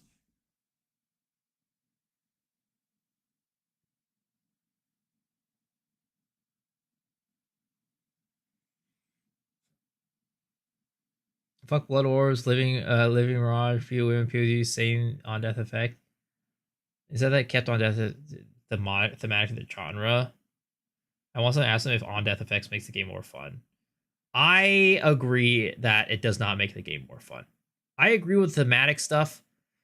Like maybe what it should be is just like on death effects should happen, like, but they just shouldn't be so powerful. I think they should be there, but like for like thematic reasons, but it shouldn't be something that should be so powerful and just do like a shit ton of damage to you, you know?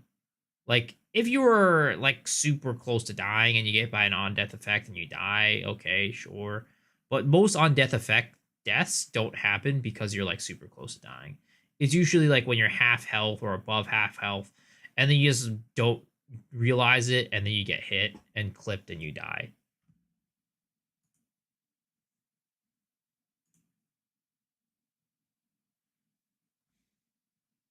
Where you got that information from, honestly. Oh my god. That death was rough. That death was rough. Blood Gloves, Living Mirage. It's shitty fun on death. Yeah. I mean, Volatile Dead is just so annoying. I hate Volatile Dead.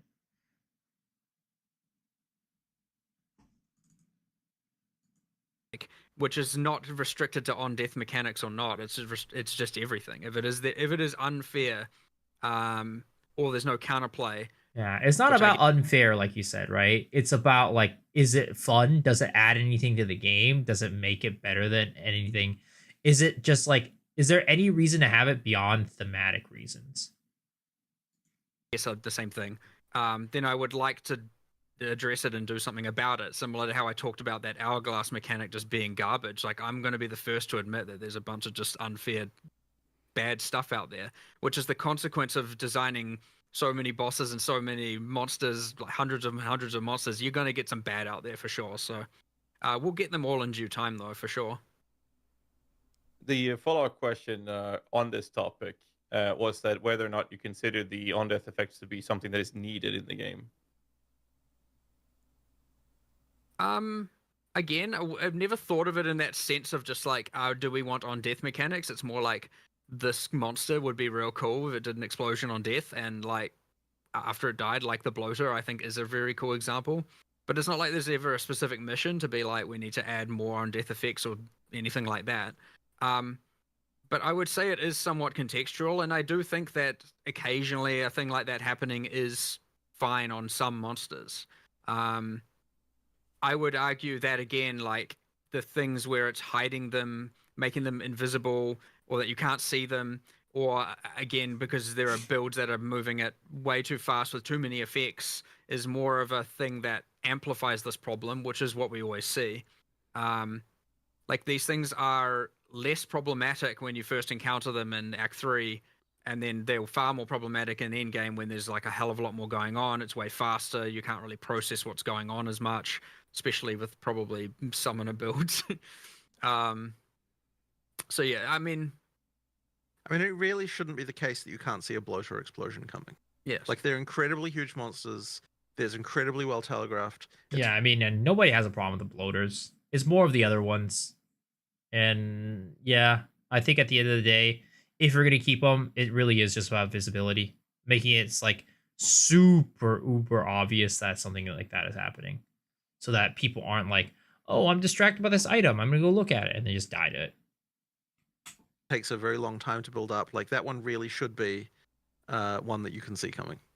I mean, I don't personally have an issue with the bloater specifically. Like, we got some of these questions from the community and some of the Sure. questions brought up from other Yeah. content But creators. that's what I'm saying. But this it was the one of first those one that came to your questions, mind. So I wonder if there's another one out there. That... What I'd like to do is at least do a pass to make it that there is never loot and a death spot contesting. And often the answer to that might be either change the effect or delay the loot. It just depends what that is. There were cases like, for example, Rattle Cage, that the first boss of Sanctum, he used to explode on death, and yeah, it was bad, right? Like, how do you know until it happens? And then by the time it happens, you're dead. And of course, you kill the boss, you run in to get the loot. That's just what you do. So that one is an example of one where it were like, well, I mean, whether or not you could say it was telegraphed well enough, I don't know. It kind of just didn't really work. So there are clear examples where we've removed them because, yeah, it was kind of bullshit. And then there are probably a few examples that are in the grey right now, and probably Still even some afraid that are of still Rattle bullshit, and we Cage. still do need to address them 100%. That being said, again, not philosophically against them, just philosophically against unfair Does or like PoE have a direct issue with gameplay direct that's, S12? again, I think some I agree pieces do. if you just Mine covering the does. monster and loot labels, let alone anything else, and it's about to explode, that is a bad thing. Like 100% that needs to be addressed.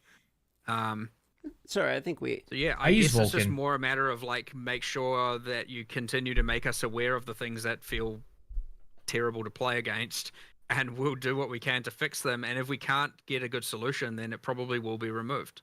That is Yeah, try Vulcan. often what happens eventually. Fair enough. I have a kind of a different topic here. So there was a specific question related to ascendancy skills. So some ascendancy skills, I believe, have like quality effects, but you can't quality them. And ascendancy skills also can't be put into weapon slots. So like you can't use weapon switching with ascendancy at the moment. I can't put like elemental storm or something for some reason you want to use that. It's like by only using my second weapon, for instance. So we're wondering if in 0.2 we can see quality coming to ascendancy and weapon swapping, actually being able to be queuable onto ascendancy skills. Well, you can't put quality on them because they're not items, but the reason why they still have quality is because there are things that give quality to all skills. Oh, it's good. Okay, that makes sense. Yeah. So I believe that's why it's like that. So yeah, we're not going to change the fact that you can add. Are there anything that give quality to all skills that are not ascendancy specific? Like, I know Gemlink gives quality to every skill, but is there anything in the game that gives quality to all skills that's not an ascendancy? Like, maybe like a unique equipment or something like that is the only thing that I can think about.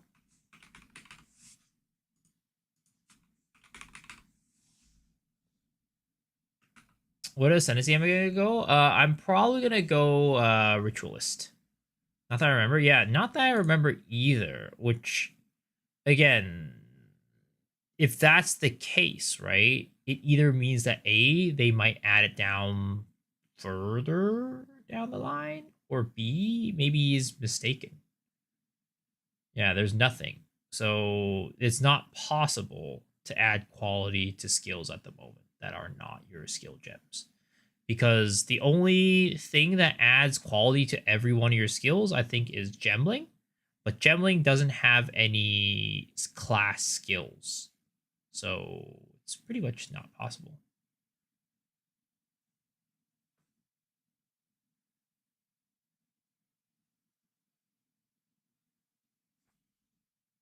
Cumberbatch? What are you doing? What the fuck?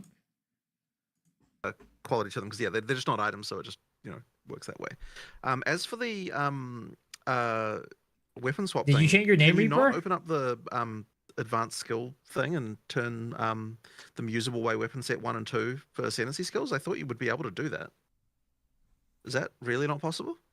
No, I checked it yesterday. And you can't do that?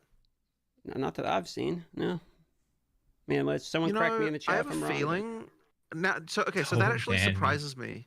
But now upon thinking about it, I suspect I know why, and it will be a stupid technical limitation due to the way that information is stored, where there's no place in your character to store it. So I can actually probably get that fixed now that you've brought that to my attention. It just wasn't something that I was really aware of. I can actually get that fixed. Probably not for 020, but yeah, that's a relatively easy fix. And as I said, it's because currently the place where that's stored is in the gem, and because there's no gem there, there was no place to store it. So probably it just ended up getting disabled by whoever implemented that. Yeah, I can get them to fix it. Great. All right. We'll move over to some critical strike question. It's about critical strike bonus on weapons, which is currently multiplicative, with other sources of crit bonus leading to higher crit multi than we've ever had, even in PoE 1. So the question is if there's any changes or plans to have changes to that, or is crit supposed to be that strong in the endgame? I wouldn't say that crit has been first on our mind with regard to the changes we've been making on balance. Like, that isn't to say that there isn't something wrong with it, but it hasn't exactly been jumping out at us as like, oh, I what's wonder big if they're problem going to with crit? fix offhand The big crit. problems have been other things. So, yeah, like, I wouldn't say that we certainly haven't made any changes there. My Magma Berry build would as for whether die. it should be like this, I think that'll be a question that will start to come up once we actually have that jumping out as a problem if it does. I think our intention was okay. So just to be clear though about why we made that change, because we want it in general that items are always multiplicative with everything else. Like, it's supposed to be that your tree is multiplicative with your items. So therefore, whenever that's not the case, that's kind of a defeat. Like, we want it, yeah, that's just our general philosophy. So ideally we have it that way for as long as we can. If we then run into an issue, maybe we'd change it, but we haven't noticed any particular issues yet with that. So we'll just leave it that way for the time being. The concern would be, of course, is if every weapon build is playing crit characters, which, I mean, like, I don't know if it's the case right now. It possibly is the case, but I don't know think if that's you're the gonna have case. a feeling about that. Every, I mean, a lot. Right. Yeah, there's a good number, but not every. I mean, this is ironically just like the eternal battle we had in PoE 1 of crit versus non-crit. Right. And we did like a million changes over time, and we're effectively just starting that battle again. The good thing is, because we've done that, we know exactly what we would have to do, which is there is almost certainly just an imbalance in the ease of getting chance relative to the amount of crit damage you can get. There's no way that is just like right on the get-go. So, but however, it's not on the certainly the current. I wouldn't say it's not on the radar. It's more that it's not the most imminent thing for us to be fixing, given how much we have to be addressing right now, and which we're actively doing as we speak. So, well, other people are actively doing as we speak. So yes, I would expect changes, but I don't know if that will necessarily change for 020. That being said, everything's changing at like a base level, or a lot is changing at a base level, such that this will obviously. It's not like these builds are going to be identical in power after this, right? Because at the end of the day, it is a multiplier. What it does allow you to do is get so much burst glass cannony that, again, you're just evaporating the bosses in such an insanely small amount of time that you can turn that battle into not a battle, and that is a problem that might still remain. And if so, we'll fix it. If the base things that are pre-crit multiplier are also addressed to enough of a degree, at least the boss fight will last long enough that all of a sudden your glass cannon nature might reveal itself as a weakness. We'll have to kind of just see how that plays out, but I would say there's a 99% chance that we're going to have to change something, but I don't know if we can do it in 020. At least specifically to do with the disproportionate amount of crit damage you're getting. And we might still, question. By the way, I won't say that we're not. I'm just going to say that there is still technically 2 or 3 days left. So, and patch notes for Thursday New Zealand time, so a little bit time left. Another question we have is actually again about scaling, and it's about de-leveling of skill gems. If this is something you'll reconsider allowing us to have that tool accessible. An example of this, I believe this was Fubgun's Yes, question. give patch A lot notes. of current builds will currently use a low-level Spirit Gem because the attribute requirements level 20 can be too high. An example provided was Deadeye using a low-level cast on Shock as an example. Well, a couple of things about this. One of them is that in general, we don't want people to want to use lower level gems. Now, the requirements in terms of mana is a valid reason for that to be that they want to do it lower, or mana or spirit cost or whatever it is, or whatever it is. So that's I suppose that's reasonable, but like I guess the way we initially thought that was solved, the reason why we were okay to remove down leveling is because you could just get a new like level 19 gem at any time. It's just that it's the quality that doesn't move over, so I guess that's the reason for the request. It's more that people want like level 8 and they don't want to have to go back to some random. You don't have a level 8 gem just lying around? Not always. I assumed it was the quality. Certain levels that are just like you want that exact thing, and then they're like ultra annoying to get. But the intention was that every gem is worth. You should want to level up every gem no matter what, and the fact that some aren't, like the fact that you're getting so much power out of using lower level ones is an error, and one that I would address rather by saying that having such a low level version of it at in-game should make the gem way worse. Like it shouldn't be good. It's just that a lot of these things don't have scaling over the levels. Right. Like there's a lot of problems that have. I mean, you even see this in things like curses, where it's like, well, the mana cost skyrockets and the attributes, but like the power, it doesn't go up too much. Yeah, and that's so exactly you end up with a bunch of example low-level I would stuff everywhere. use. And I would say all of those are failures in that regard, and we should be making the level of them way more significant. You shouldn't want a low level gem, but in the case, I do have some sympathy in the case where you're like, I leveled this to 20 and I actually wanted it 19, right? Like I totally understand that that desire. And it's really only the quality that would be a barrier there for that particular case. But if you're telling me that people are wanting like actually level 8 or something, then yeah, that's like not right. There are some valid reasons, and then there are some things where it's like been designed or balanced poorly. And there's going to be a combination of fixing as to whether or not we then filter items or revisit, filter I items. guess, whether or not we want to allow people to de-level uncuts or something like that. I don't know. But I mean, neither do I. But the You also, Sam? it is definitely a design consideration for every skill we design of making sure that the levels matter enough. And like there was quite a lot of work in this direction because that was a big problem in PoE 1 that you had with quite a lot of things. JK, I would never. So yeah, we do try and make the levels matter more. I think one of the the primary concerns, and you touched on it a bit there, and it was a topic for later, but I suppose this is a good segue into it, is mana cost on abilities. Like for instance, 1 mana left at 22,000 mana, Spark costs 700, but then you had Hammer of the Gods, and it costs 1,180. So I suppose some of the questions would be like, how do you guys feel about mana costs of certain abilities and how it deprioritizes the suffix of like bonus levels specifically on classes like Warrior that already have reduced max mana on the tree for some reason? So what are you guys' feelings on the current state of like mana costs in relation to that? Where's my AI voice changer? If I were to make an AI voice changer and use it, I would guarantee you 90% of the stream would tell me to never stream normally again.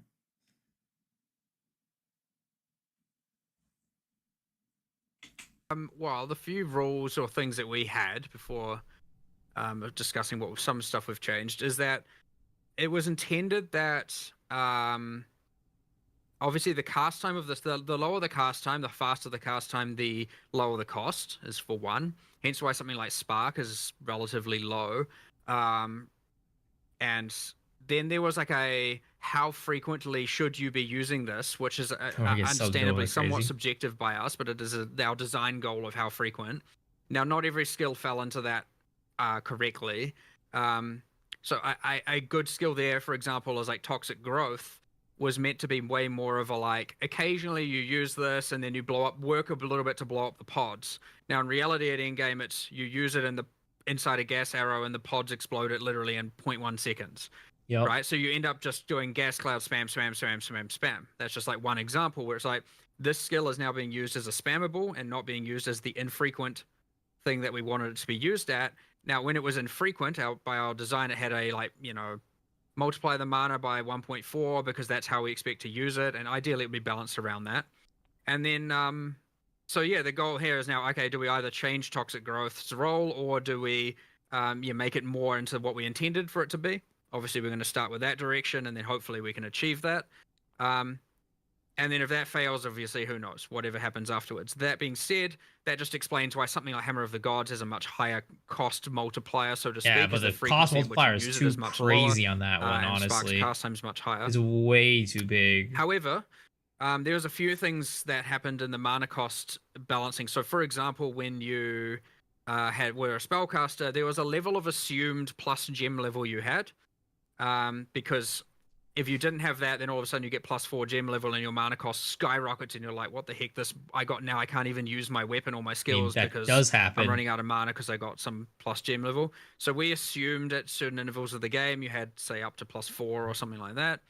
But for attackers, because of the gem level, at least for stuff that isn't using flat damage, the gem level matters a lot less, and we didn't make the assumption you had any, which was an error, because all of a sudden now you'll get like +3 projectile levels or something, and now your mana costs are out of control, and you're like, well, this sucks. Like you get probably like 40% more mana cost for 15% more, 20% more damage, and it's like, this isn't proportional at all. So we have lowered all the attack mana scaling in O2O. That's good. That makes a lot of sense. To account for the Hopefully same amount of, or it's some amount enough. of gem level. I think it's slightly less than spells. But it makes a pretty significant difference in game. Like, because it's an exponential, like it was like 12% per level. Now it's like 9% per level, which over 20 levels is like a pretty significant drop in mana costs. So yeah, there's a few things going on there where there were skills not being used as we had intended. I mean, you're talking about the 22k mana. That is a separate problem, which we're also addressing. Though you certainly are not going to be expecting to see mana in the same level it is right now. Given you had mind over matter, people were getting way too much mana. Since when I was a VTuber, from here on out, it's gonna be VTuber. It is what it is. No, it's just April Fools. I had it for April Fools. It's kind of a yearly tradition that we do a VTuber model for April Fools. So, yep, that is what's going on. Ever since I went on a date with Soul, my heart has changed. My personality, everything, it's different. I hope this one didn't cost you much. You have like 3 models now. No, this one's completely free. It's actually a really nice model for being free. Like, I have like, all these toggles, right? It's like, the blush. I have this. I have that. I have the question marks. I have the Angie. I have the heart. The stars. The yen. I have this face. I can toggle my hair. Get the crown on and off. Got the wangs. Got the ahigao tongue. Can get the cat ears. Wave gers. Get the little winky boy. And got some cries. Oh, I got this little gamer one too. There's a wang. Hey. That's a tier that you can only get if you pay. I was afraid I won't see your beautiful face anymore. That's a lie. There's no beautiful face here. But I think I am going to maybe put on like a high point redemption for anybody who does want it. Like another like spend a day in VTuber model. That might be a point redemption that we'll do in the future. Whole different thing. Ingenuity, breach rings, and all that. And then yes, you have.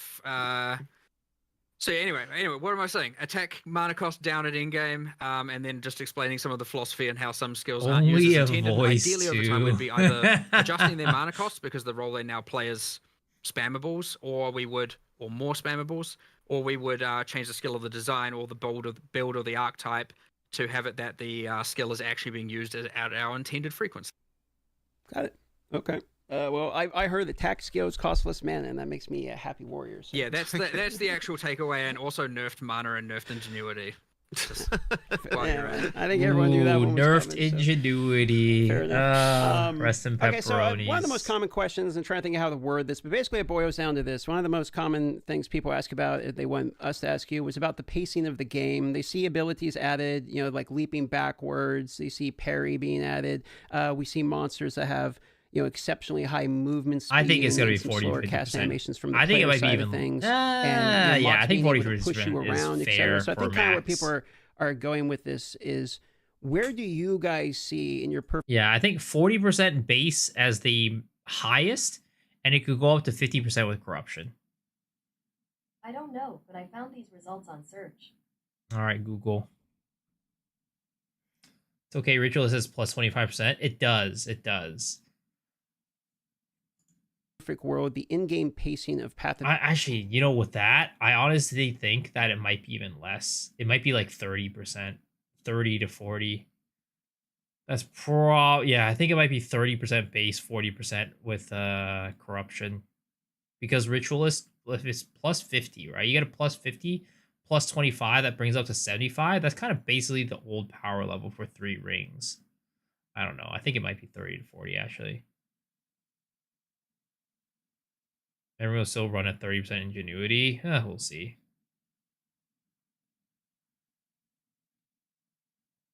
We'll see. I hope they add some good new stuff.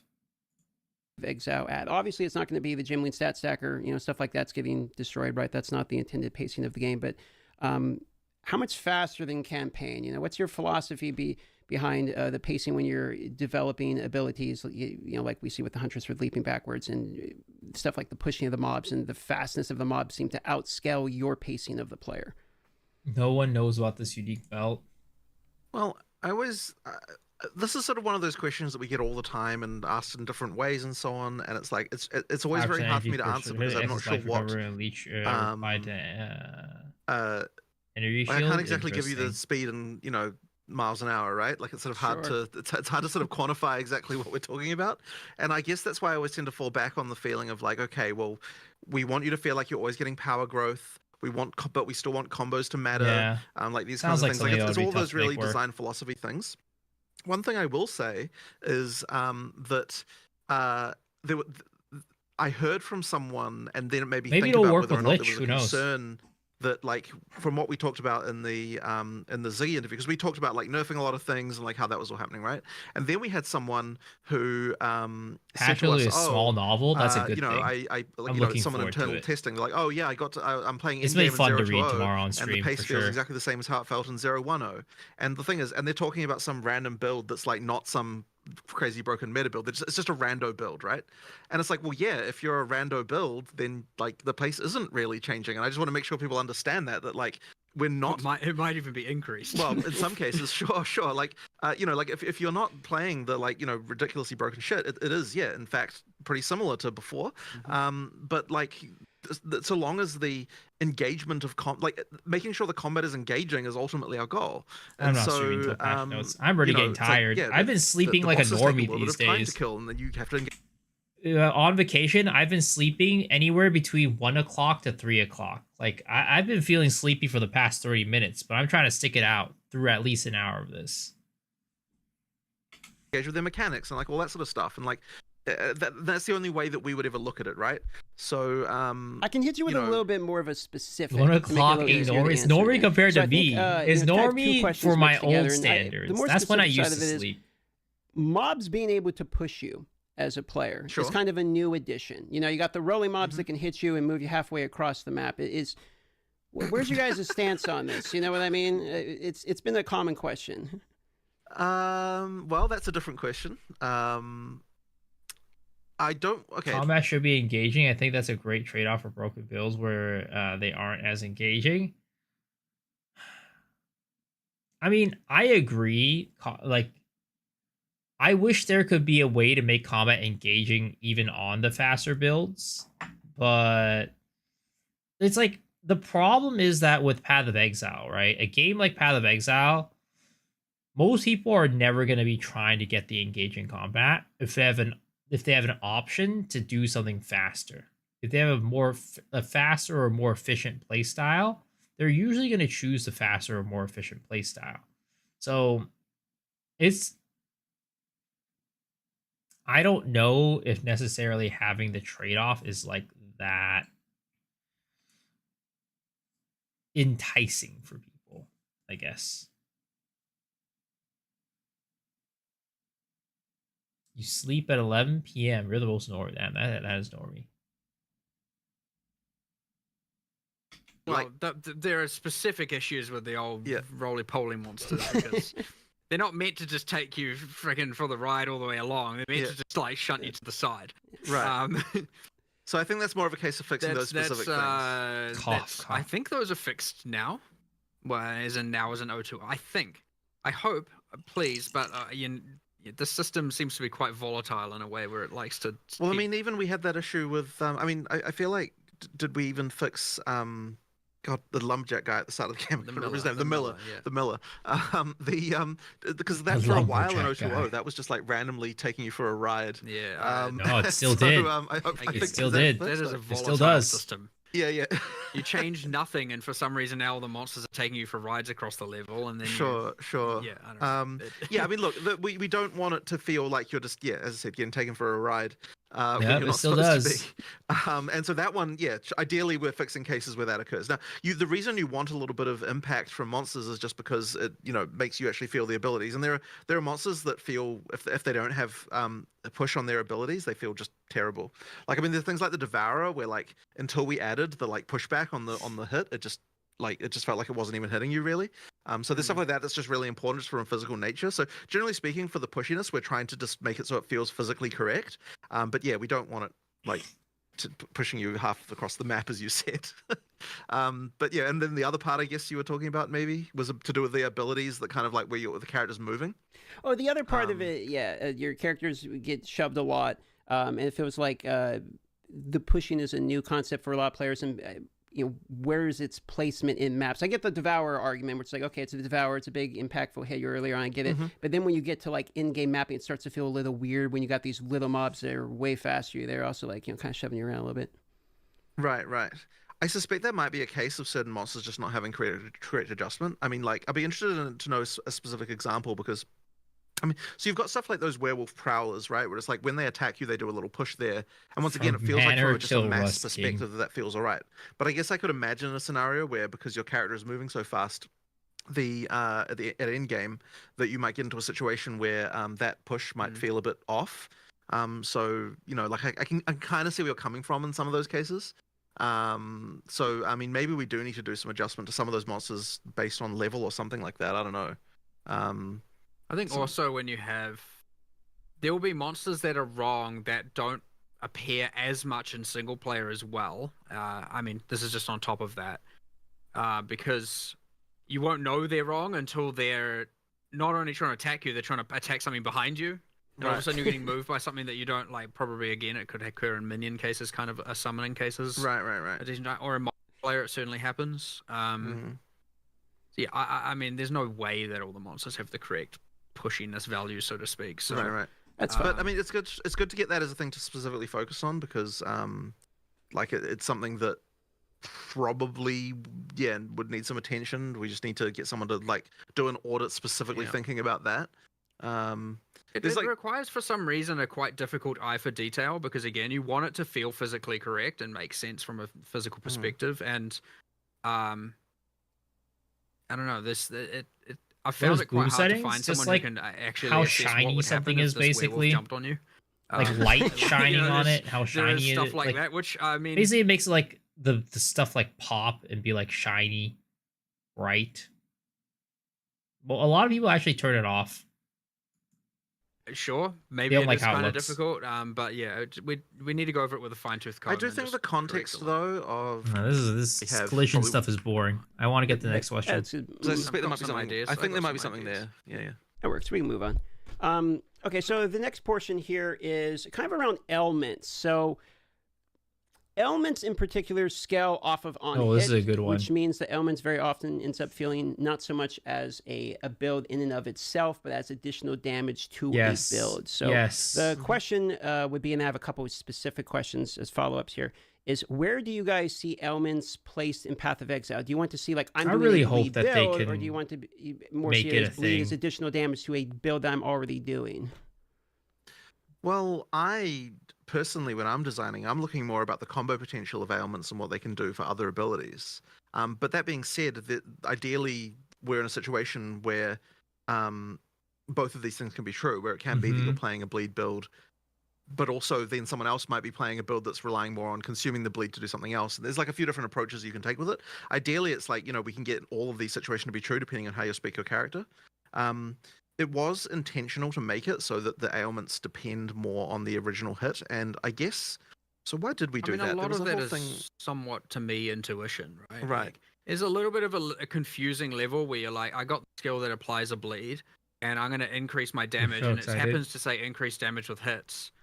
And, like, I don't know if anyone at that time is thinking that, oh, this is a hit, and the bleed isn't a hit, even though it's applied by the hit. Like, there's a level of just, like, unnecessary complexity that occurs there where it's like, it's nice to just have more damage is more damage, and it affects both, and that's just, like, nice on some I mean, I level. understand Like, for that is new certainly players, helpful. that is very nice.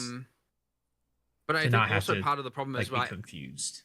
you want the thing wherever you take increased attack damage, for example, like, that affects your damage over time is applied by those attacks, right? Like, you get, again, you It's don't like, for want all this, like, simplicity's sake, I really, understand it. you have to take global damage, and you can't take kind of certain types of damage, and you have to work your way around it and know all this, like, hyper specialized details about which stats work and which stats don't. And looking at that from, like, just a new player, or not even new, from probably people who have hundreds if not thousands of hours into the game, are probably still uninformed unless they've read a specific thing explaining how it works. So That's to say in PoE 1, right? in PoE 1, yeah. Whereas And in so PoE 2, PoE that's... 2, it should just be, if you increase your damage, if the hit is harder, then the bleed applied by the thing is going to do more damage.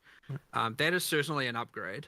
However, there isn't exactly a design goal to say, no, you can't be a build that's like hyper bleeding or igniting or anything like that. And whether or not those are entirely supported or supported enough is obviously people's opinion, or maybe not necessarily opinion, but it's not, there's no specific goal to not go one way or the other. We just wanted to make sure that you can, if you increase the damage of the hit, the ailment applied by that hit is doing more damage. Makes sense. I think where the feedback ends up coming from is, you're increasing the damage of the hit. So by the end of it, you're not really playing an Ignite build because you like Ignite the element. You're playing a Hammer of the Gods build. You know what I mean? That's applying the Ignite. That's, I think, the end result of where scaling the hit comes from. Well, the Hammer of the Gods bleed thing isn't exactly something that that we're, like, in love with, just as a side note. Damn, they don't like it? Why? Something is needed to be something done is there, needed for sure. about that. I really don't want to do the Do they whole, think it like, does too much 80% damage? less damage with ailments and all the skills and all that. I feel like it's all a bit tacky. It should Direct be, X but honestly, I don't even show know on an alternate stream. solution right now, and we need to delve into for. So, I'm assuming there's it's some probably a way titties. around something like that. But yeah, you're right. It is like, unfortunate that Hammer of the best way to do a bleed. Like, it is counterintuitive and not amazing. and an ignite, And an ignite. Yeah, any- sure. Yeah. Yeah. I mean, it weaves back to what we had. They probably don't want Hammer to do specifically bleed. about ailments, where how the thematical approach. I don't see of the why harder they you wouldn't hit, though. Other than maybe it's Best like way doing to too do a much bleed. damage. Like, it is counterintuitive and not. So, there's probably a way around something like that. But yeah, you're right. It is like, unfortunate that Hammer of the best way to do a bleed. Like, it is counterintuitive and not amazing. and an ignite, And an ignite. Yeah, any- sure. Yeah. Yeah. I mean, it weaves back to what we had talked in our previous Tavern Talk, specifically about ailments, where Yeah, I've seen that. I've how seen that the happen. thematical before. approach of the harder you hit, the harder I've seen the the naked consequence of that hit becomes. Don't worry, I'm a connoisseur. I'm a connoisseur. This hammer's a blunt weapon. Why is it doing bleed? I mean, if you smack somebody in the head hard enough, they're gonna bleed. That's all I'm gonna say. Form of an ailment, right? We talk about ignition, we talk about bleeding, all those things. Mhm. But at the same time, we also put the players in the boat where we now are starting to scale, or we have the perspective of thinking, why would I stop scaling that on hit damage if I have to stop scaling my on-hit damage to do more ailment damage. Why can't I just continue scaling that on-hit? And then you have these outliers like Hammer of the God, for example. Whereas in PoE 2, there's like separate ways of scaling. If you want to scale ailments, then the on-hit is kind of meh in comparison, but now your build is actually focused on ailments. So like you guys want to get to that point where there's actual Well, that full might just be a focus. matter of making sure that the increases to ailments are more effective than the increases to hits. In that case, Yeah. I think in general, I mean, it they is the case, are, but they might need to not- further do yeah. that. I don't think in a way that would mathematically make it more beneficial overall. Right. Like we might just need to fix that. Yes. I can't remember. So the basically exact what you values, guys were but yes, talking almost- about sorry. No, basically what you guys were talking about was that you wanted hard hits to apply this. It's the same thing we talked about in the last Tavern Talk. I was just curious to see if the plans are to find another venue to actually make ailment builds possible contenders in the game, because they feel kind of lackluster outside of what we just talked about. Part of the issue is as well as the goal, and an achievable goal at that, where it's like, well, why do anything else? Well, why not do the ailment if you can have that? You start the fight, you drop your Hammer of the Gods, and now the fight's over, because it plus the ailment is enough to kill the boss from full life. All of a sudden, the cooldown of the skill is irrelevant, which is meant to be the major downside as to why it's allowed to deal so much damage. And so, as long as you can do that, like if it did 10% of the life of the boss and the ailment did another 10%, this wouldn't be such a problem in the context of Hammer of the Gods, because all of a sudden, yeah, you've done 20% of its life. Like that's a decent chunk of damage. But just because of the fact that there is the capability to get it to be so high damage that it will just one-shot them again, and crit is part of this problem as well. Yeah, then why would you not do that? You don't need to spec into any defense or anything else at all, right? You don't have to care. True. So yes, there's like part of a problem where this is where I'm just like, how much of this is just nerf Hammer of the Gods because that's how it's played? No, I mean, it's not a Hammer of the Gods problem. It's a problem across the game that it just doesn't fit the fantasy. It doesn't fit the fantasy of doing just only damage over time damage. It just doesn't.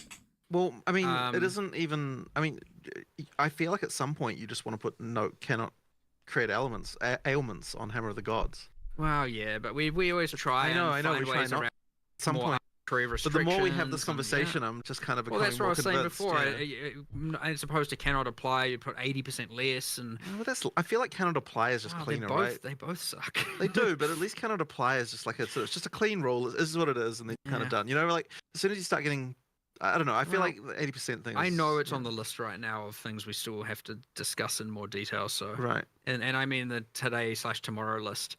So well, Speaking of the list and ailments, I am curious because we also had this conversation in the last Tavern Talk podcast, and that was bleed on ES, and it was the contradicting Yeah, line. we were the wrong. idea. Yeah.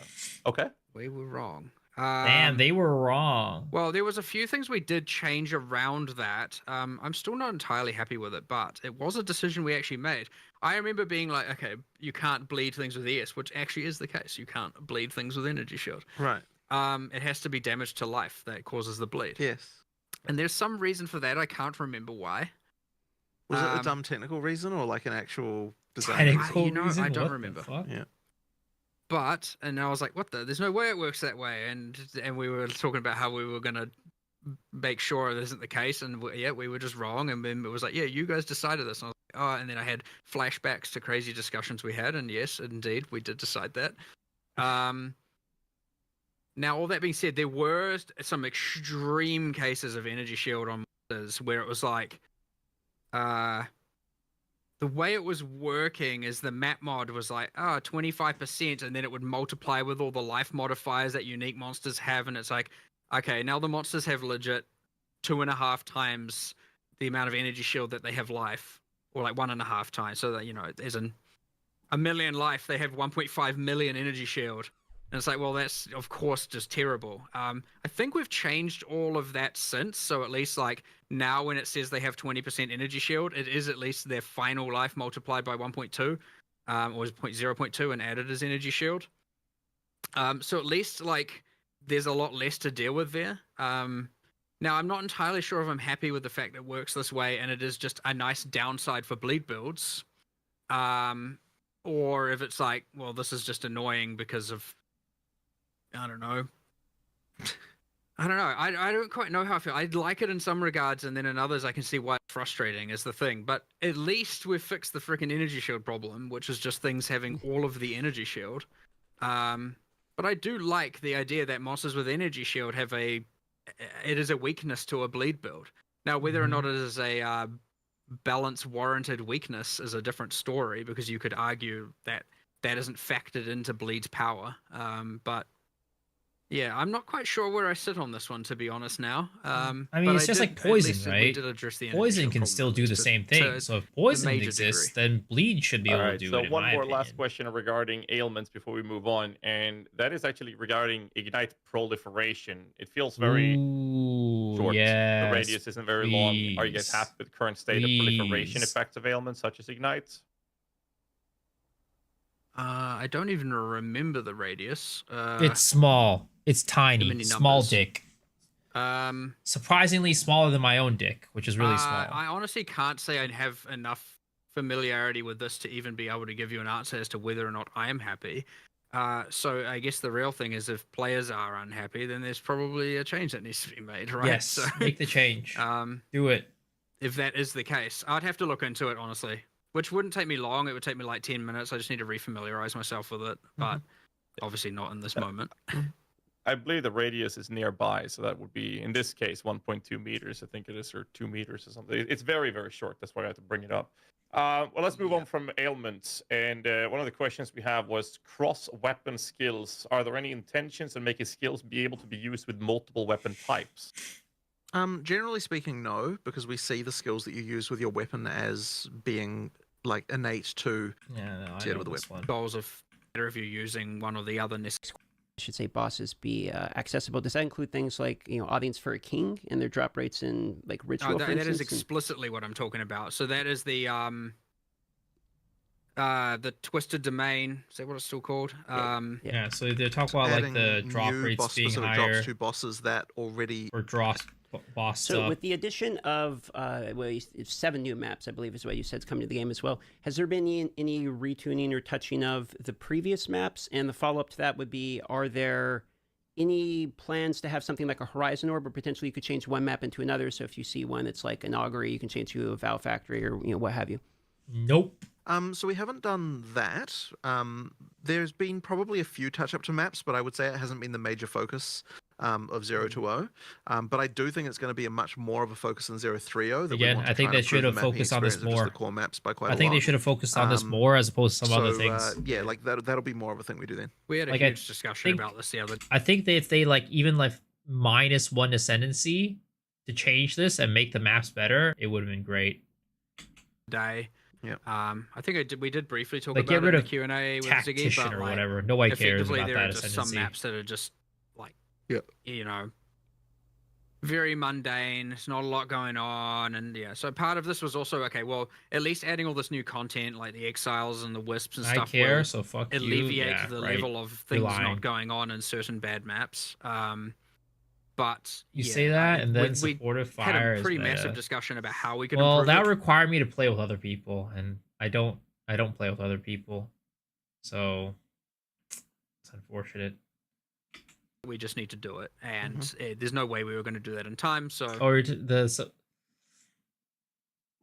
I mean, I do think that there is a chance that the supported fire skill does become good.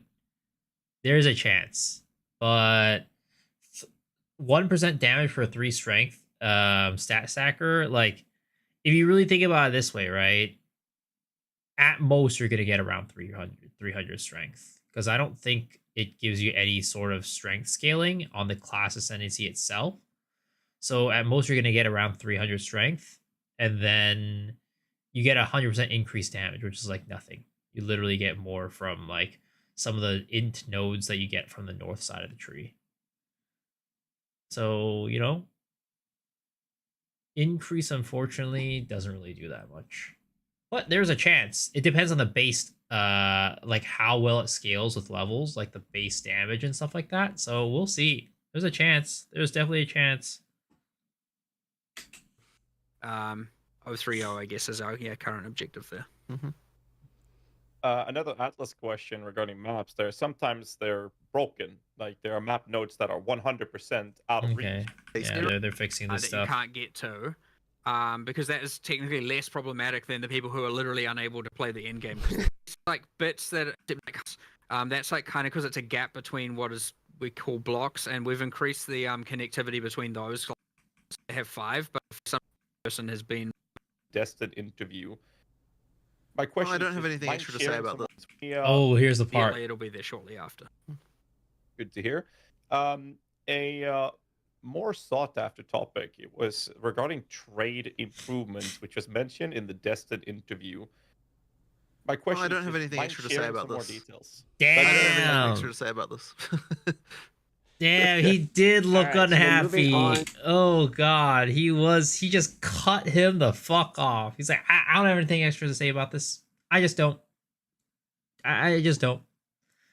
And he just left it at, god damn. He doesn't sound mad. No, he doesn't, but he doesn't sound pleased by the question either. And he doesn't sound like he's happy that it's being asked. Sought after topic. His was attitude definitely regarding isn't a trade positive one. improvements, which was mentioned in the Destined interview. My question. I don't is have just anything mind extra to say sharing about some this. More details? I That's don't it? have anything Okay. extra to say about this.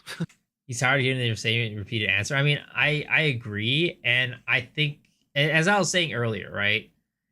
It's a topic that people really want to know the answer for, and people have been asking about it since the beginning of the game. I know that he is tired of hearing it, but it is an important question. And maybe instead of just saying, I don't have anything else to say about it, in the future, expect that the question will be asked because people just keep asking it and probably come up with a good answer and they just give a stance. Yes, we will be introducing better trade systems, or no, we think that the trade system is fine. D2 JSP type shit. They should have looked over the question and told them not to answer it if they had time. I just think that they should have probably expected it, if anything. And at some point, they will need to answer it. The players want to know. And I think it's enough of a burning topic that they should give players at least knowledge of what's happening. Because for me personally, I have no problem with the trade right now, but I can definitely see its problems and flaws. I would have no problem if they said we're just going to stick with it, but I think they just need to give an answer. Loa auction house. I think that an auction house would be very nice, but I have a feeling they will never add it.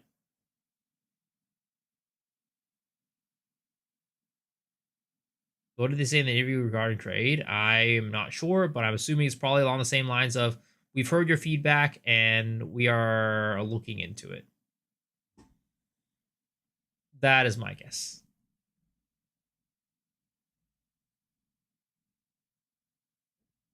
Okay. Okay. All right, so then moving on to crafting here. So we're hoping you could walk us through the process of coming upon the solution as Recombinators to be the next addition you guys wanted into the game. Well, effectively, we were looking for things that could increase the ability for there to be more interesting stuff you could do. And give each league its own crafting mechanism. And I mean, recombination. Damn. So the plan going forward is each league will introduce a new crafting thing. Interesting. Is something that kind of like add like a sort of, well, I should say multiplicative with kind of other things that go on with mods, because it sort of allows you to do some interesting stuff. And utilizes ground items. Utilizes ground items in a good way. Boxes as far as like what we need a crafting system to do. Today, I'm actually going to be going because we had that last minute change of how we wanted it to work, and so today I'm going to be going through the math of that pretty significantly. That's my plan for after this podcast. So we'll see how that one turns out after this. But effectively, like recombination will change. I think its role a little bit from PoE 1 because it'll be more about getting the good set of like 3 to 4 like 2, 3, 4 kind of mods that you want on an item, and then going from there with the exalting the remaining. That's kind of the intended like place where it kind of ends up being most useful for you. It isn't going to be something that you are going to make a perfect like 6T1 item with, because like the percentage chance will just become infinitesimal to the point of like not being worth even trying. So really it's more about those like a smaller number of mods that you can definitely pick, and then like hoping to get do well with the remaining two. So that's that's sort of the value. But ultimately it's that sort of stuff where we need our crafting systems to work well with ground items, and to fit into the like to be multiplicative with other crafting that you can do, and having it be on a system that on a league. So it really looks like they're leaning heavily in on this like ground items idea, where like the best items are always going to be coming from the ground, and it's about like editing those ground items to make them stronger rather than having like a base item and crafting that. So like it really does seem like with this, deterministic crafting really isn't something they're looking to do. Because if they wanted to make deterministic crafting, they would do more on like, oh, okay, here's stuff that you do from just like a white base item, and then this is what we're going to be doing and adding for you to eventually make that white base item better. It really is about that ground item. That is what they're looking to make better. Don't like this white base trans aug 3 to 1 cube direction. Too much looting, less playing. I agree that I don't really like the looting of the rare items on the ground. But yeah, I think what it is they really just need to make it so that maybe, and this is like really annoying because like at the end of the day, I remember when the people were complaining there weren't enough items being dropped, but I think maybe they should try to make it so that less items are being dropped in the end game, but they're just better. They're guaranteed to be better after a certain tier of maps. That way you can prevent like looting a lot of things and like, making them less frequent but better. RuneScape brand and change. League that didn't have crafting as well was a big bonus too. I mean, we have so many more other ideas and other things we do, and all of that with future leagues, future content, and expansions to the ones we already have. And it's just going to be a matter of like, the essence of we want to do at least for now give Expedition 1, because like the vendor thing is there, but it's not really like achieving. It's not really equivalent to the others where they have like, again, an external crafting system that interacts with like dropped items or something like that. So adding that means at least now they all have something, and then now it's either make them better or add new ones, which there's no shortage of ideas of things we want to actually do there. So Fair enough. I guess I am getting really tired though. I was trying to make it through this entire thing, but unfortunately I am just getting to that point where I need to go to bed.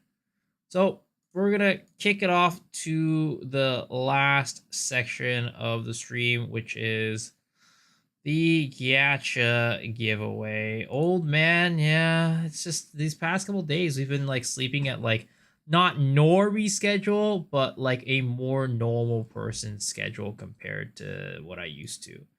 It's gonna take a little bit of getting back into the swing of things to get back into my old schedule. But today, first day back, cut me some slack, cut me some slack. But alrighty, let's open up the Marbles game. You know how it is. Well, for some reason Marvel's taking forever to patch. But like I said, hopefully you guys enjoyed this April Fool's Day VTuber model. It's I don't know if when the next time it'll be back. And if this specific model will be back ever, but I'm thinking about maybe adding like a high channel point redemption for you guys to redeem for this VTuber model for like a day or something. Who knows if that's something you guys want? But yeah, I was meant to stream until patch notes, but yeah, no, that's not happening. I got scanned. When did I ever say I was gonna stream until patch notes? I don't think I ever said such a thing.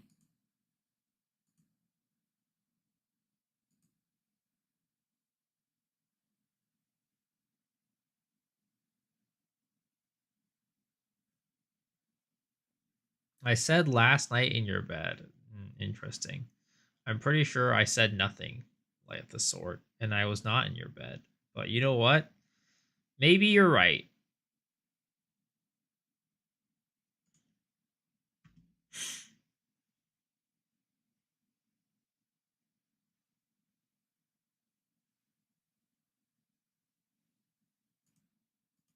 All right. Well, this is taking forever to install. Why are you taking so long to install?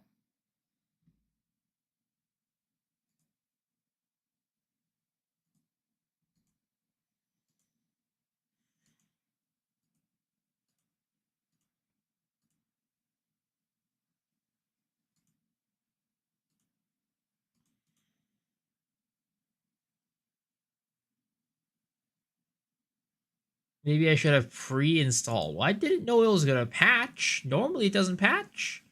Normally it's fine.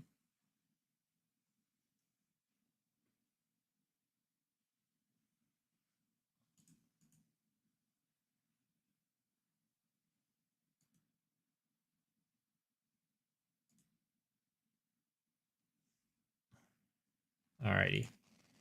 Here it is. Marvel's game. Come on down, folks. I'm tired, so we're gonna do a fast one. So we'll do buckshot again. I'm sleepy. I need to go to bed. I'm way past my bedtime right now. All right, XA Sharp play to join, folks. XA Sharp play to join.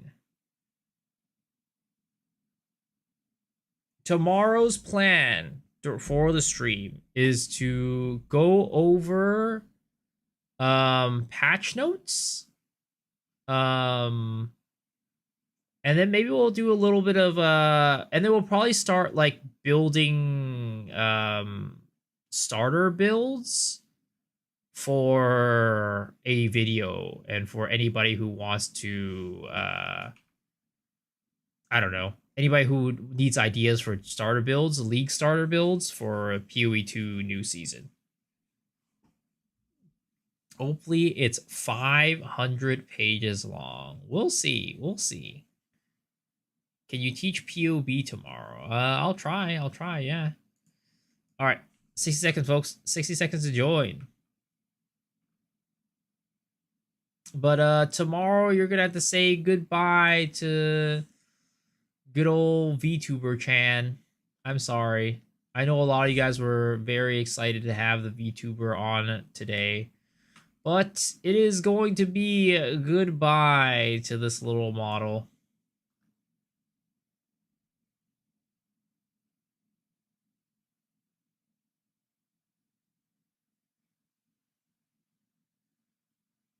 Made my day super hard because I was hard.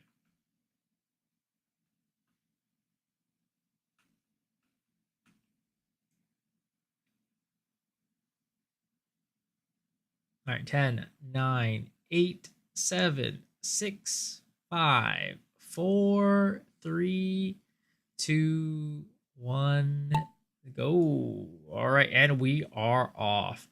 And as always, this stage is not about speed, but about accuracy. So, who will make it to the bullseye in the most accurate fashion. Why does Mr. Moa have a little box next to his name? Interesting. What is that? What does that mean?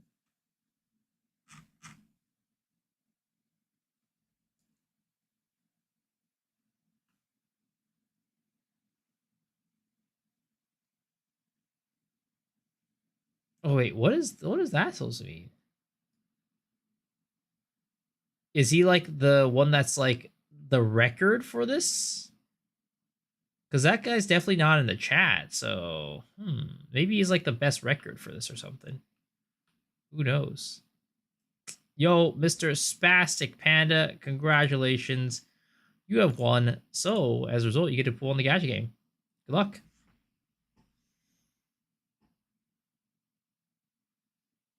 Oh, no.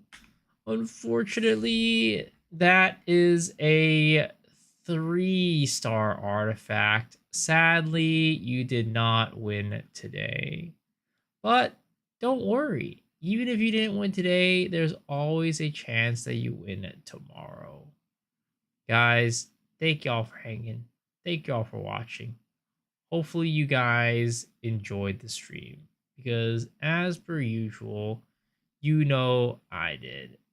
But until tomorrow, guys, we are going to raid you guys over to another streamer. Let's go raid you guys over to Ransom. Okay.